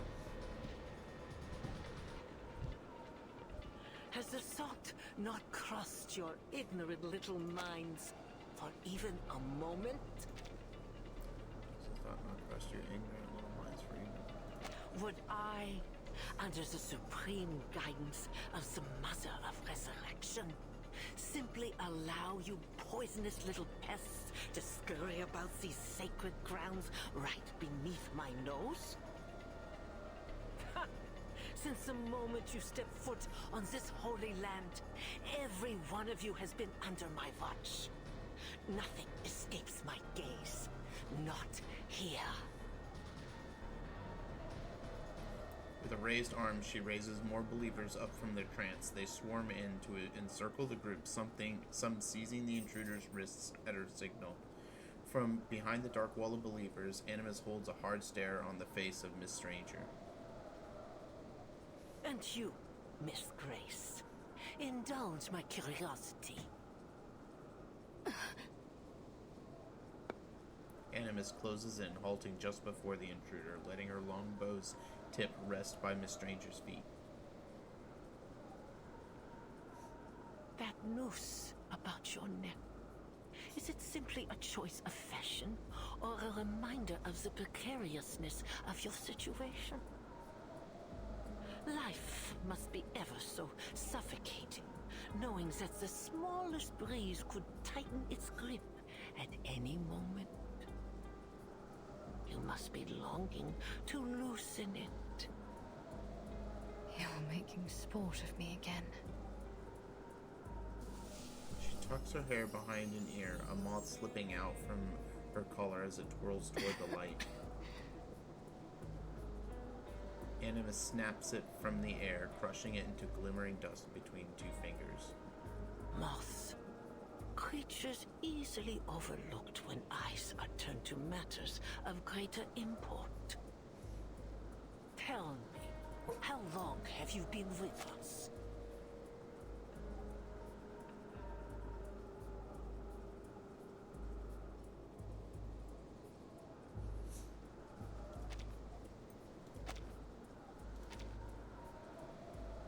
What made you worthy to ascend so quickly to the glorious heights of Apostle? Hmm? A throbbing drumbeat provides cover as she circles Miss Stranger with measured steps. We have painstakingly cleared the path to their final ritual. Yet ever since you reared your head, greater and greater complications have continued to arise. Do not take me for a fool, girl. I know treachery when I see it. You were lucky, taking Mr. Forget-Me-Not's place after his expulsion over his alchemical failure. But fortune can be fickle, don't you think?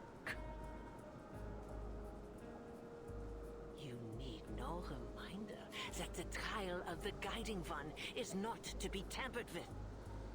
Those who sow discord will be silenced forever. You've fallen. Your ladylike visage cracked. I can only imagine how strenuous the fight against their will must be in the face of your waning willpower. Miss Stranger runs a hand through her hair, releasing a shower of scaled powder. Courageous, I suppose. Ambitious, even. But my, do you lack wit, for you have found yourself in service to the wrong master. The Foundation is already crumbling at our feet. The information you risked your life to provide has been of little import. At this very moment, the Foundation's fleet is stranded off the Antarctic coast, and the only reinforcements you've received are some arcanist children and a human.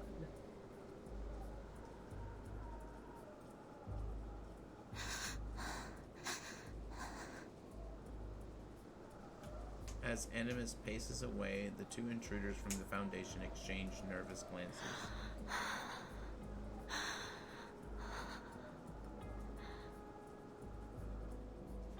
Both pairs of eyes settle on Miss Stranger, who lowers her eyes to the crowd. As I said, you must be jesting, Lady Apostle. I fell ill at sea while serving the Guiding One aboard the Free Breeze. The Timekeeper isn't an enemy to be taken lightly, as I'm sure you're aware. Huh? She took the ship we left in Ushuaia and followed the trail I carefully placed for her, all the way here. I have brought her to you. She is my tribute to you and the Guiding One. A toll I pay for the path I've chosen. She pats the believer before her on the arm. The weapon-bearing arms lower. She steps forward, pausing beside Animus. Then she kneels, pressing lips to Animus's withered hands. What would you have me do with them? You've been lying to us this entire time?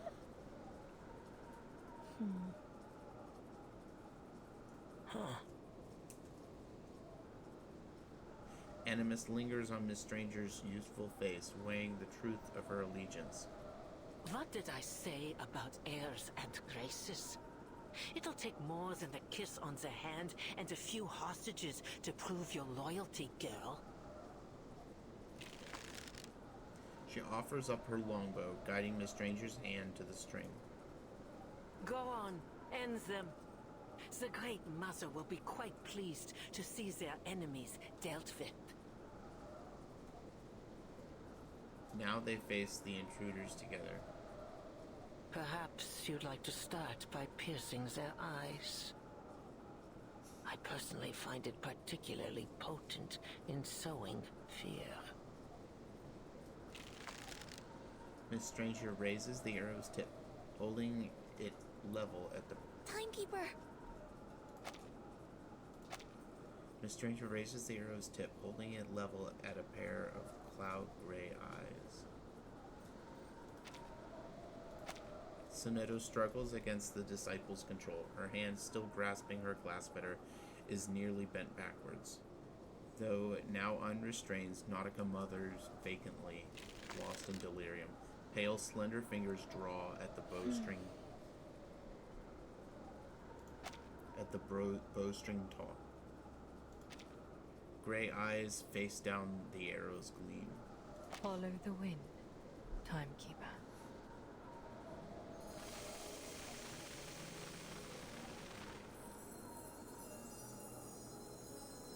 A forceful burst of snow erupts as a squall that covers the plaza. Its dazzling what? Forceful burst of snow erupts as a squall that covers the plaza, its dazzling whiteness blinding every open eye.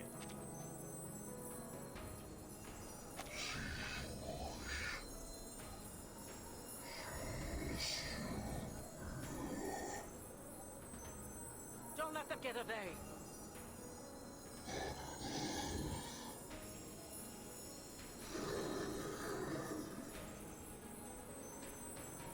A swirling tide of moths comes next, thick enough to blot out the sun, wings settling over every mast. Miss Stranger turns to her Foundation colleagues, her lips curling into a faint, relieved smile. Now is the time to act. Sonetto, now! Sonetto pulls herself free, then casts an incantation from her glass cutter, repelling the enemies surrounding her companions. Stop them, you fools! Animus's cries are suffocated in the moth-filled air. Countless wings beating in an audible flutter, reflecting the hinterland's eternal sunlight, watching the world in blinding light. I couldn't see!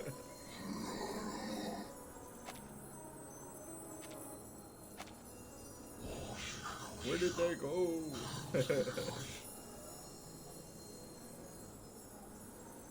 The plaza becomes drowned in a cacophony of screams.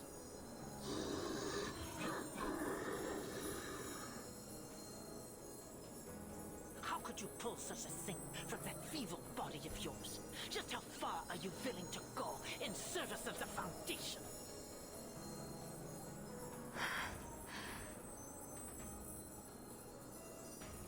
Miss Stranger doesn't respond. She collapses slowly onto the ground. Moths descend one by one upon her motionless body, encasing her piece by piece in an immobile cocoon. Out of the corner of the furious elder's eyes, she sees three figures flash toward her. The girls stand hand in hand under the glaring light, already leaping toward the dark gate. On the count of 3. 3. 2. You cannot pass! I will not allow it! A lead arrow pierces into Nautica's flesh. Nautica! Blood soaks through the leg of her trousers as Nautica falls before the gate. The Manus Apostle's incantation strikes down whole sheets of moths as more and more believers swarm I need forward. only the timekeeper. Dispose of the rest.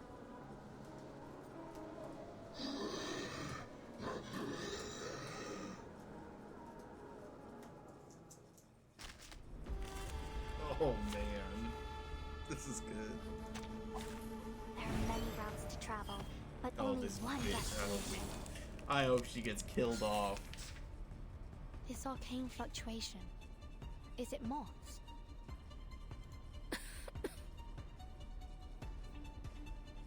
The stranger. Let my scale powder settle on you. At least it can still help. This alone.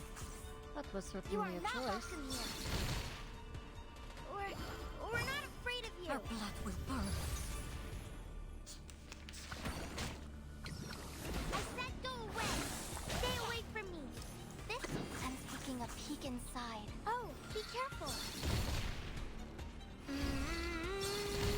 Close your eyes. Face the truth. Stay away from me. Oh, be careful.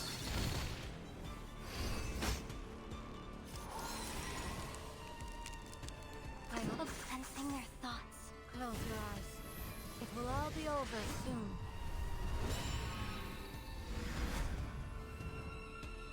Huh. Very well. Though it may come with pain.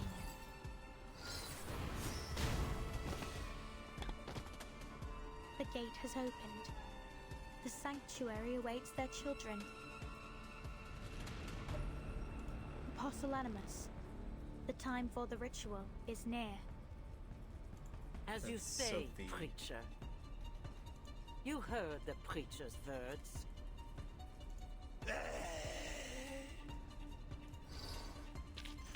Battles have little meaning, save for the prizes to be won. Sickening little pests. Blasphemous filth. And that ever self-important creature. Animus narrows her eyes at their stubborn resistance and then flashes a smirk.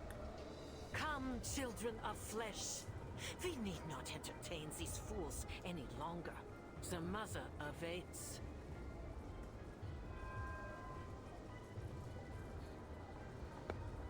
Her longbow taps the ground as arcane light floods the plaza in an eerie blue. At her command, the Manus believers advance like a long-awaited avalanche, layer upon layer closing in, yet none spare a glance for the intruders. The crowd presses around Animus, who stares back at the intruders with undisguised contempt. Then she sets a foot into the sanctuary gate. Let this meeting be our last, heathens. The blinding light fades and the plaza is empty. The rushing tide of black is gone. Each and every believer has followed the apostle through the gate. The gate. It's closed?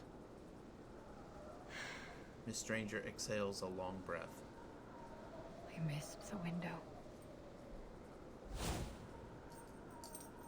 All eyes turn toward the deserted plaza, now strewn with the chilling aftermath. And it'll only open again when we make another offering.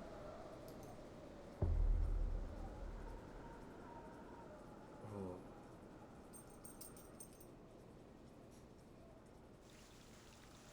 Alright, I need to take my dog outside, but I'll be back, guys.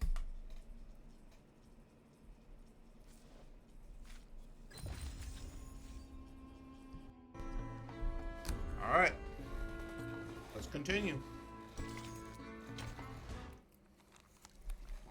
Got myself some rich.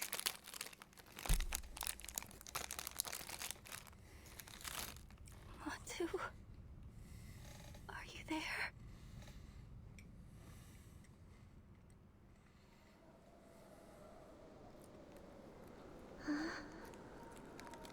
Man, she is broken.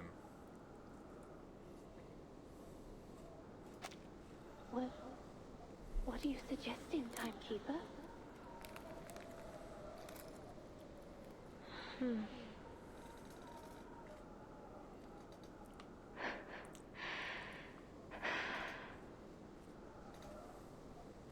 She's right. It's the only way to open the gate. Matu? What are they talking about? We have no choice. Listen. You have to offer me to the gate. What? No, Miss Stranger.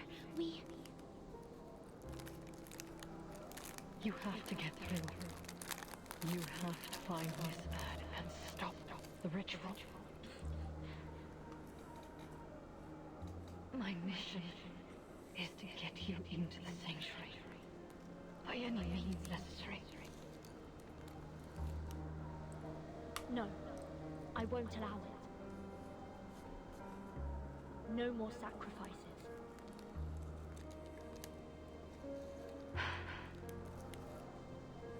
Have you heard of the lungfish?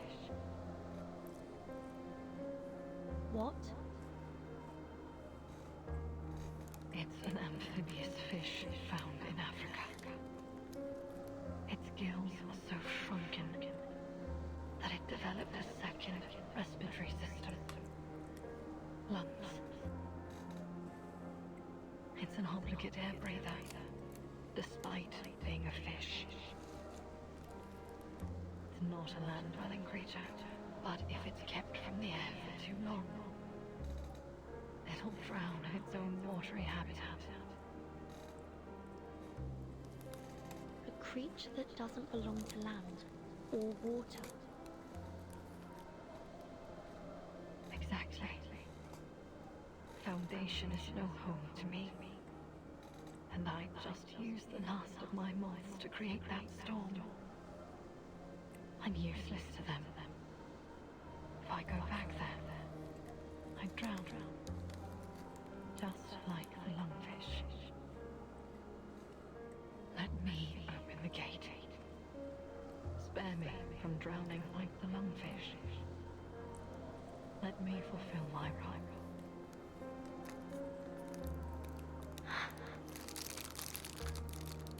It's a big world, Miss Stranger. There will always be a place for you. Mm-hmm. We'll find another way to enter the sanctuary. Miss Radio, could you get Mr. Ulrich on the line? Perhaps he has another lead. Matu, do you hear them? What are they planning? What should we do? Should we join them? Matu? I don't... What's wrong? Why are you so quiet? Sing to me. Speak to me like you used to. Hum another verse of the Mother Spirit for me. Why don't you guide me? It's because you were never there for me in the first place. Were you? Huh? Miss Amundsen? How are you feeling? Are you able to get up? Here, take these narwhal ivory candies. They might help calm your nerves. Miss Amundsen? Where are you going? Nautica? Matu, do you know where Frile went? Oh, she's gone to see the Mother Spirit, hasn't she? But that woman, she said that there's no Mother Spirit. Then where is Frile now?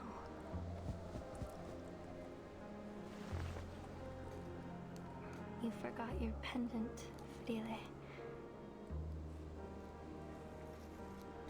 How could you leave it behind? It's so important. That has her grandfather's name on it.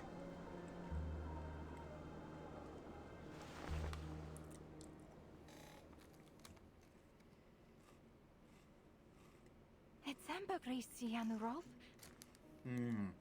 Be careful, Frile. Gently. Look, there's something trapped inside. A scalpel slides delicately over the ambergris, revealing a small stone that draws in the faces of an old man and a child. Beneath the glow of the work light, the newly exposed milky pink stone shimmers with liquid radiance. The reflection, the color. What an interesting structure. This isn't like any rock sample we've studied before. How extraordinary. It's not crystallized magma nor any sediment I'm familiar with. I believe this is a gift from her, Nautica. The great gift of the Mother Spirit.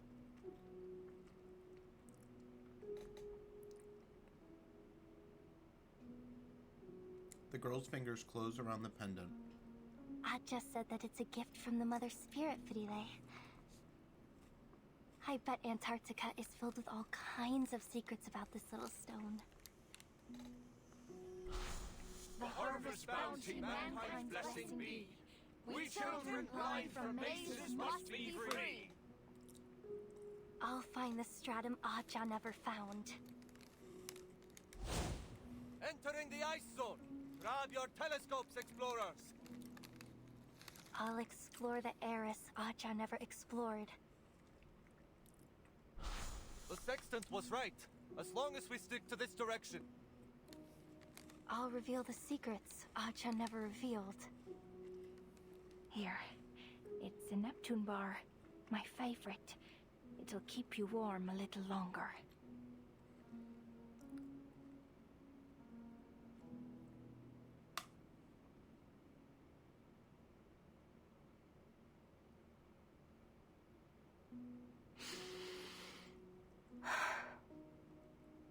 I've never shown you this little piece of rock, have I, Matu?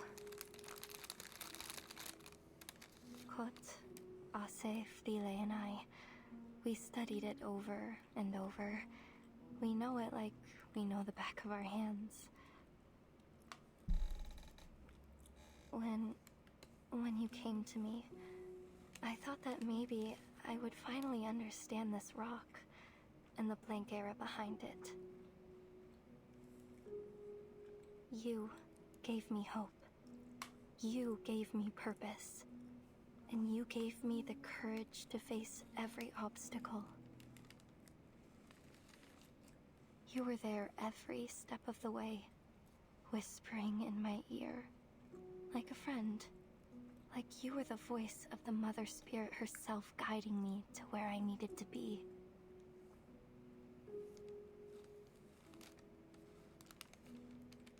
But now we must part ways. This expedition has been like nothing I've ever done before. It's tested me and you to our limits. So, I understand. You have every right to go your own way. Okay. Time for a proper goodbye.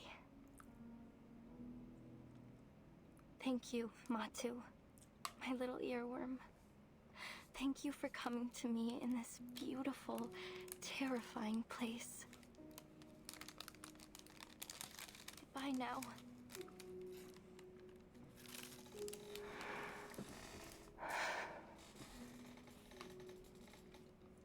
Even if you were never real. Just like the Mother Spirit.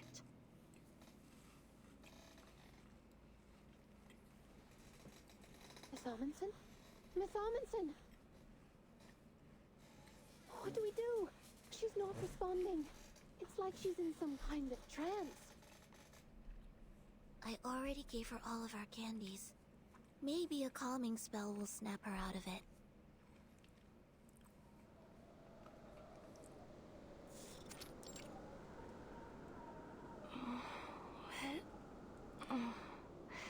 What's everybody doing here?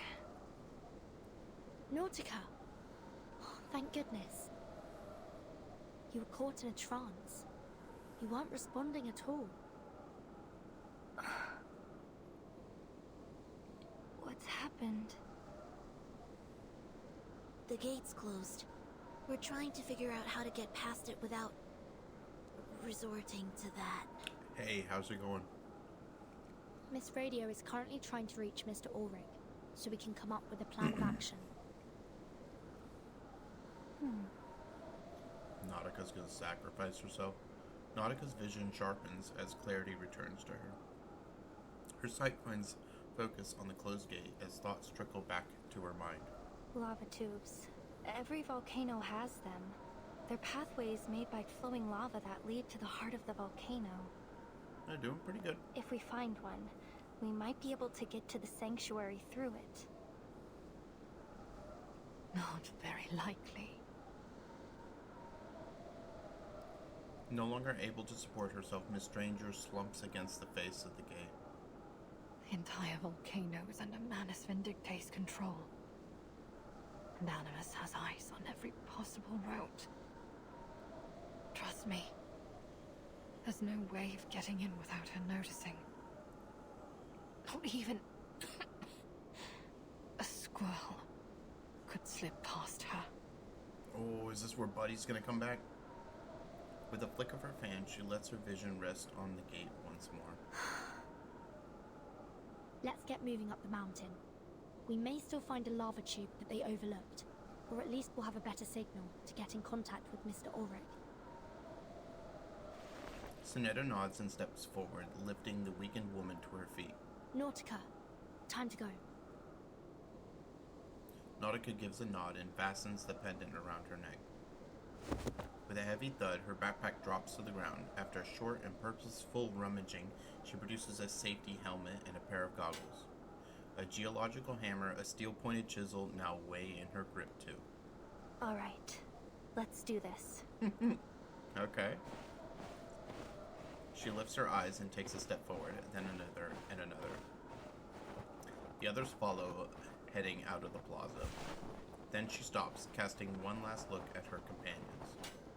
Nautica raises her hand, her hammer shakes with pride, then she kisses the pendant around her neck. Just as abruptly, she turns back. Her snow boots grind into the snow, carving a deep footprint in the opposite direction. Burton, Sonetto, Miss Radio, goodbye. She dashes away, straight toward the sanctuary gate. Why? Her sprinting strides grow faster and faster as she discovers a soaring power in her, one ready to erupt into action. Miss Amundsen, where are you going? Her friends swivel, moving to catch her. Yet no one could hope to outrun this determined explorer. I'm sorry. I lied. The lava tubes don't always lead to the heart of the volcano. But you'll find your way in. You will because you must. And I also must find my own path in my own way. She's one step from the gate. Nautica! My friends! My teammates! I'm going away! But you keep moving, okay? Don't wait for me!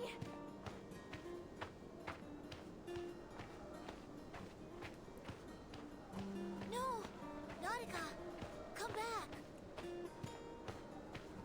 The pendant swings forward with her movement, cutting a decisive arc through the air. She leaps up, fixing her eyes ahead. What's inside this ambergris, Aja? A new area for research? A message from the Mother Spirit? Or just an ordinary mix of minerals? The mountains and plains beneath the snow and ice. They're so very large and old. Or just so tiny and young compared to them, you know? I think some secrets will always stay that way. Secrets, no matter how much we explore. Nautica lowers her eyes. She smiles in the frozen light. But still, if I get closer, look harder, maybe I'll see just a little bit more. She lifts her eyes again. A deep and utter silence pulses in the air before her.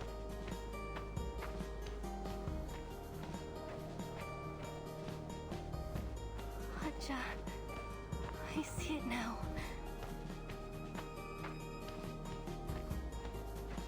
It was the unknown that I was chasing, not answers. It was the beautiful, glorious unknown.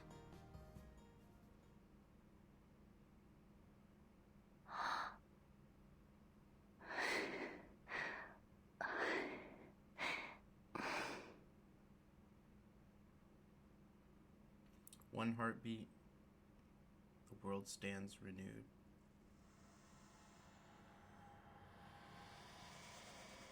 None among them even manages to catch the hem of her garment as it lifts in the wind.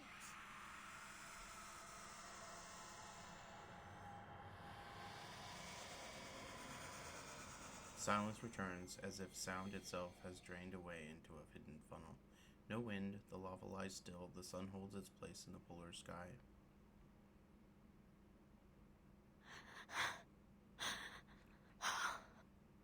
The gate.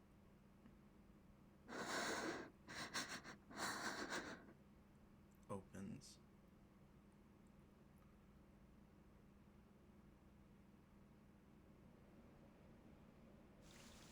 Oh man. Honestly, Hal Raccoon, if you're still there, alright, here we go. Alright. Moment of silence over. Oh, I'm not a believer. Not an atheist either. But I do respect her sacrifice. Even if it was stupid and meaningless. But, as I said before, there's no greater proof of loyalty than to follow a fool. At least she died for a cause. Her family legacy. Her spirit of exploration. Even that children's fairy tale.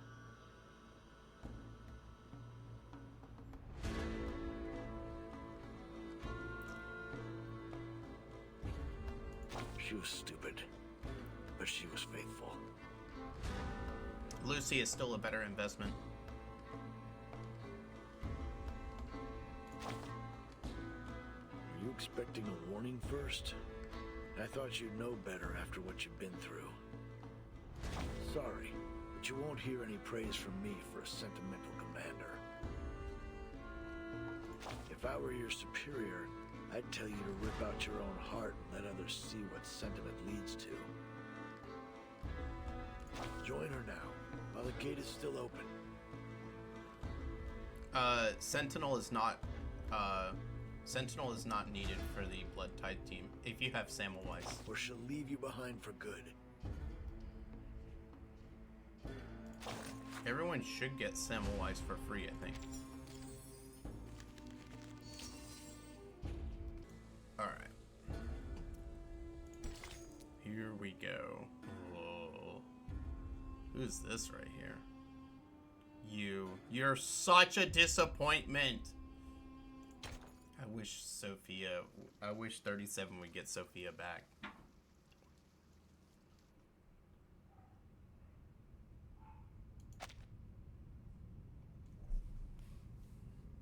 The way he came, not having marked return, was difficult by human steps untrod, and he still was led,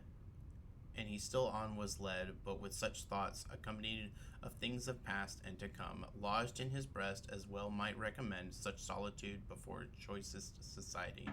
John Milton, Paradise Regained.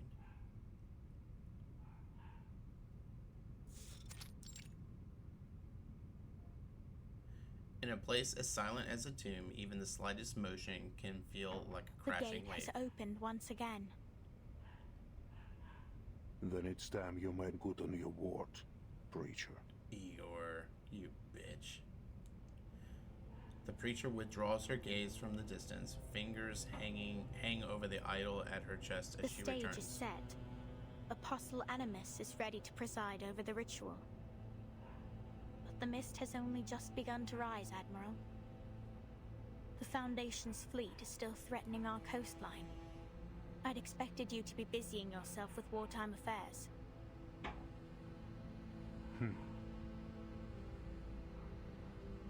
The Admiral stands in the shadow, his eyes blazing.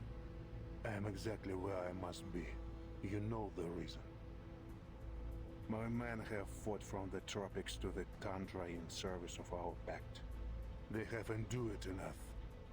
It ends today. That is a cost you should have anticipated when you entered the pact. Anticipation is not the same as endurance. What pact? He remains still. Now the final piece has fallen into place, and we have done all they asked of us. It's time that you fulfilled your promise. The boon for my army. The preacher studies him as if weighing his contribution. After a moment, she nods. Very well. As we agreed.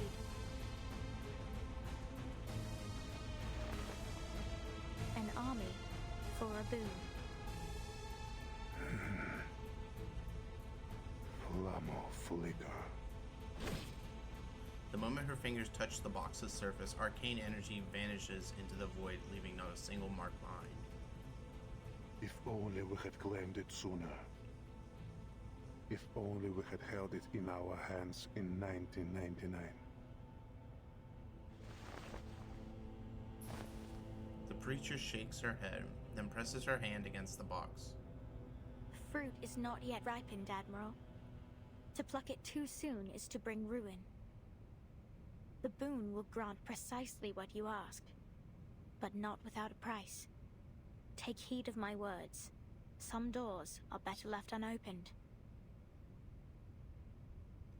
She shifts her vision up to the Admiral's chest, where his silver insignia glints under the gold sun. Awarded for surviving multiple storms, it remains polished like new. I trust you laid down your past when you chose to stand with us. My path is set, preacher. Then do not stray, Admiral. The Admiral brushes her hand aside, tucking the boon into his coat. He leaves the frozen den without so much as a backward glance.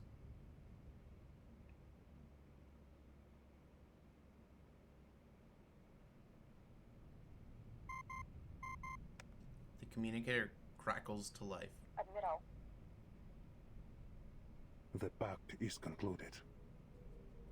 Understood. What are your orders? Proceed to the next stage. Yes, sir. The one on the other end of the line breathes evenly. But may I first request permission to attend to a personal matter? A personal matter. He lets out a soft chuckle. Permission granted. Do as you see fit. Thank you, Father. The call ends.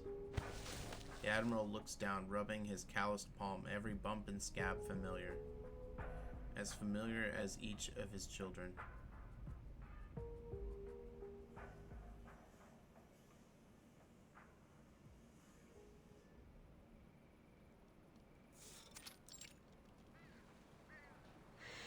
Mulder takes a deep breath, the icy air forcing every fiber of her body awake.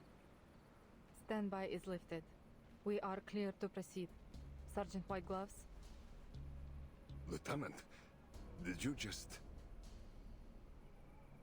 The sergeant watches his superior. The gleam in her eyes holds the same unyielding resolve that once belonged to her father. You heard me. Eliminate the Manus spies. Prepare for immediate evacuation. Comms. Block all intercepting Manus signals and get Talimay on the line. Where is Captain Danilov? Here, Lieutenant. And I have good news. Your arcane skill did the trick. The helicopter is now fully operational. Very good, Captain.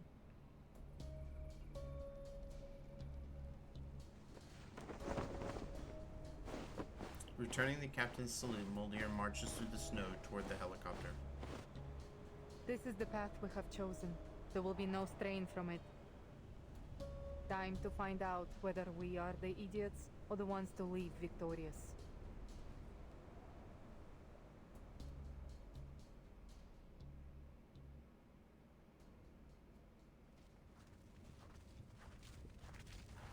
The black lava wall looms, its ancient terror undisguised. The tunnel is as quiet as a tomb, even dropping a pin would send waves of echoes between the walls. The unwanted visitor lower their voices. Timekeeper, Miss Stranger and Miss Radio have settled down in the suitcase. Thank you, Sanato. It's the safest place for them to stay, now that we're getting deeper into the volcano. She snaps the clasp shut and picks up the suitcase. She forces herself forward, away from the terrifying gate at her back. The sanctuary is just ahead. Manus Vindicte should be holding the ritual there. Should the worst happen, you know what to do. Yes, Timekeeper. Oh, and I'd like you to have this. The crumpled hand-drawn map bears deep red markings, old records now interlaced with fresh annotations. This map, soaked with Nautica sweat and tears, has at last found the promised land. But in a way no one had ever hoped.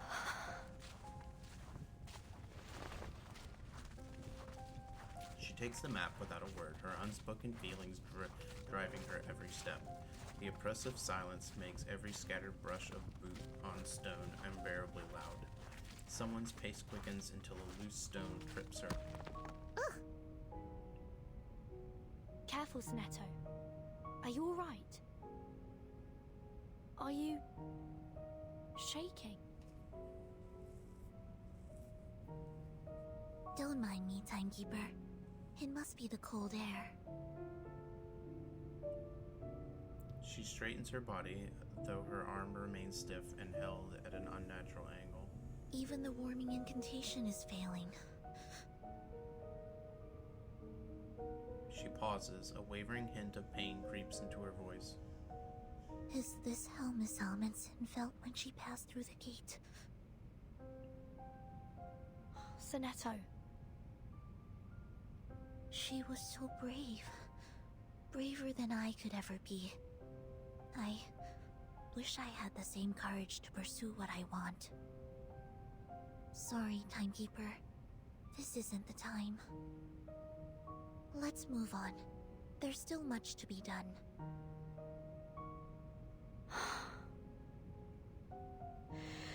With a deep breath, Sonetto suppresses the shaking in her words. We must turn our eyes to the supreme mission alone. Muttering to herself, she takes another step forward. The ritual must be stopped. Shall we go, Timekeeper? Yes. The sound of hurried footsteps rises again. This time, it's met with an echo from the far end of the tunnel. Footsteps come to a sudden stop, the ring of metallic ornaments lingering in the air. Miss Sophia! The air hangs stagnant in the dark space, yet the preacher's shadow dances wildly over the stone walls. Sonetto.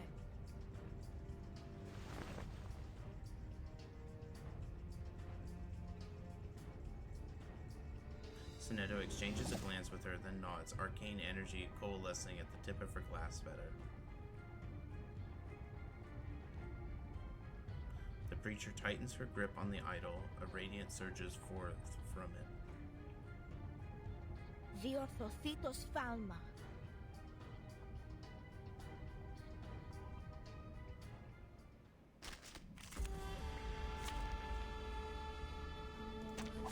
There are many routes to travel, but only one destination.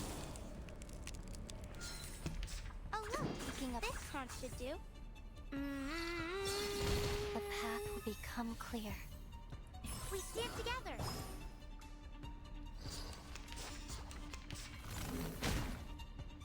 Oh, Sensing their thoughts. Oh, be careful. Our victory comes in a tide of blood.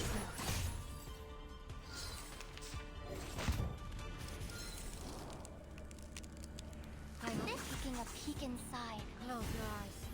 It will all be over soon.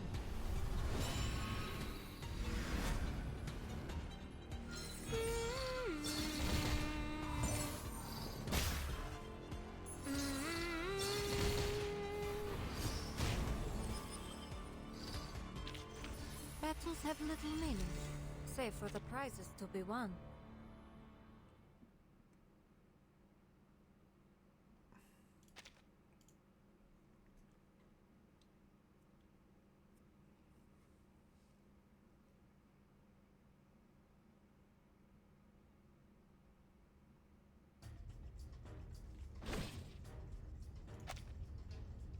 Now, Sonetto.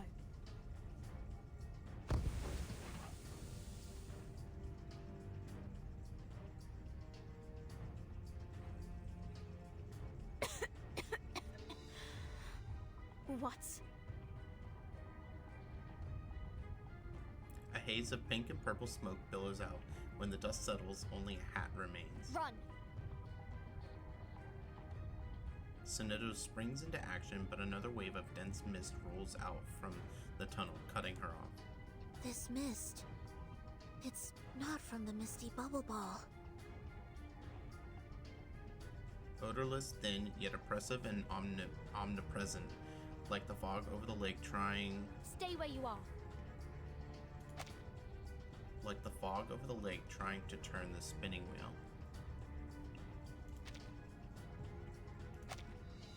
Through the mist, Sonetto jerks to an abrupt halt. It looks just like the mist that hangs over the lake in the suitcase. You collapsed in it once, remember?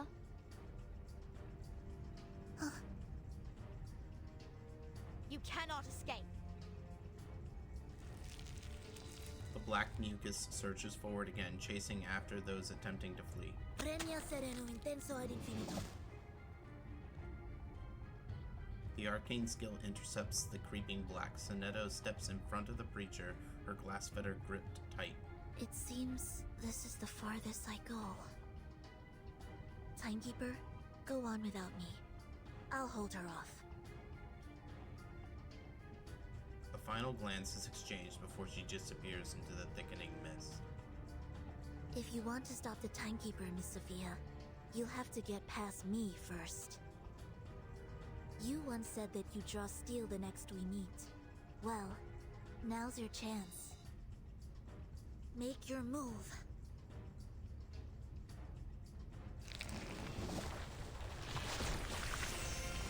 This is exactly... I get the feeling this is exactly what Sophia wanted. The glow of arcane skills collides and flickers out in midair over and over. Miss Sophia, to this day, I struggle to understand why you chose to stand against us. Why did you turn your back on everything? On everyone you loved, and who loved you? Ooh, Soneto's voice. You've changed. Grown too fond of your own voice, and paid too little attention to what's happening around you. Whoa. Okay, Are you you've sure changed this too. is You're where a you dick want to now. be? What do you mean? The preacher fixes her gaze on the tunnel's far end.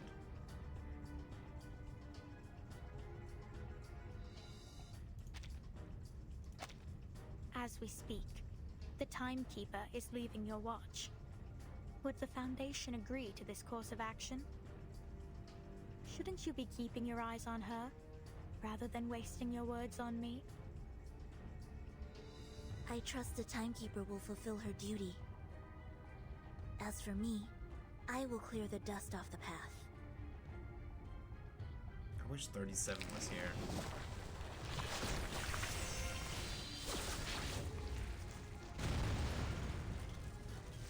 The attacking gleam is caught and devoured by the viscous liquid surrounding the breacher, yet Soneto keeps scribbling with her glass fetter in midair.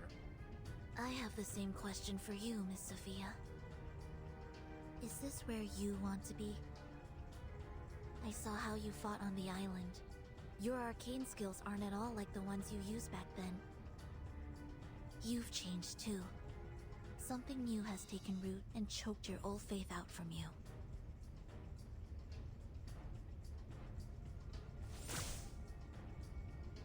A single streak of light finally breaks through, severing crimson strands at the preacher's temple. We must be close to the ritual site for you to show up. Which means Dr. Doris is close by, doesn't it?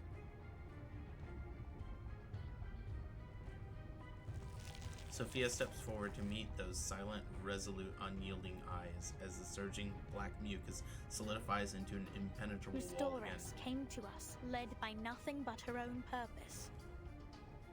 But what of you, Soneto? The preacher raises a hand. The little idol sways gently against her What's chest. your purpose in all this? Her grip tightens around her glass fetter. Just as she has done countless times before, she raises it into the air.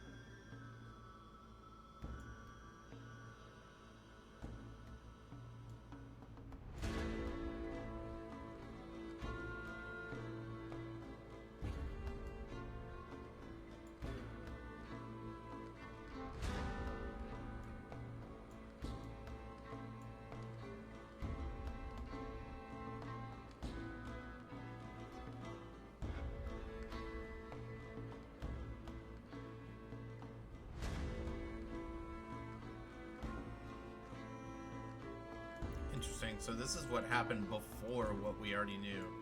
The Triglav exploding itself. That happened a long time ago, though. Alright.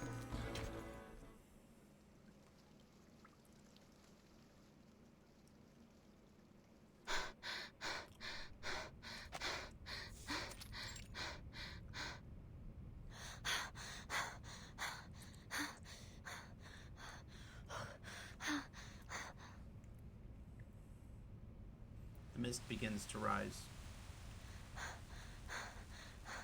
Yes, I've definitely seen it before. This is the same mist from the lake in my suitcase.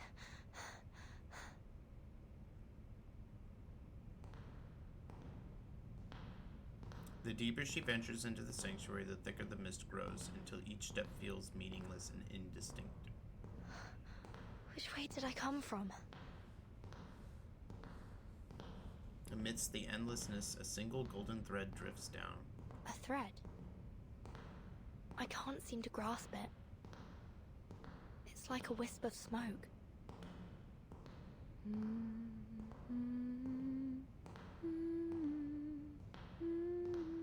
Who's there?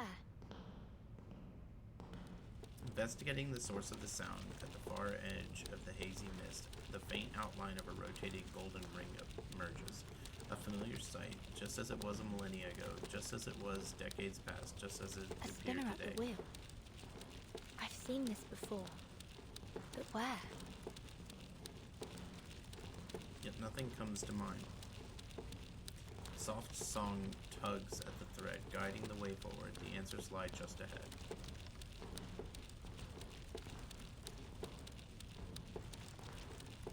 For till the memories deep within the mist are within reach. What have I forgotten?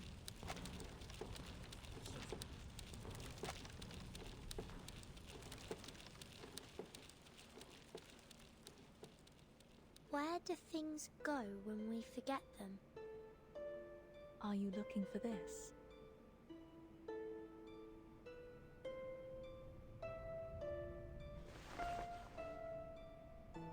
A hat, a deep indigo hat tied with a soft teal ribbon. Yes, my hat. Thank you. I didn't even realize it was gone. It's ever so important to me. Where did you find it? Along the path you took. She points into the distance. The fierce summer light blurs her view of the Espedium. Must have been another one of Joseph's pranks. Thank you for bringing it back to me. Are you a new staff member in the school? I don't believe I've seen you before. Though, strangely, I feel as though we've met before. A long time ago.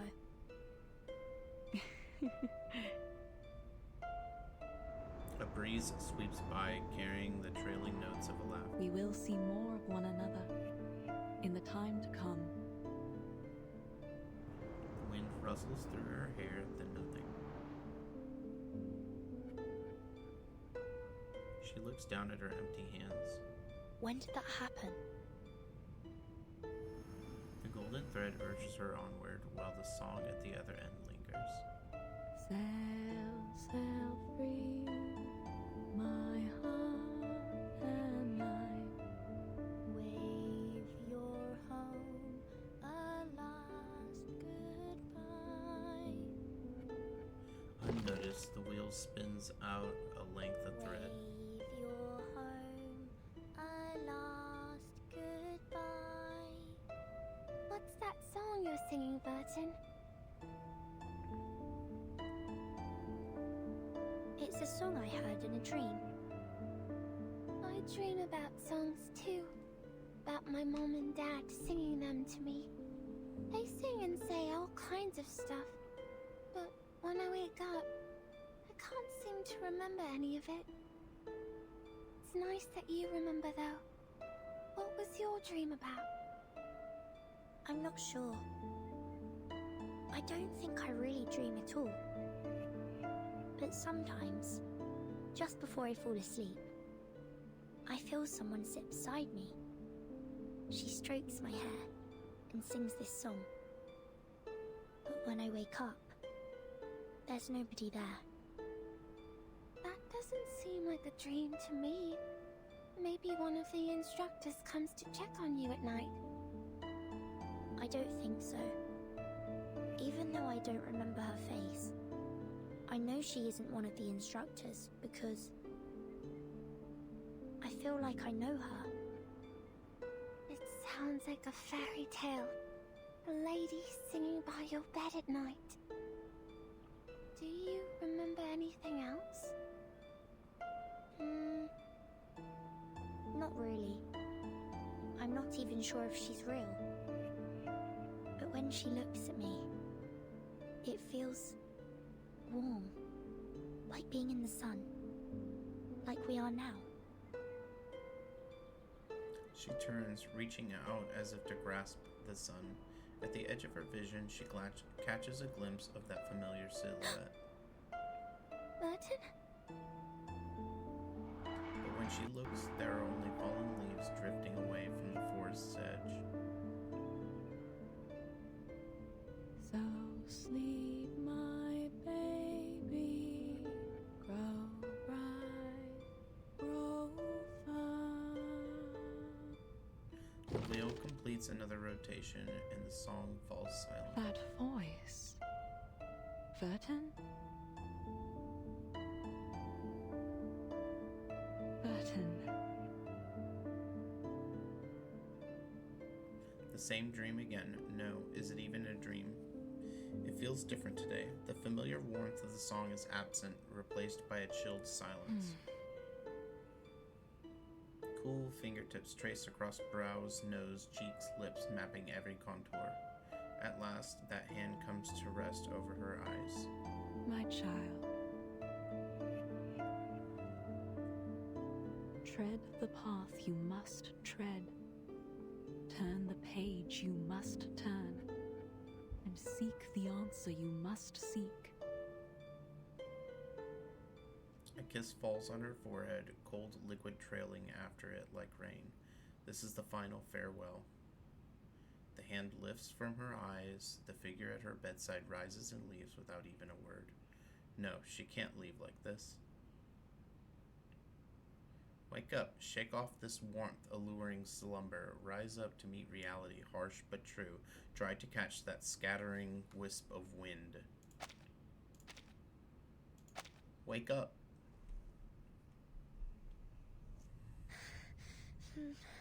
No! Stay with me! Hey, Emily.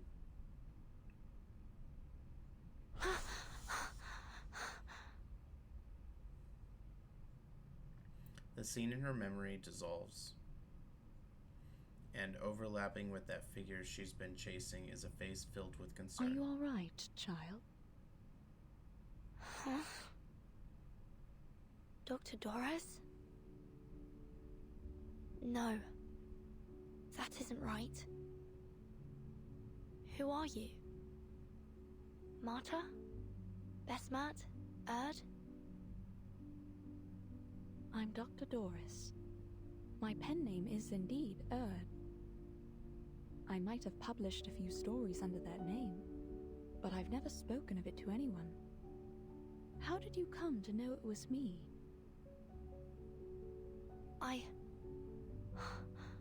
I've been looking for you for a long time. I followed your trail across the world. Ah. I can only imagine how hard such a journey must have been for you, dear child.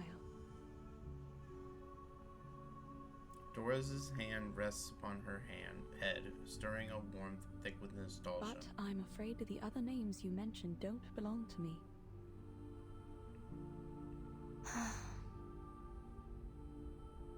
You're Verton, aren't you? I believe we met briefly in Sao Paulo. But tell me, how did you come to be here? I'm here for you. And to stop Manus Vindicte's ritual. Manus Vindicte? Forgive me, child. I'm afraid I'm not sure what you mean.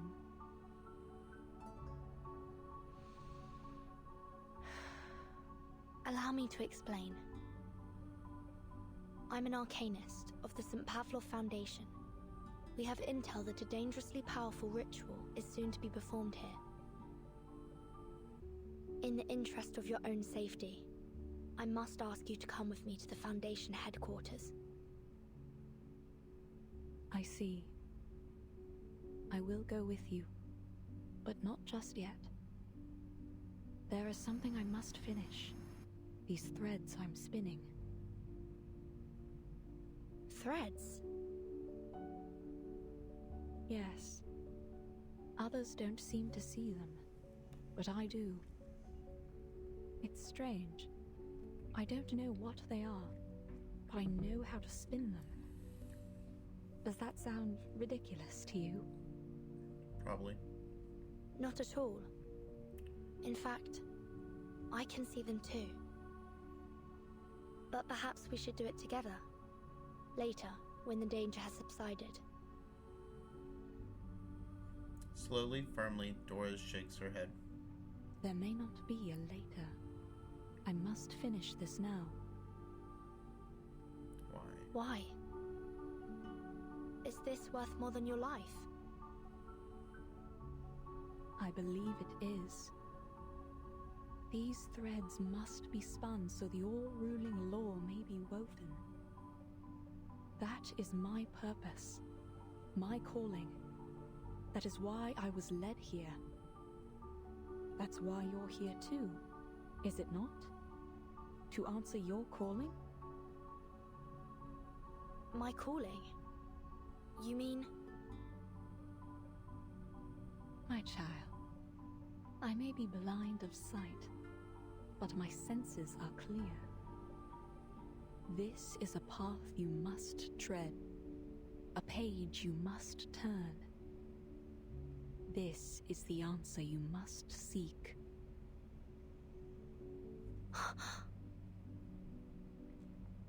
The words sound familiar. No more is said. Doris turns away, hands returning to the spindle. And in that instant, her figure merges with memories of the past. No!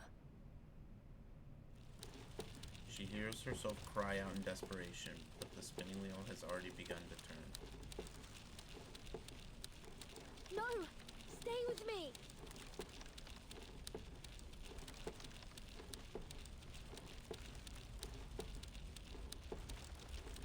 Mom!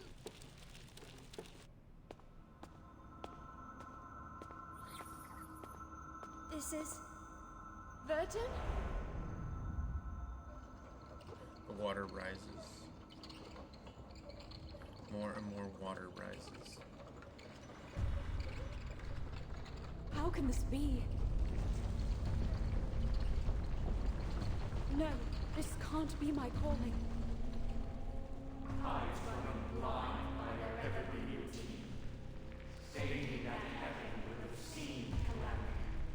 The breaker of death's shackles shall rule us all, from this day forth and evermore.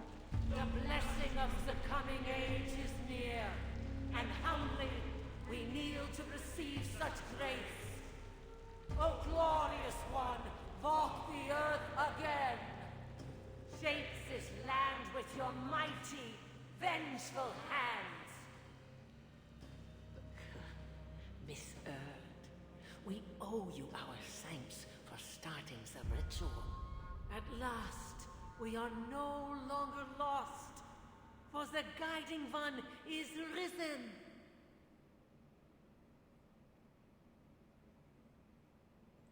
So they tricked her into doing it. How? That's what I want to know.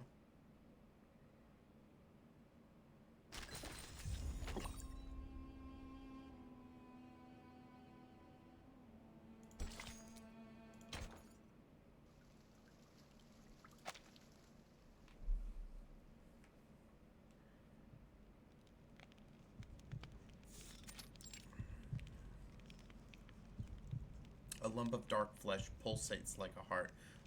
Its flowing black liquid spilling into the well, mixed with rain with... That lump of flesh is... Arcana? Mixed with rain with neither weight nor wetness.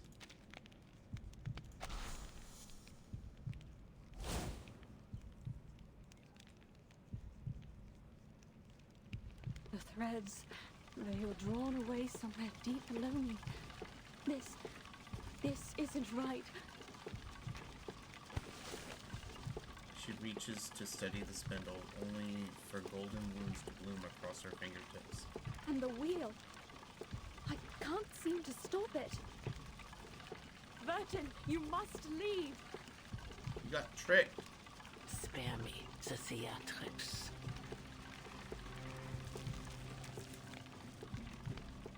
Animus swings her longbow. Black viscous liquid twists into bonds that pin them both in place. The ritual has begun. The mother will return. Such a moment is not to be disturbed.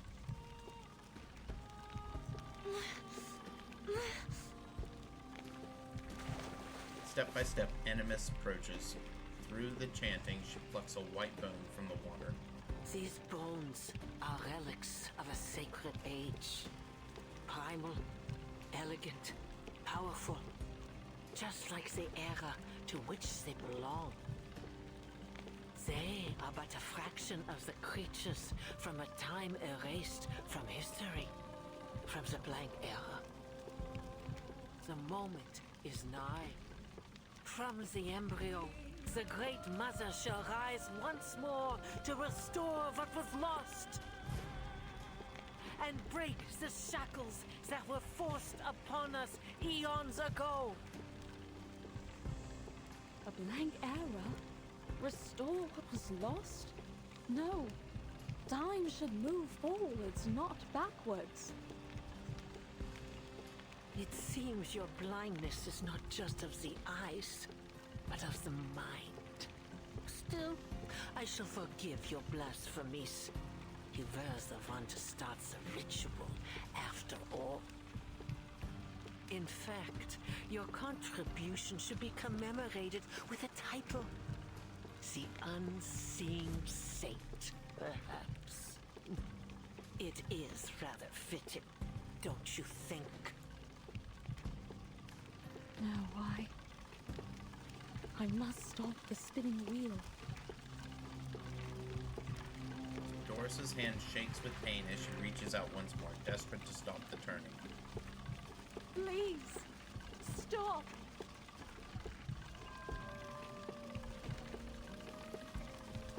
Not while I still draw breath. Animus's longbow strikes the ground with a resounding crash, sending a quake through the entire sanctuary. Responding to her command, threads coil out and around Doris's body, pulling taut around her weakened frame. The ritual's glow intensifies, while her face grows paler still. As the golden light fades, she collapses into the swirling mist. For a moment, I thought you might have succeeded as you did in 1999.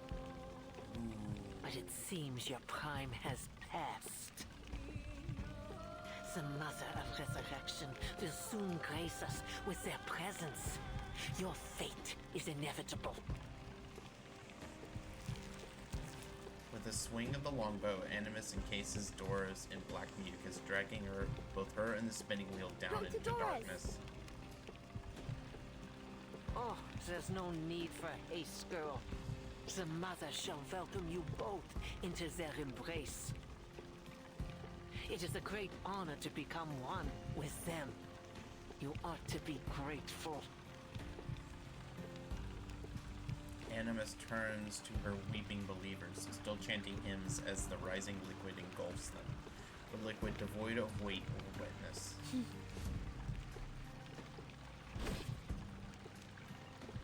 Behind them, an arcane item about to activate is violently struck down. Well, that was amusing. But that's quite enough folly for one day. You think too highly of yourself. Just like that bull-headed fool who threw herself to the gate. She realized her error, paid the price in her blood, and thus has been forgiven. If it is redemption you seek, then you must first make an offering of yourselves. The Mother and their great mercy shall alleviate you of your suffering. Nonsense. Nautica didn't enter the gate to gain forgiveness. She died for her beliefs. My, how ignorant of me. Do send her my apologies. After all, you'll be seeing her very soon. The ropes tighten in a sharp heave. Surrender unto them your flesh and blood, and pave the path to the Mother's return.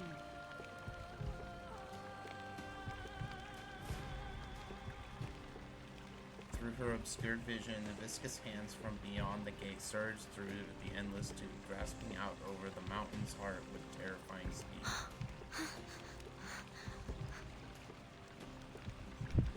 Suffocation strikes instantly. Ooh.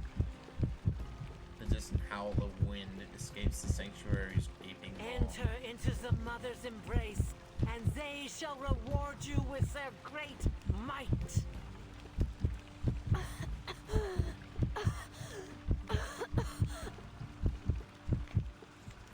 Vision tinged with red.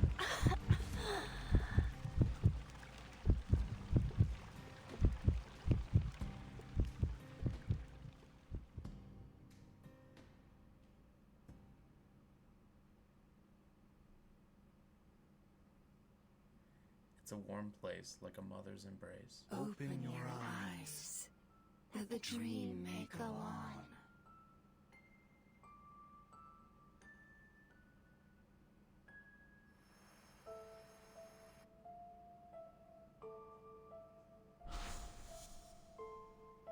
Relax, Vertin. The best is yet to come. Wait till we take a breath of the real air. Till we stuffed ourselves with delicious food. And till we get back to our country. There's so much more for us to be shivering at, but in excitement. That voice. It's... She moves toward the source of the sound, straining to hear. The ring. Is that you? Let's open it together. 3, 2, 1. May the freedom be with us. Isabella? Penny? Are they all here? Let's go! Vertin, come outside! Wait! Let's hear everyone's wishes. How about that? Schneider? My lord, you're actually lying here defenseless. We have been with you for a long time. No reward? No way. A soft, raspy voice drifts away like a feather. I find myself uncertain of which way to go. Would you kindly give me some guidance? Miss Marta? No, but... The guidance I can offer you is limited, Miss Marta. I think fate knows its own fate better than anyone. Thank you for your advice. I think I understand. No. Don't go.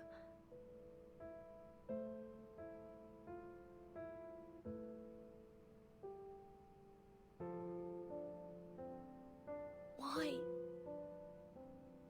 Why must I endure this time and time again? For what was lost need not remain.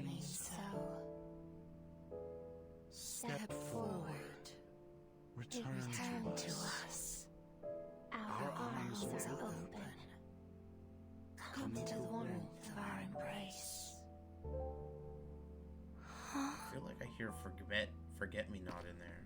Her feet carry her toward the sound, then stop. No. This isn't right. This is the way I came. There are so many things to be done. So many questions to be answered.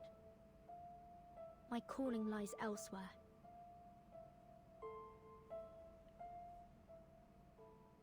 She turns. Faint murmurs beckon from another direction. Where? And so she strides forward. Burton!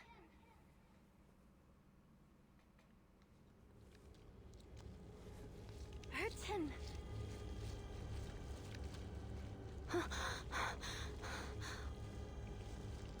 Where am I? The dreamlike haze evaporates into an endless darkness. The walls pulse like living tissue. Each step slides over bones, slick with gore, submerged in a mix of blood and bile. The space throbs, each throw spewing another wave of nauseating stench into the abyss. Am I inside the gate? Are these the offerings? Ah!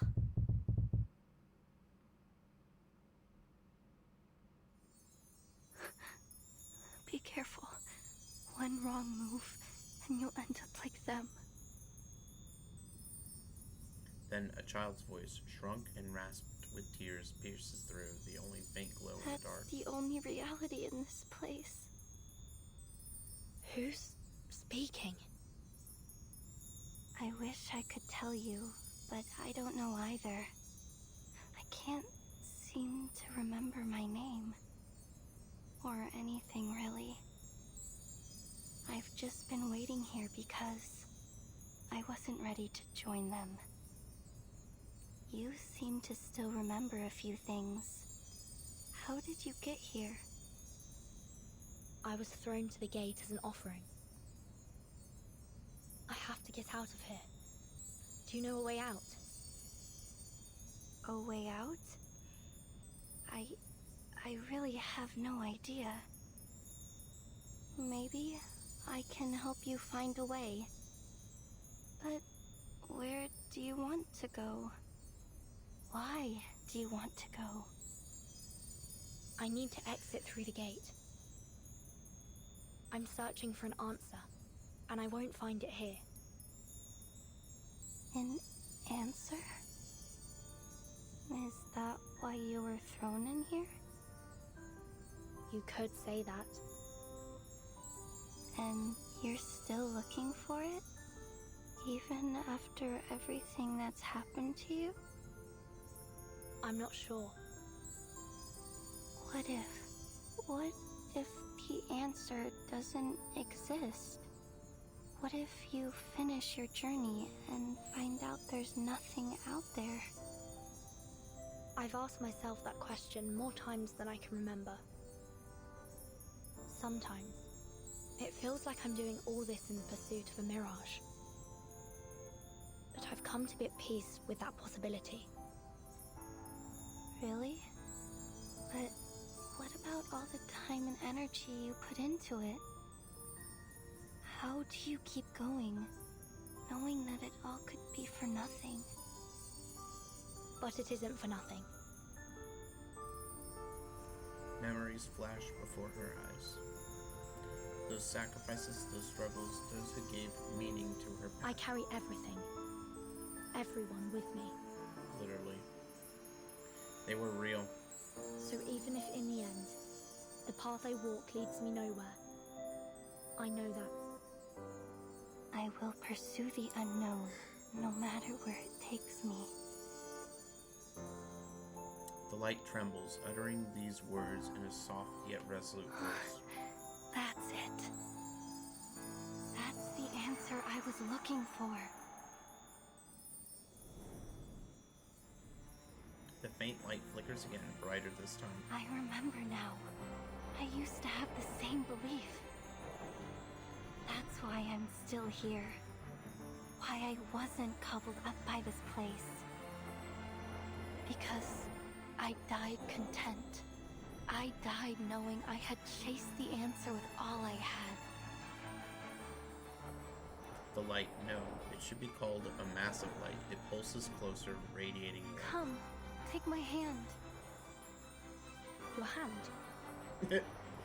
Yes, here. Reach into my heart. There's something there.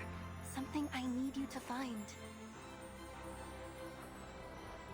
She reaches into its core, and a comforting softness settles in her It palm. feels like fabric. Is it her hat? No, not that. It's somewhere deeper. Yes, there.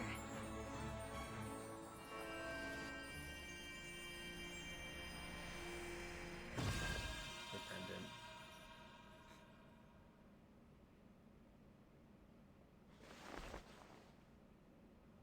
Uncurling her fingers, she reveals a pendant resting there. It's a tiny crystal reflecting light that shouldn't exist. That's it. That's what I needed you to find. My purpose. A faint warmth seeps through the pendant, its surface etched with that familiar name. Amundsen. Nautica. Is that you? Oh, that's it. Nautica. That's my name. Thank you, Vertin. I found it. I found my name.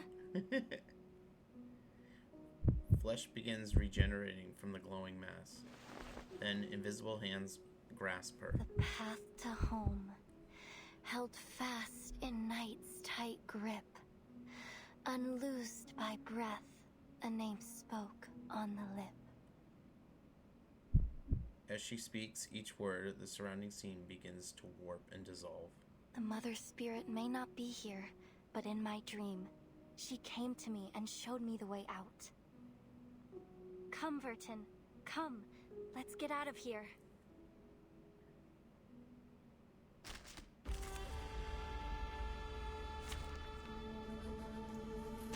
Okay. Stay behind me. I'll keep us safe.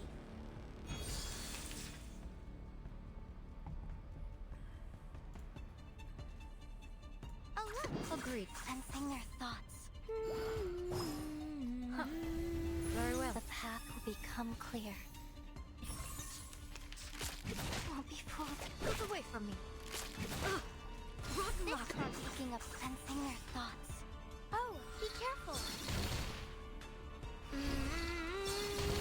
Face the truth.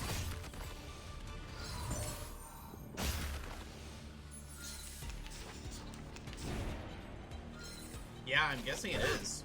You want me taking a peek inside? We'll find our home. One day.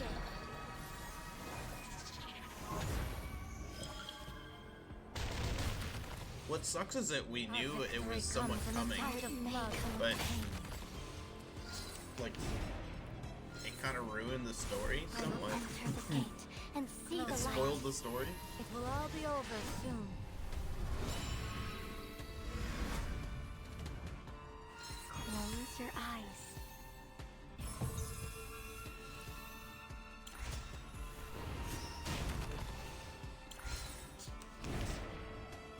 Oh, look! Taking a peek inside. Our blood will burn.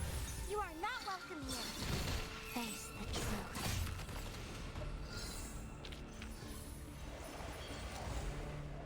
I'm not gonna lie, I don't quite understand did it. how she works. We either. made it through another storm. The basis of it is I think she heals through leeching off of the enemies through damage, and then she also spreads damage incurred across all across all allies. I'll have to look at the I'll have to look at her kit again to understand for sure. She clutches Nautica's hands. Even in hell, those slender fingers remain strong. Her body is dissolving, her vision darkening, as if the world itself were rejecting her. Yet, even in annihilation, their hands stay locked together. Take my eyes, and I will walk blind. Take my feet, and I will crawl on my hands and knees. Take my body, and I will grow another. Because nothing will keep me from my purpose. Nothing will keep me from finding the great gift.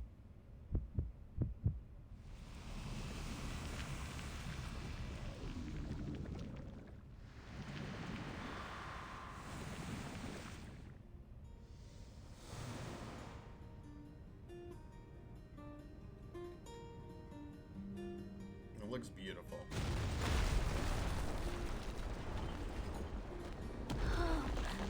Burton, we did it! And the world's rebirth stirs within the wind. Are we in the air? Nautica. Look at you. She had just a little bit of change. Black mucus extends out from her body, forming bones, while white fabric weaves itself into wings. A drum seems to beat from afar. She stretches her wings wide, catching the wind beneath them. Oh, I look just like the Mother Spirit when she came to me in the dream. Chin lifted in pride, she shatters the boulders that line the sanctuary. She leaps and the wind follows. Then she rides that wind upward, breaking free from the countless grasping hands. Burton, look! I have wings! I can fly! I can take us home! Watch out!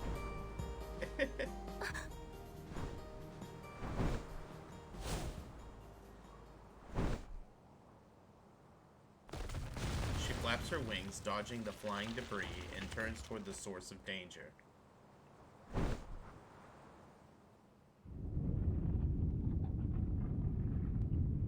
Deep within the sanctuary, tremors pulse outward.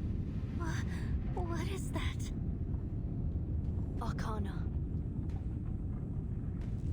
Throbbing black flesh stretches over countless hands, fusing snugly with the stone walls. The entire sanctuary breathes like a living If thing. the gate is the mouth, and inside it is the stomach. The wind courses through and around, carrying soft whispers with it until all at once Then, it dives. It seems the ruins It dives into themselves the flesh. revive. It dives into the flesh. Then it seems the ruins themselves are alive. The wind courses through and around, carrying soft whispers with it until all at once it dives into the flesh. And Arcana is its very heart.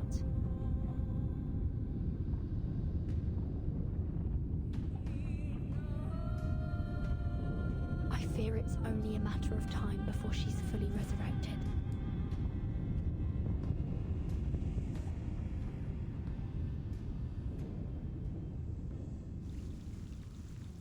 I think it's a mistake to be sending the Timekeeper out on these huge missions with just like her and Sonetto.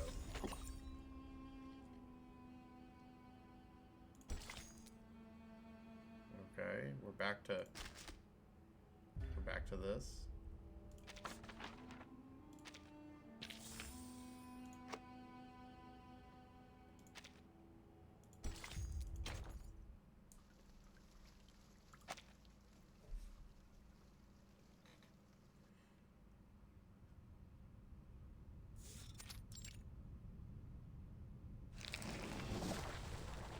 They're still battling. Words fall alongside the arcane skill's radiance. Sonetto and the preacher's pupils each reflect the other's form. It seems you've already made up your mind. I have. My duty is clear, and I'll honor it no matter what. After a brief silence, another violent tremor rocks the sanctuary. Timekeeper. So, this is how it ends. Ends? What are you talking about? The preacher doesn't respond. Setting down the idol, she walks toward her. Sonetto tenses, but the preacher merely brushes past. Remember your words today, Miss Sonetto.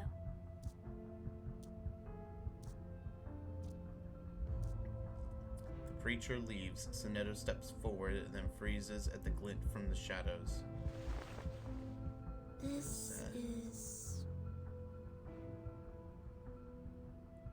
What's that bottle supposed to be?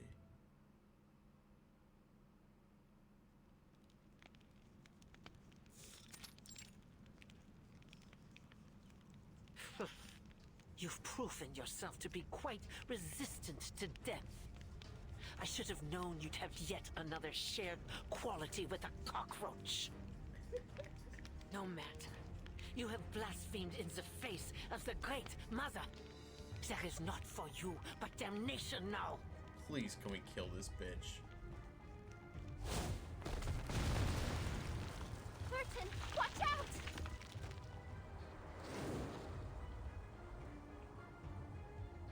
Nautica swings her tail, scattering Animus's intense arcane energy. What do we do now?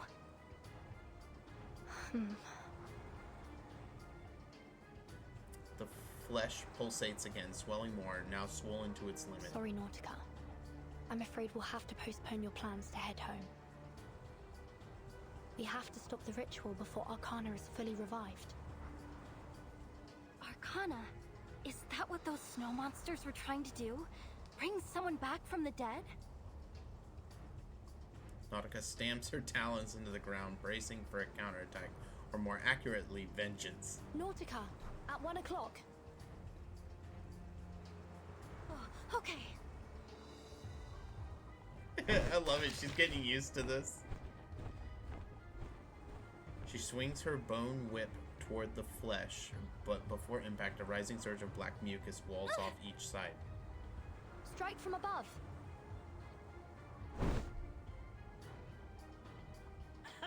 Child's play. The black liquid weaves a filament-thin net, straining to trap the soaring prey. Still fumbling with her unfamiliar flesh, Nautica loses My tail! balance. I can't fly! I know the moon, and this is an alien city.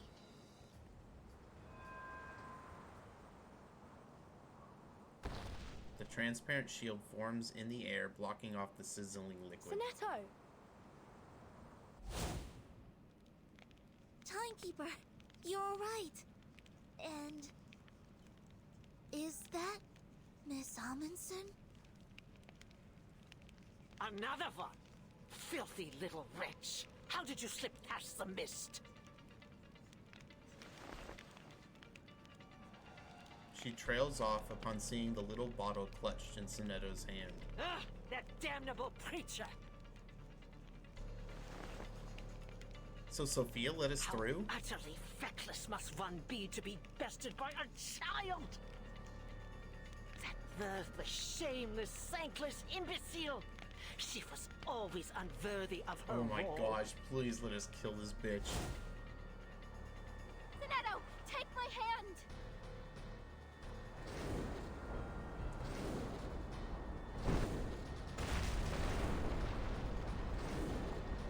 She dives, splitting the air into a shriek as her massive hardtail knocks aside attacks. Sonetto seizes her chance, jumping up to grab Nautica's Up here! talons. Get up here. The once separated companions now meet again in midair, hands clasped tight. The team's back together again, and we can stop them together.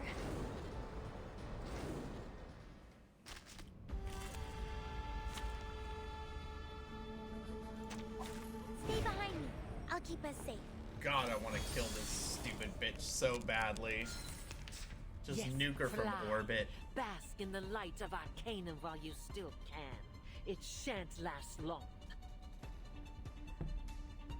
For all the sins of humanity shall be cleansed by the Great Mother, including you, you disdainful little worm who dare steal from the sacred gate. Ha! Oh, who's this cat taking a peek inside? Oh, be careful. We stand together. Close your eyes.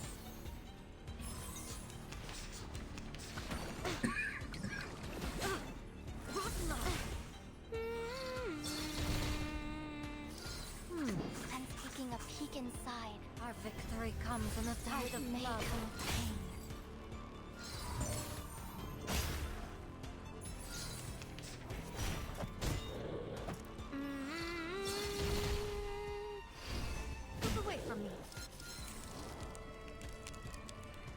enter the gate and see Close the your light. eyes.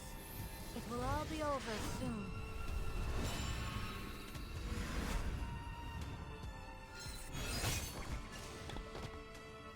Red. Can I give everyone a ride on my back? I think I can handle it this time.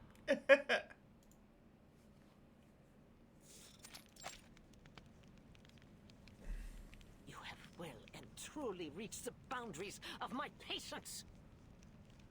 To think that you believe you can alter the path designated by the great Mother of Resurrection. Shut up, old hag.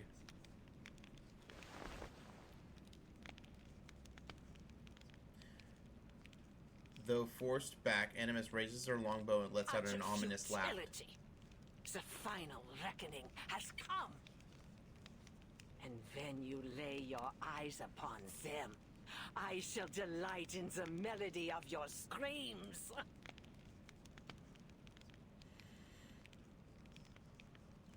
Animus is the first to kneel before the throbbing, swollen flesh. At her lead, every believer drops to the ground.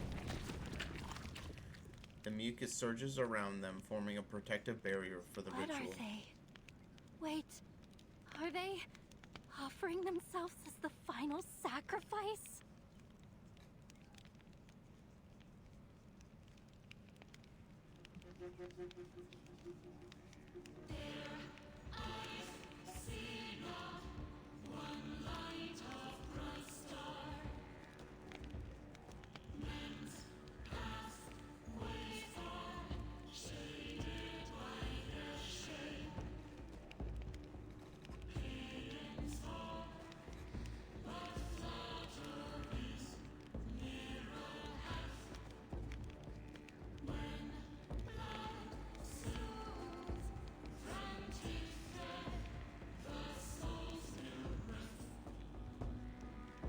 The robes shrivel until only empty fabric remains, carried away by the formless liquid. The once red blood darkens, becoming veins, pulsing with rhythmic throbbing of a black heart at their center. These fluctuations are powerful. This is bad. At last, the moment has come. The sufferer is returned. For through flesh and blood, a vessel is forged, and so she walks among us once more. She shall right the wrongs of this world and lead us to our former glory. She shall restore the promised land. Let the great flood wash away all falsehood. Let the ages begin anew. Return us to the blank era, where Arcanus reign as masters of old. Return us to paradise. Restore the true utopia.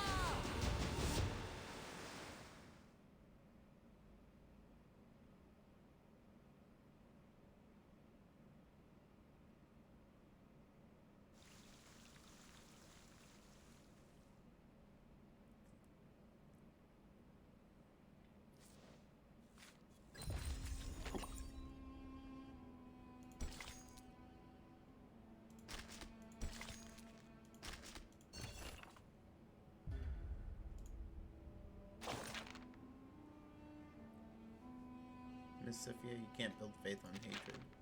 You, Inferton, have you witnessed the phenomenal world shatter time and again, have you not? Tell me, how do you navigate the emanation? We shelter who we can, the Timekeeper, the Foundation, took in Regulus 37 and many others, Miss Sophia, you. And yet you must let go of kin and friends, treading over the corpses of untold more besides. You turn a blind eye to the suffering wrought by the wheel of birth, because your little ark is simply too small to carry them all. We, Manus Vindictae, is not the answer. They only bring more suffering, more strength. Is that not the world's true face? The wise reach the far shore. The lucky gasp for air as they cling to whatever they can find, and the rest struggle in the whirlpool below.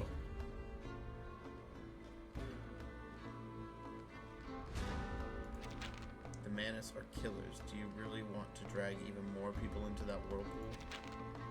Even if no hand disturbs the sand, the tide will eventually rise to erase all marks. Or have you found another answer? The fragility and impermanence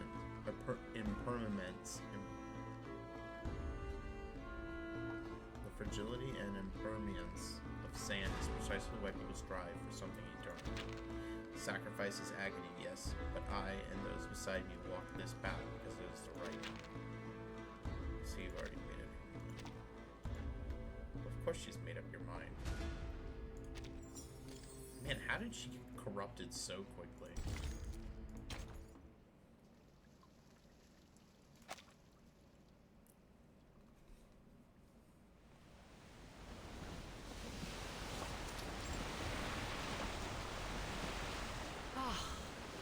What an honor it is to bear witness to her return with my own eyes.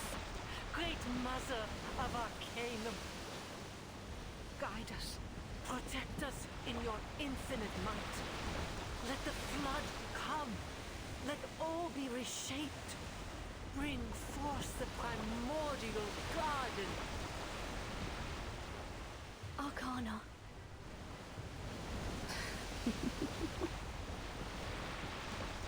The resurrected deity lifts one of her endless hands and taps the air. Liquid erupts from the well, swallowing everything it touches. Look. Stay away from that liquid. It's no ordinary water. It's spilling out from that well. Are you attempting another storm? Storm?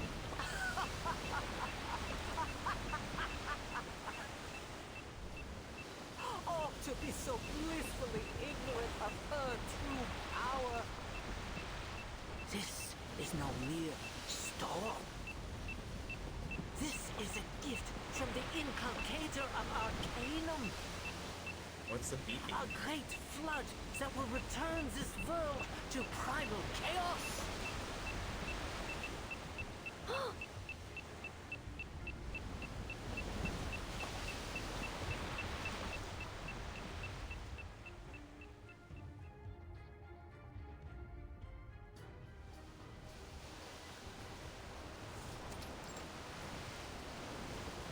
Captain, sir, we're sinking! Why? The water is rising fast. It's flooding over the deck. Why? Take out. Find the breach and seal it immediately. I was about to say, you're in a boat. But it's not seawater, sir. Captain, report on the enemy status. What is it?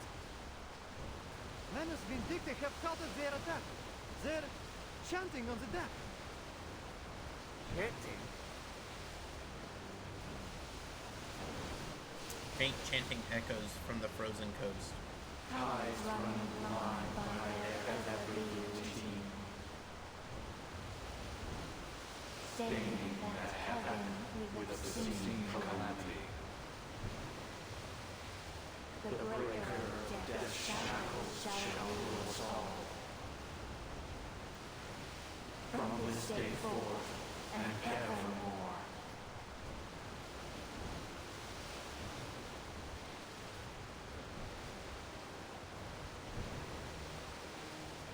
All units, stay at your posts. Wait for my order. The captain steps toward the flood pouring from the inner cabin. Captain, something isn't right with this water. His boots are already submerged. What the hell? My feet. I can't. They're gone.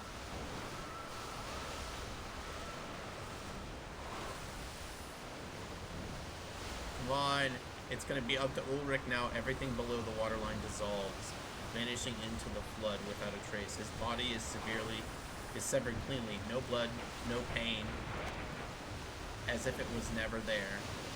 The water reflects no present image, only ruins from 10 years, 100 years, millions of years ago.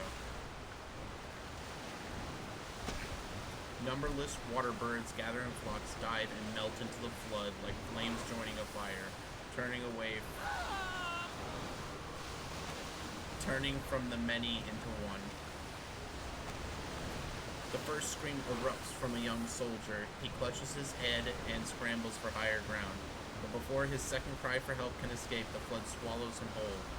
The blessing of the coming age is near, and humbly we kneel to receive such grace. O glorious one, walk the earth again. Come on, Ulrich and Buddy. Shake this land with your mighty, vengeful hands.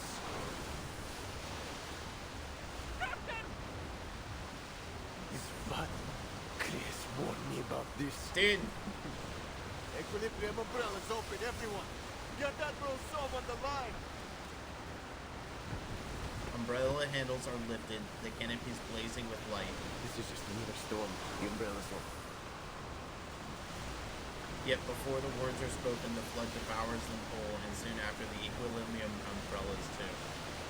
One by one, the umbrellas and their bearers dissolve into the water. The soldier screams, and the Manus sea beast roars, flash, then silence, absolute silence.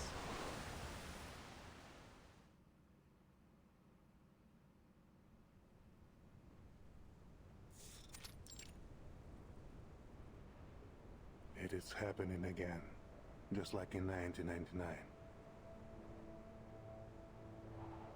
The Admiral watches the distant fleet sink beneath the waves.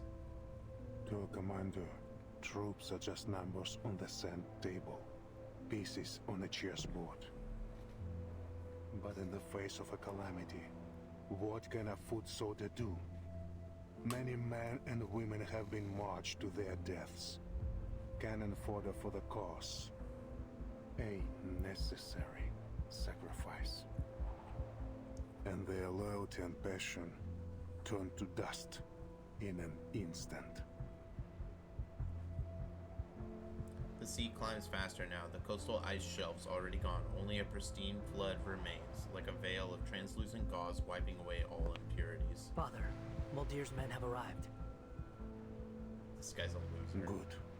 Has the team been mustered? Yes, including the wounded from the Manus Vindictae attack. Everyone's here except Captain Danilov. And Muldir. She wasn't with the team when they arrived. I see. Prepare to move. We're breaking camp. Yes, sir. Where to? Somewhere safe. Somewhere the flat cannot reach us. I'm trying to figure out too. From his coat, the Admiral draws up the black box. It rotates in slow motion over his palm, emitting Is a faint that what we golden got light. from the Manus deal? It is. From this day on, we're taking a different path. One without fruitless sacrifice. Okay, let's see what you've been trying to do, Igor. I bet you got played, But though. Muldir is still... She is walking her own path. Igor looks out toward the distant snowy peaks, seeing instead the long road that brought him to this moment. I have faith in her decision.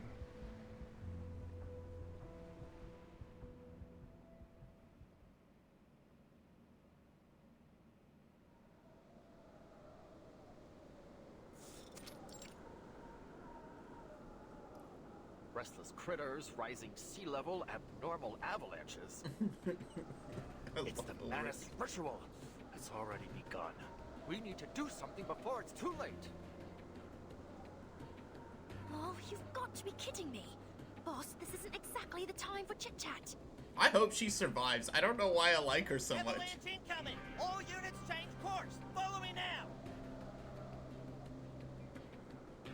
The guard hoists up the still analyzing researcher and charges uphill at full speed. Heads up! Snow's coming down! Anchor your sail! Wait, she's strong enough to lift up Ulrich? In the collapsing snowfield, the guard struggles to steady herself, but the sheer force of the avalanche overwhelms them both.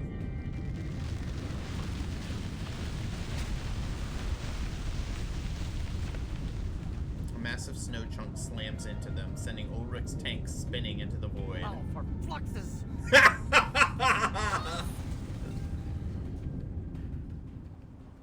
Oh, for fluxes.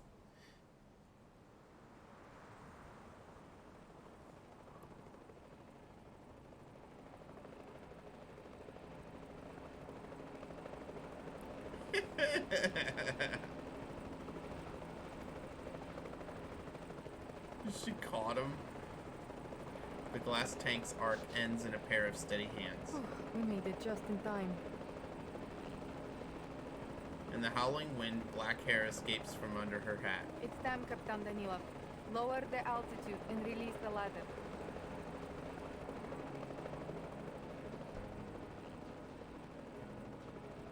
Over here, all of you. Yet, despite the roaring gale, her voice rings out clear and strong. My apologies. We should have come sooner. The guard shoves Ulrich's body into the cabin. With help from Moldier, the two groups finally merge. Miraculously, aside from some surface damage to Ulrich's glass container, no Arcanus or penguins are hurt or harmed. You got here just in the nick of time. That's quite enough. The sea level is rising, but not with any ordinary water. This is something far worse than we have ever seen. Something even more destructive than the storm. At this rate, it will soon wipe this era from the face of the earth. I figured as much. An event of this scale and severity could only be the result of the Manus ritual. We must act now. Ulrich reattaches his head and then pulls out the apparatus for asymmetrical nuclide arm. The ferrofluid churns in his tank, unfazed by the shifting gale. The apparatus fills with golden liquid in the blink of an eye. This flood looks different from the storm, yes. The sudden surge and the level of asymmetrical nuclide R in the air suggests they'd come from the same source. Or, to take a leap, they are one and the same. The flood is the storm. So, the Regulus record might still work. You're a quick learner, Lieutenant. If the record can slow the progression of the storm syndrome, then it stands to reason that it might do the same for the ritual. Time is against us. We need to place the record and generate the immunity zone as soon as possible. Which means we need to reach the mountaintop. It's the only location where we can be sure the ritual site will fall within its radius. Captain Danilov. I heard him, man. Hold tight, everyone. No orders are needed between the seasoned soldiers. The Canis Minor tilts upward, propellers The sea screaming. level is rising fast. Do you think we still stand a chance once we get there? I can't say for certain, but I have faith. I'm sure the Timekeeper is doing everything she can to hold off the ritual for us.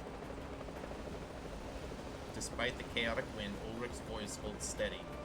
If there's one thing I've learned from all my years of research, Lieutenant, it's that give it your all and trust your collaborators to do the same.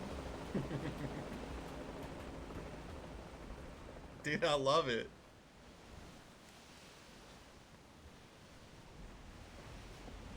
The water's rising quickly. At this rate, we'll all be underwater in a matter of minutes. We must disrupt the ritual before the flood drowns us all. Rituals missed the flood, all twist around the grotesque colossus. Attack Arcana. Maybe we can find a weakness. Got it! A lead arrow splits the thick air, embedding itself beside Nautica's twitching talons. What a farce. This bitch. A few squirmy little insects think they can defy fate's design. This bird you so desperately cling to is not but the poisonous fruits of a corrupted tree, rotten to the very core. Watch as it falls to pieces. Watch as the flood washes away all the impurities of this world and returns us to what should have been.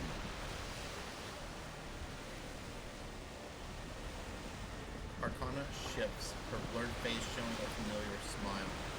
Oh, the mother has awakened. Oh, great lady, I kneel before you. Enlighten us with your divine knowledge. Grant us your benevolent might. Bring down your mighty hand of vengeance.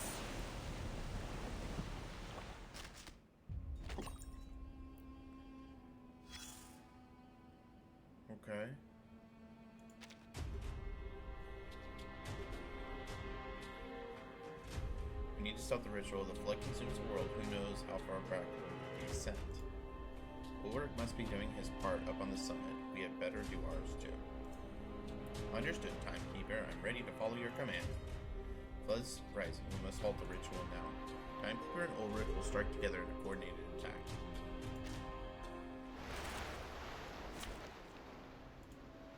Okay, so this is the boss.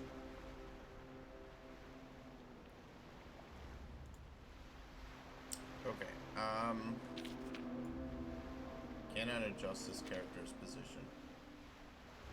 I don't want her to be here, though. Okay, I guess she's supposed to be used in this.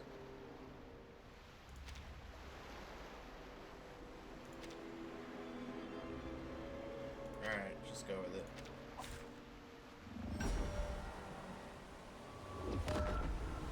Not anymore, but she's one of my favorite characters to ever come out. There are many routes to travel, but only one destination.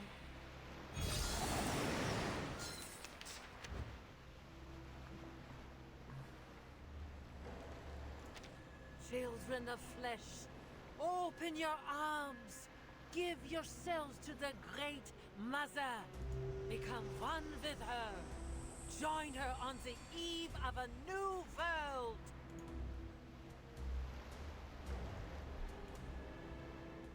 Alright, gosh, I don't even know how to, I don't even know how to play Nautica.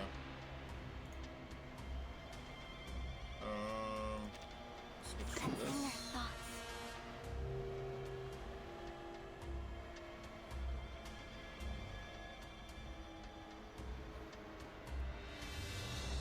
Picking up Agreed.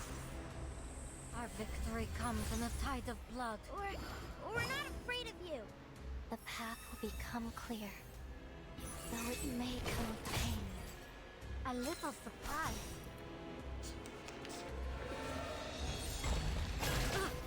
Rotten luck.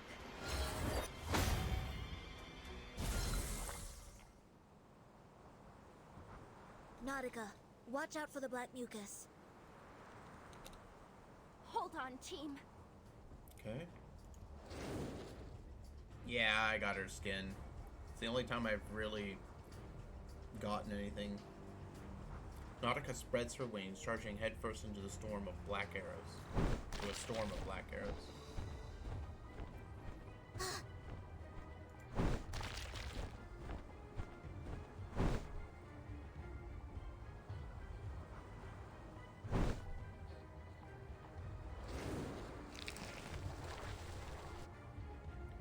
At the last possible moment, Nautica folds her wings and slips into the narrow gap between the flood and piercing arrows.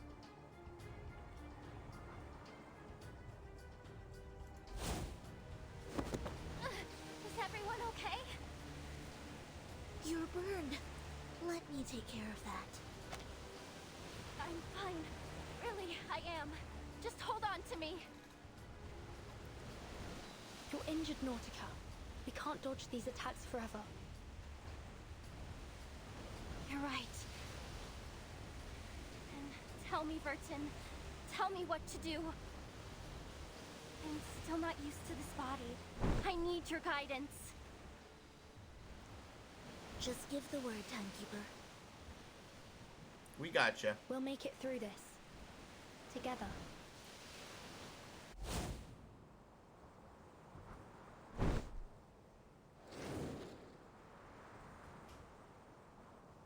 Wings spread open again toward the sky while her friends hold their ground below. Oh, this writhing and squirming. It is utterly in vain. The flood shall summon the creatures of the blank era. Creatures? Her words dig deep into the bones. And your elimination, along with those pitiful beings sneaking atop the sanctuary, shall serve as its foundation. Timekeeper, Mr. Ulrich might be in danger. Don't act in haste, Zanetto. We'll do what we can from down here. Keep Animus engaged. Draw her attention away from Mr. Ulrich. And if possible, keep an eye out for Dr. Doras. Understood.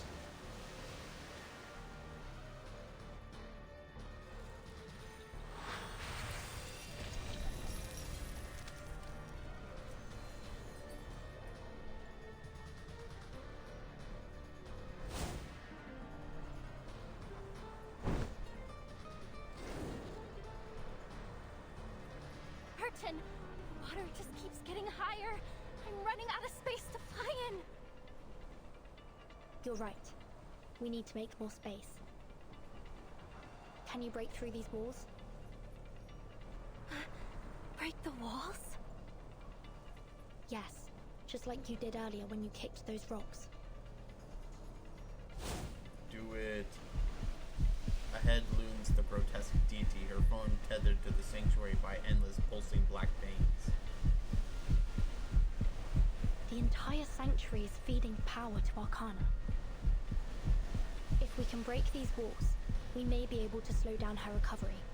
We can also use the falling debris to attack the believers below and create more space for us to stay above the flood.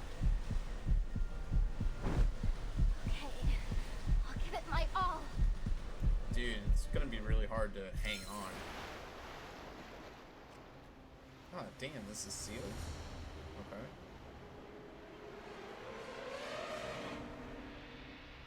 Sensing their thoughts. The connection between numbers. Taking a peek inside.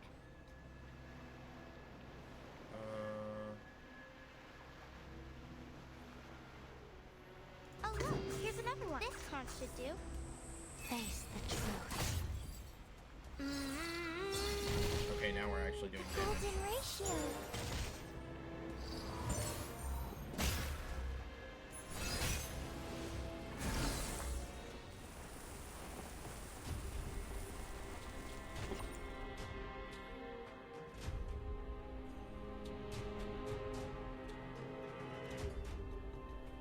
Oh, this is one of those multi-battles, like the end of Chapter 7.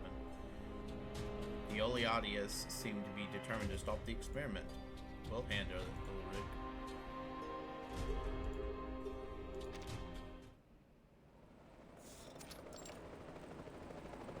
We've reached the target area. The sanctuary is directly below us. This will be a race against the clock. Before the helicopter can even stabilize, Moldier leaps out, guiding Ulrich from the cabin.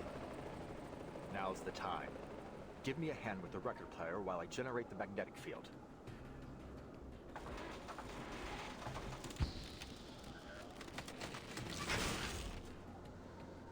Did the chopper crash? Damn it. The field is totally unstable. I can't accurately calibrate the record player under these conditions. Come on, Ulrich.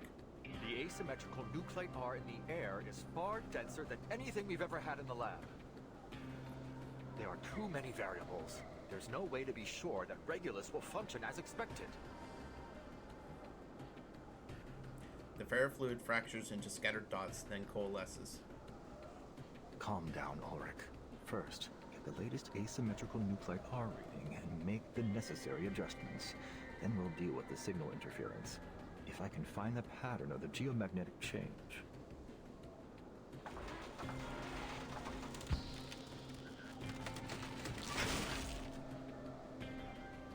For Flux's sake! The device is frozen. Somebody help me out here!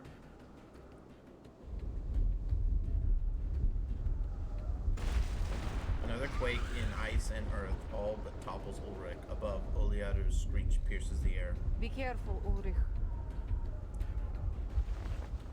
Moldier steadies Ulrich just in time. Leave the monitoring device to me. I can fix it.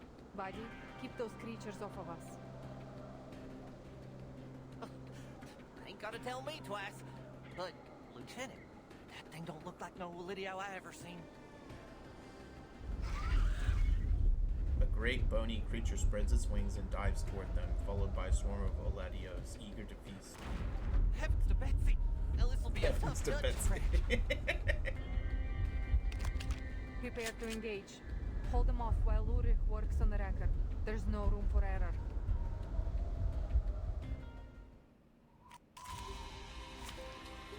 Okay.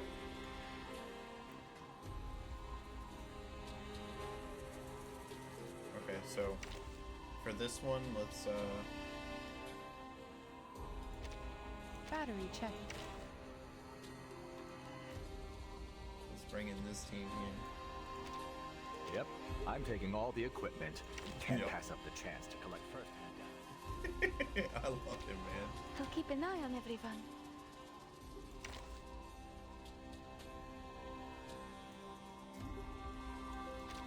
I'm here to help.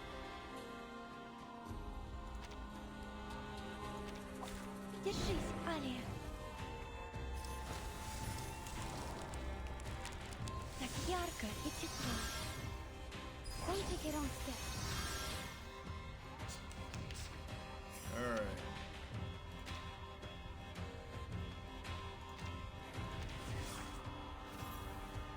I'll handle the tech support. All right. Hold your breath. Encryption complete. Decode complete. Так ярко и тепло.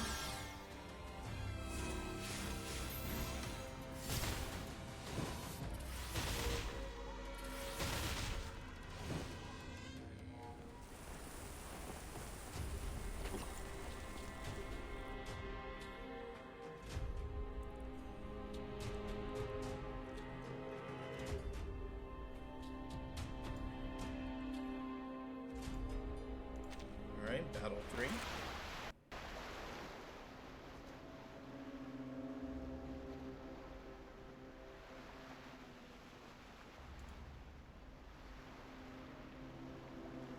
Uh-oh.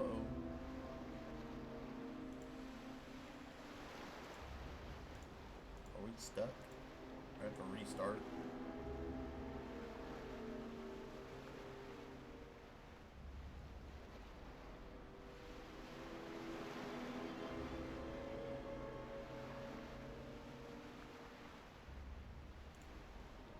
Yeah, I think it's bugged.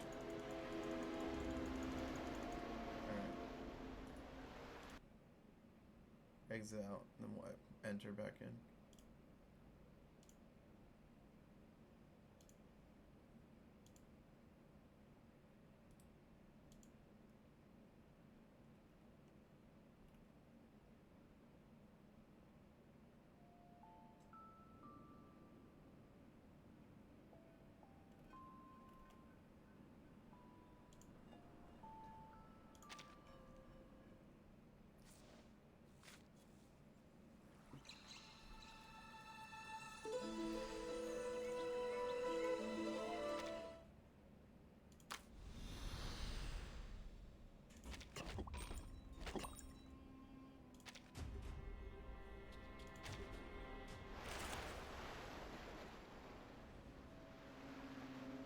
Stay behind me. I'll keep us safe. Okay. Oh, you can see the water over here? That's really cool. Not have it. I will not allow you filthy creatures to desecrate our sacred land. Timekeeper, look. Arcana's changing. And Animus appears to be more agitated. Maybe Mr. Ulrich is making progress up there. Time to press our advantage.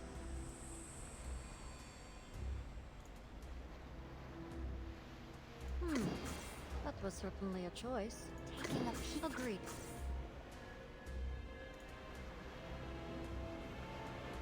Sensing their thoughts. The connection between numbers. Very well. Though it may come with pain. Have I startled you? Behold, the phenomenal world. The path will become clear.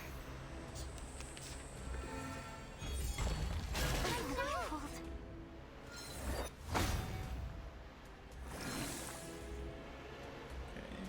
I hope you like a splash of... This one should do. Taking a peek inside. Sense home, space, and order. Close your eyes. It will all be over soon.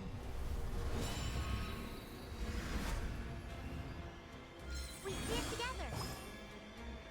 Close your eyes. Face the truth.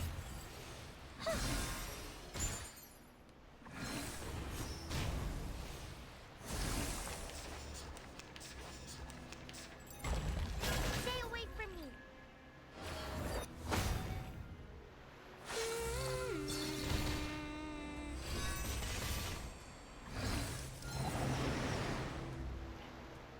Enter the gate and see the light. Oh look, here's another one. This one should do. Agreed. That was certainly a choice.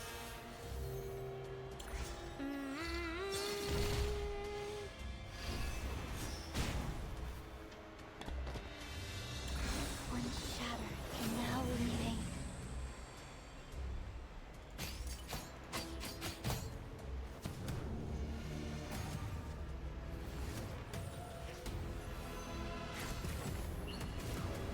It's a freaking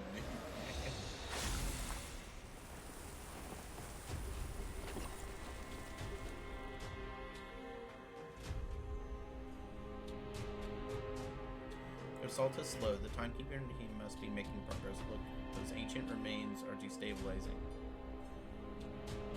Okay. Flux. Environmental collaboration failed. Proceeding with experiment number 20. We still have time. All we can do now is grit our teeth and stand our ground. Either we all get washed away by this thing, or we'll be toasting to our success tomorrow. And I gotta say, I prefer the latter. Program activated. Don't take it on step. Push got your back.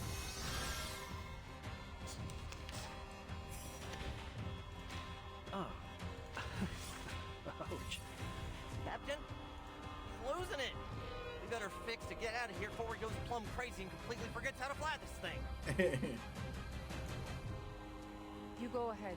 Don't wait for me. I will stay with Ulrich till the end. Dang, name it! I ain't never turned my back on a friend, never once, you hear? I swear it if my name ain't Fairchild. Look at his eyes. Ain't none of us leaving you. Sergeant Fairchild and his penguin army are here to stay, come hell or high water. Miss, can we trust you with the chopper? Who else do you think is keeping us in the air right now? Captain Danilov's been trying to fly this thing with his teeth sunk into the bloody throttle.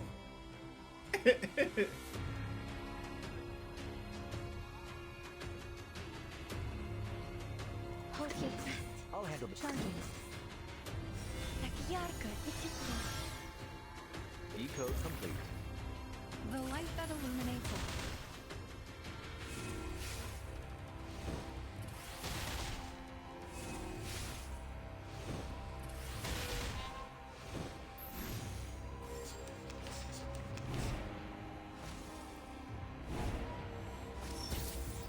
Don't take it on step.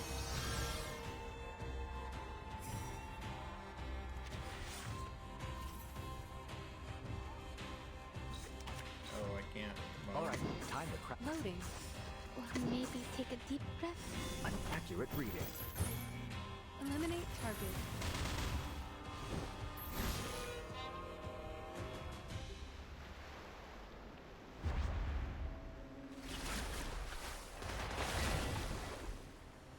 Time to verify my new hypothesis. Okay, good. Full health again. This battle only seems to be getting more difficult. We'll stand with you, Timekeeper, no matter how hard it gets. This isn't the first hard fight we've had, and it certainly won't be the last. I'm just glad that I'm here for you this time. She wasn't at the last one. The sanctuary is losing its structural integrity. Keep striking the rocks. Don't let her draw any more energy from it. Just hold on a little longer. You can do this, Nautica. You're strong.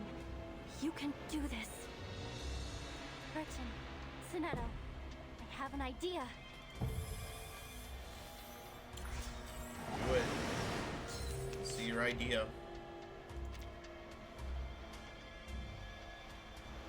Or is she about to use her ultimate? Probably.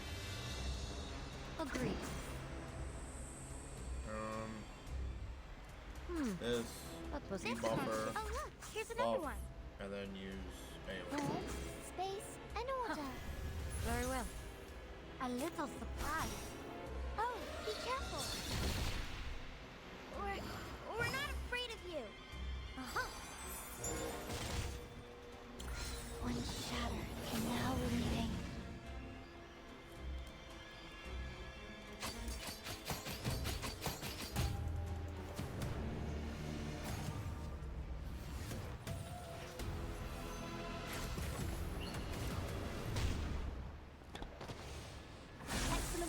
Oh, I hope that like is canon murdering that stupid anima bitch. Close your eyes. Rotten luck! Then go away!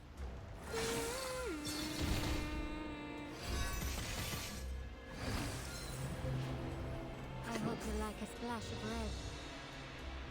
Sensing your thoughts. The connection between numbers. Taking a peek at That was certain. Close your eyes. It will all be over soon.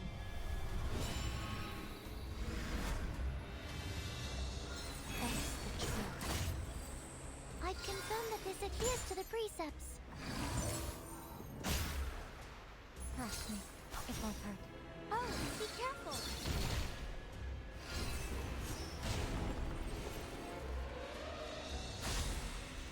Yet another proof nearing perfection.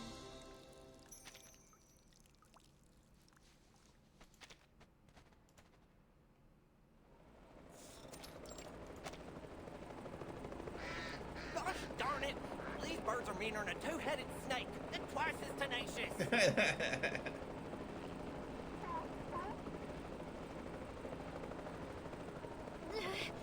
Captain Danilov's spiraling. I can't hold on much longer. Oh, come on, Captain, let go. And that's my chocolate MRE. Ulrich, hurry it up. Materials, check. Location, check. Environmental factors, check.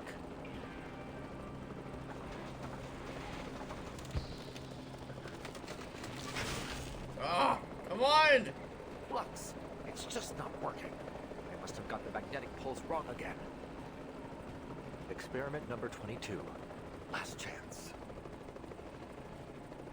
Oh, just forget it, boss. We have to go before Danilov crashes us all to the ground. Moldio hurls the squirrel and penguins all into the cabin in a heap before making the jump herself. Give me your hand, Ulrich. That's an order. Program set. Parameters confirmed. Initiating.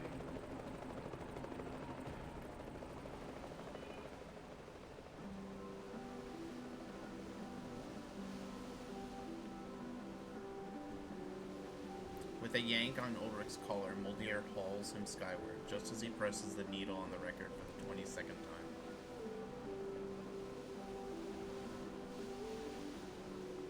I bet it's pretty damn hard to get that thing working when a helicopter's right above you.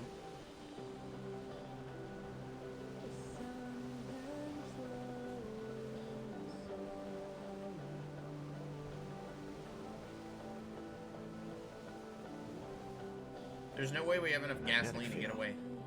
It's stabilizing. It worked.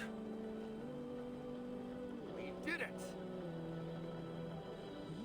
Look, the water stopped rising.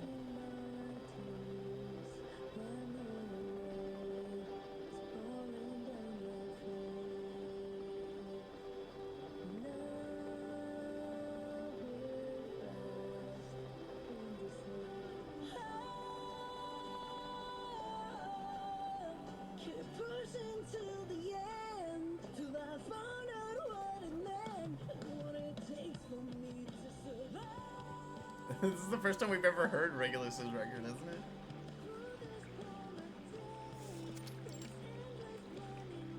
Do you hear that? It's Regulus's song. And look, the flood has stopped. Mr. Ulrich made it. Nautica, this is our chance. The pounding beat of the song, the last pillar crumbles under Nautica's strike. I did it! Well done, Nautica. But stay sharp. The sanctuary is coming apart. Watch out for falling debris.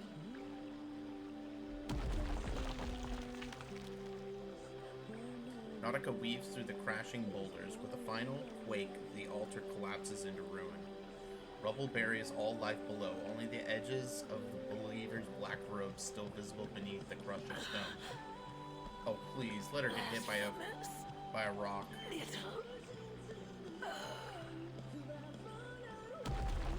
Killed by a rock song, bitch.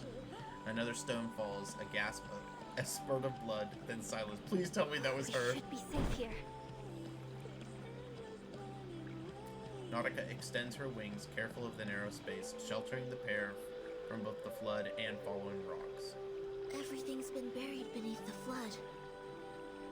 And yet, Arcana...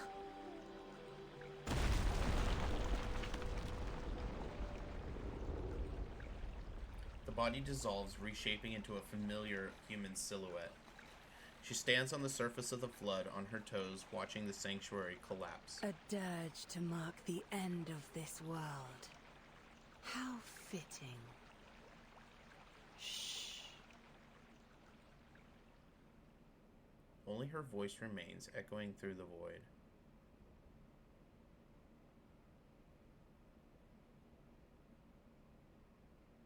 When the final note falls, the flood shall rise once more.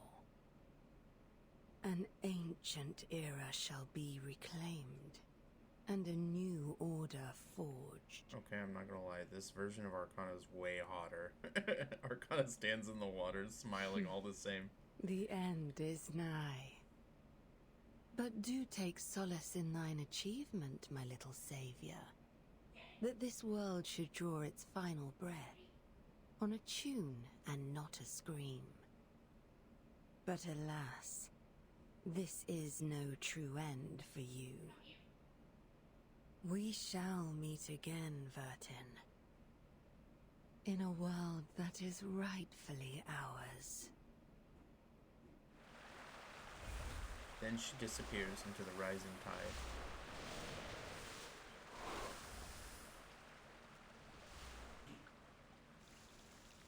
Okay, good. I think that anima bitch got killed by a crushed rock.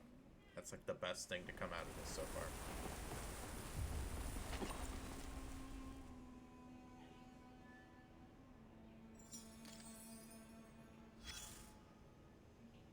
Heavy rain will eventually cause a flood. It's an obvious deduction. This is my final report. The era of mankind and birds is over, and the era of fish has begun. But the fish will have to wait a little longer, because you've delayed the doomsday by about an hour. Every living person now owes you an hour of their lives. How big do you think your medal should be? Just shut up. Please, let me finish my final report, even if you don't want to hear it. Thanks to gravity, those on higher ground live longer in a flood, which gives you plenty of time to cuddle up with your greyhound and watch the end of the world together. Or you could do what a soldier would and follow your orders till the very last moment. Find that writer. You know how important this mission is. Why is it so important to find the writer now that she's already was deceived and freaking started the ritual?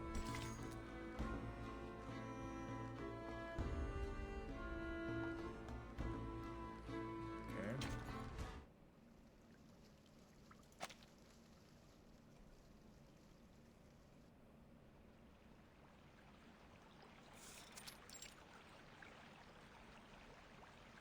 He's gone? Just like that?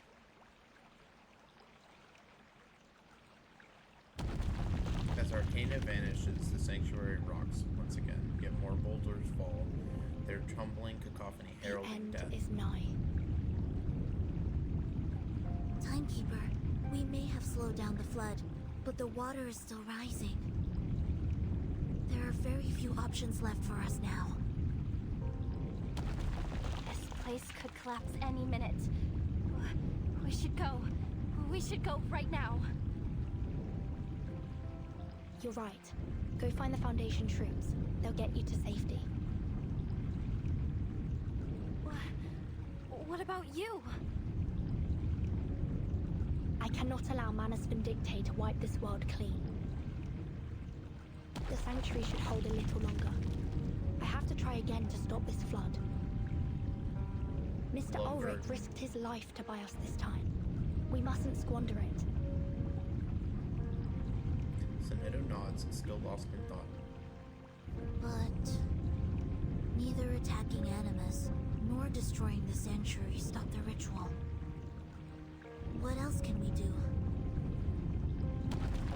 Even though Arcana is gone, the ritual is still ongoing. She must have left the source of its power here in the sanctuary. They needed Dr. Doris to start the ritual. Perhaps the power source is tied to her somehow. I need to check the altar again. But it's under the flood. You can't touch the water, or you'll disappear. Let me take you. I can fly you over the top, and you can take a look there. Nautica raises her forepaws, but her wings fail to spread, blackened, bruised, and wounded. I'll be fine, Nautica. The water can't harm me. Yep. The flood is a mix of glacier water and storm water, which doesn't affect me. So, to me, it's just ordinary water. Look.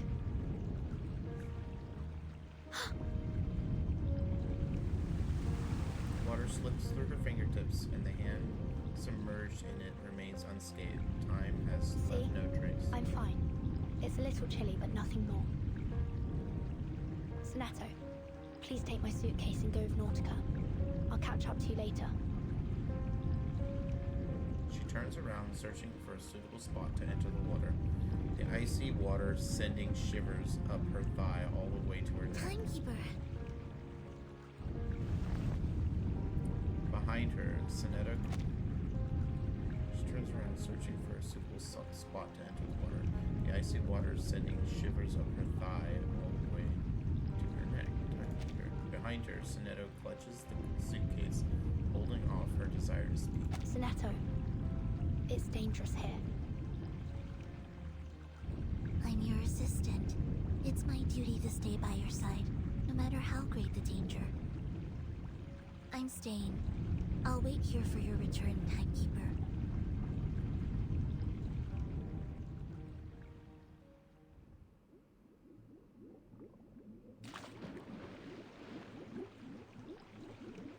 Leaping in, ancient bones and debris glide past.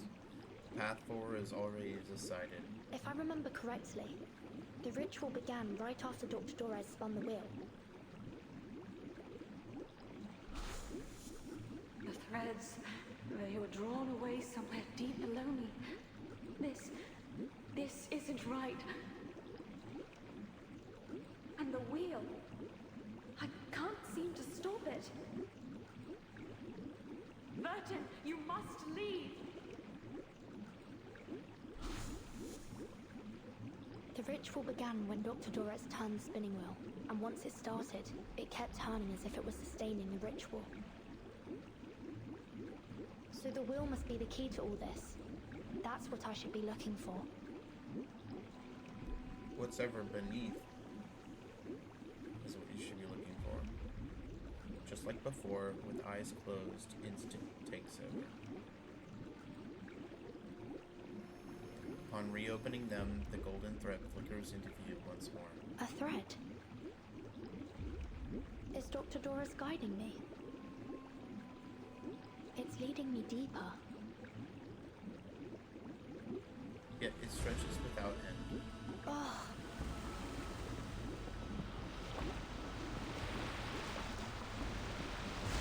A strong current pulls a dense thicket of obscuring debris into her path. The guiding thread vanishes from just beyond her. The current's growing stronger. Regulus's song must be coming to an end. Time's running out. I need to find the wheel as soon as... Huh? Where did the thread go?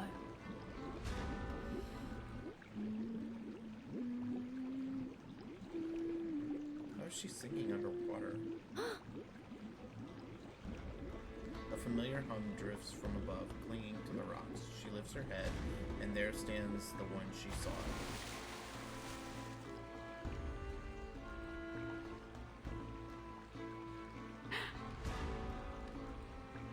Dr. Dorez! Vertin, You came.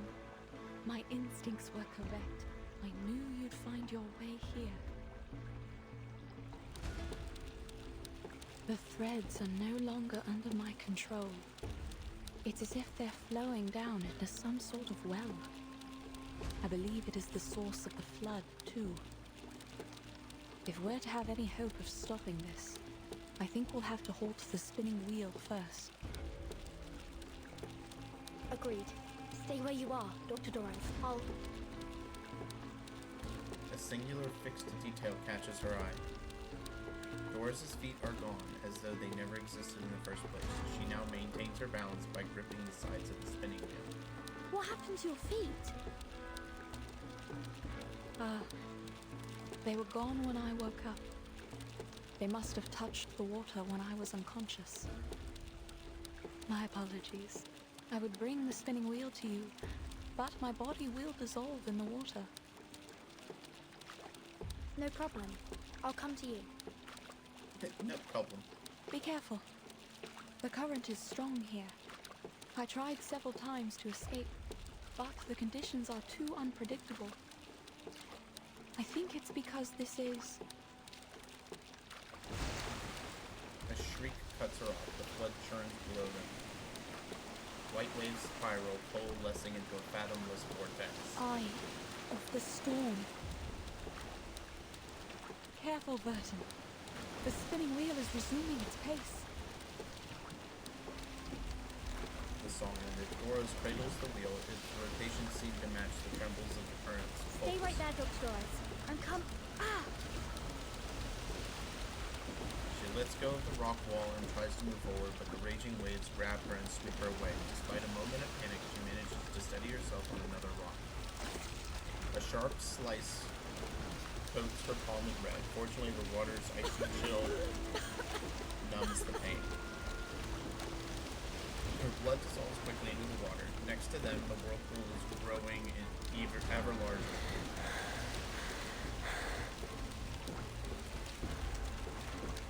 It's all right. Just try again. Another attempt, then 3, 4. Each time the waves slam her back against the rock, and the current grows fiercer. Burton! Resolute, she tears her dress's hem, lashing the spinning wheel to her body. Wait there! I'm bringing the wheel to you!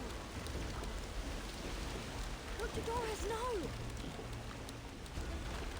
Propped against the rocks, Doris drags herself into the torrent. The cold racks her with shivers, but she moves undeterred. Soon, half submerged, only her arms cling to the shore as the flood devours her lower half. The raging pool batters her slender frame, yet she and the spinning wheel keep bobbing up amid the waves. A little closer. That's far enough. Just stop right there, please. Don't. Lasso lock. An unusually successful arcane skill anchors her to the rock, defying the pull of the rushing water.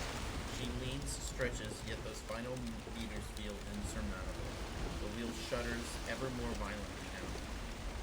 The roar of the water fills her ears.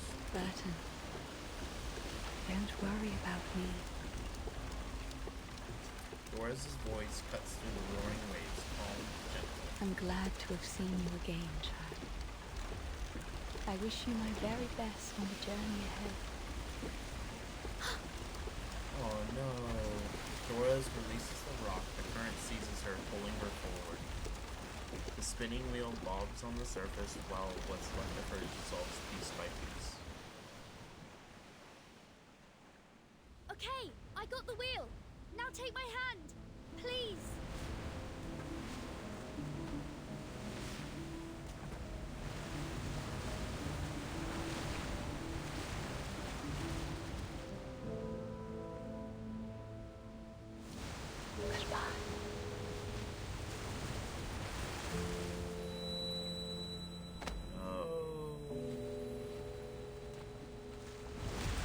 Dr.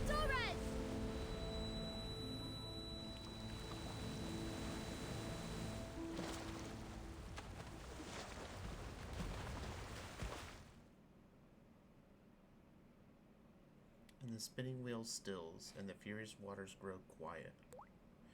One raindrop rises from the flood, then 2, 3.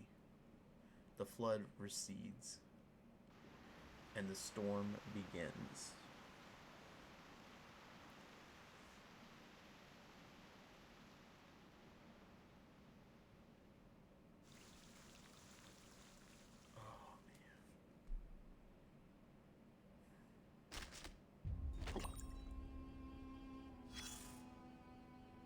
Another near drowning.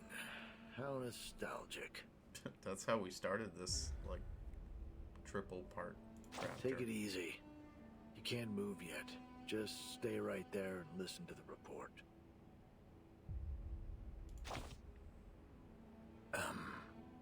Okay. You win. You did it, noble savior. You turned the tide and saved the world at the last moment. And I didn't see it coming. There. Are you satisfied? Can we get to the report now? You almost drowned again. But not because you're a bad swimmer. No. It's because you'd rather die than let that spinning wheel go. But a spinning wheel is a spinning wheel, no matter how precious the thread it spins is, and you already have one. What's the use of having two? You're the only spinner after all. Well, I guess now I'm the only spinner. And even if you tear it apart, its broken components can't be used to fix yours. Just because two things look alike doesn't mean they're interchangeable. This is a universal truth. Not just for spinning wheels, but for animals, fathers and sons, mothers and daughters. Just wait a moment longer. The Greyhound's looking for your hat. This is the only thing she can think to do besides first aid measures. That's cute, isn't it? Seeing her so naive and superstitious. We should play along for a little longer.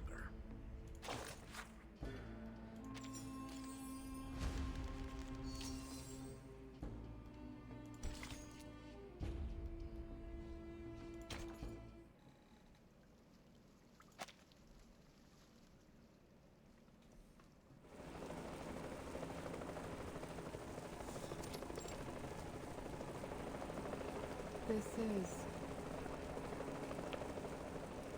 Mulder steps down from the helicopter, watching drops float upward. Well, butter my backside and call me a biscuit. Rain pulling itself right off the ground and rising up into the sky. I ain't never seen nothing like it. Mulder yanks Sergeant Barty Fairchild back by his coat before he can dash into the rain. Careful, Sergeant. Stay clear of those raindrops. She scans the horizon. The flood no longer pours out across the land. Instead, it ascends back into the sky. The sea level is dropping. I can hardly believe it. The plan actually worked. I guess you're less of a fool than I thought, Mr. Ulrich. I was only one part of the plan. I wonder how Vertin's doing down there. She's the one you should be thanking. I'll make sure I do. The storm is growing heavy. I wonder, have my people in San Paulo found shelter? I knew I wasn't matched for bringing a few extra equilibrium umbrellas. Boss, get under here. Ulrich nods and looks at the collapsed mountain. Every trace has been erased by the storm. The ferrofluid flows through his tank without any trace of emotion.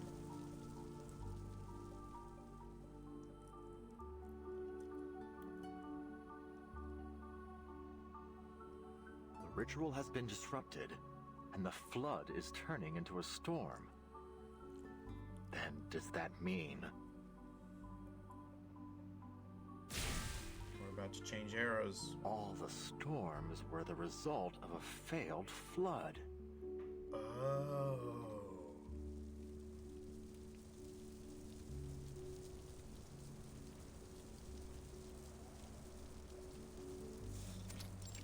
But then, on distant ships, equilibrium umbrellas snap open one by one. Admiral Psalm looks out over the Antarctica. The ritual has been halted, just as it was in 1999. And now comes another storm. History has a way of repeating itself, it seems. Behind him, crisp boots step forward. Where will it take us this time? Back to the past? Or into the future? Perhaps this is the best outcome we could have hoped for. We might have suffered many more casualties. Agreed, sir. The Timekeeper has certainly exceeded her reputation. Quite remarkable indeed. Regardless, the battle is over. But our respite will be brief. After all, the storm won't last for long. In the storm, firearms and artillery rise one after another.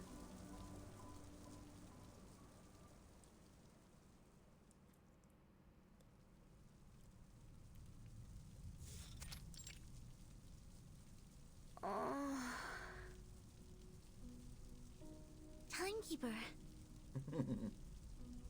Sonetto? Nautica? Is Nautica here? You're awake. Good. We were searching and searching, and we couldn't find you anywhere. And we were so worried, and I really like Nautica.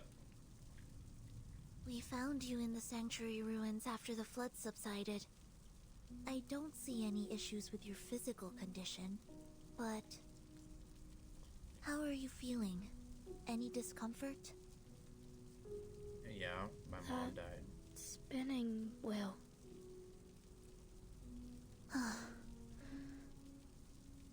The only piece of it we found was the one that you were holding in your hand when we found you. It looks almost identical to the one we have in the suitcase.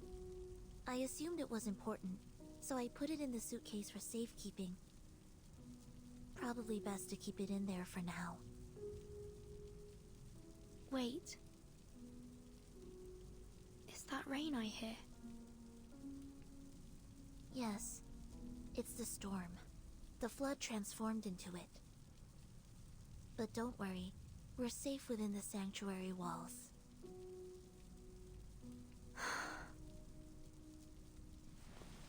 Pushing upright, she looks out. The storm purges all things. Yet at the edge of vision, a familiar silhouette appears like a haze within the rising rain. That's Dr. Doris. Her feet move on their own, chasing the distant image. Dr. Doris, wait! I still have things I need to ask you. The figure stops. This time she turns. Burton. The storm blurs her face. We all walk our own paths, seeking our own answers.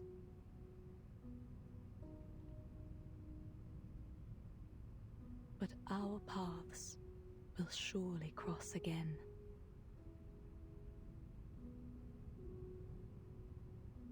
The rain dissolves the figure, carrying it away. Impossible to tell whether anything truly stood there or if it was just a waking dream, except for the song, familiar and bright, drifting down from beyond the sky.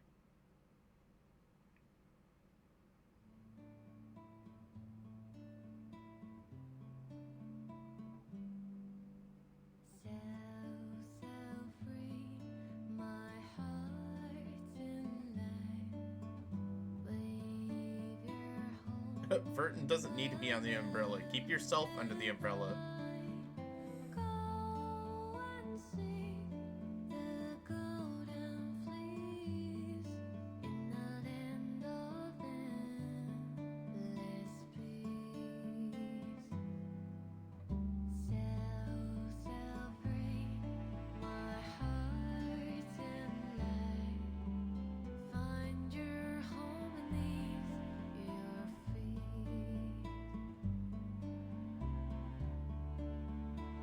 So that cube creates a portable safe zone.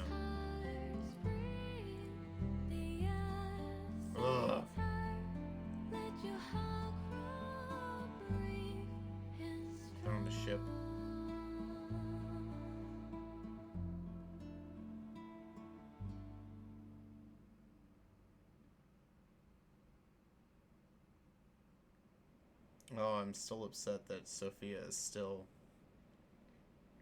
I hope if we ever manage to get Sophia back, that we manage that 37's with us when it happens. Like this one right here, I'm kind of disappointed that that Lopera wasn't with us to confront Muldir. Yeah, I don't want to.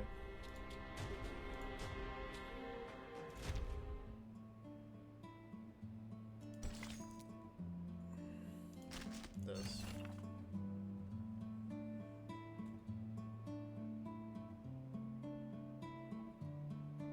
The ITU radio regulations won't be released for a few more years, so just use what you have.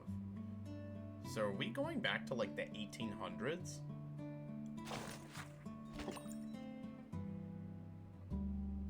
Team Difference Engine. This is HQ. Southeastern District sweep complete. The Arcana's presence has not been detected. Abort mission. Link up with Team Tungsten Wire and proceed to... Hello? Team Difference Engines? Come in. Damn, these primitive comms. If I'd have been born in this era, I'd have chosen any career without radios. Got anything on your end? My field squads got cut off, but my device kept picking up crosstalk. There's this Royal Mail ship reporting a sudden submarine attack, requesting Entente warship assistance. So I guess it's 1917. Can't be 1917. Multiple bands are broadcasting about Hallweg. More likely 1915 if you ask me. No way it's 1915. My liaison team mentioned the Battle of Verdun has been over for ages. Optimistically, we might be at war's end with everyone analyzing the aftermath. Can't be optimistic. From what I'm hearing, Austria-Hungary is still holding strong, and the Ottomans are no slouches. Probably Manus Vindictae has had a hand in this. Yeah, maybe the Arcanists in this war. Wait, Team Difference Engine. This is HQ. Go ahead. The Foundation's communication officer grabs a pen and nearly splashing ink on the other's face. The scratch of pen on his paper lasts a full minute before stopping. What did he say? 2 years ago, the Compiègne negotiations failed. It's 1920. Okay, it's interesting that they went back to 1920. Real quick. I've never heard.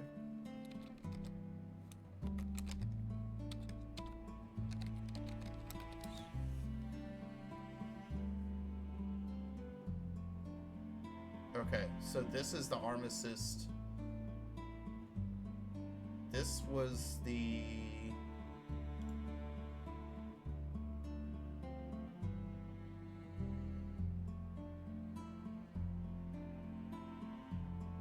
This was the final... This is what ended World War I. So, in this timeline, it's 1920, but World War I is still going on.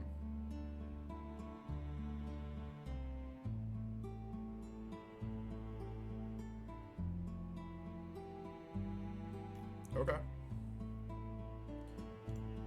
I'm surprised that they went back to like the same like time period, because like we've gone, what is it? We've gone to 1929 or so, around there, late 1920s. Or the game starts in 1965 or so, 66. Then it goes to the late 1920s, and then it jumps to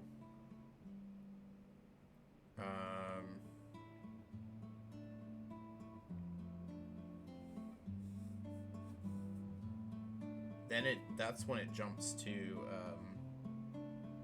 the 1914 or something, before World War I started, like 1913 or 1914. And then after that one, that's the one that after chapter 7 jumps all the way to like 1988 or something, 89. And then this is the one that sends us all the way back to 1920, but an altered 1920.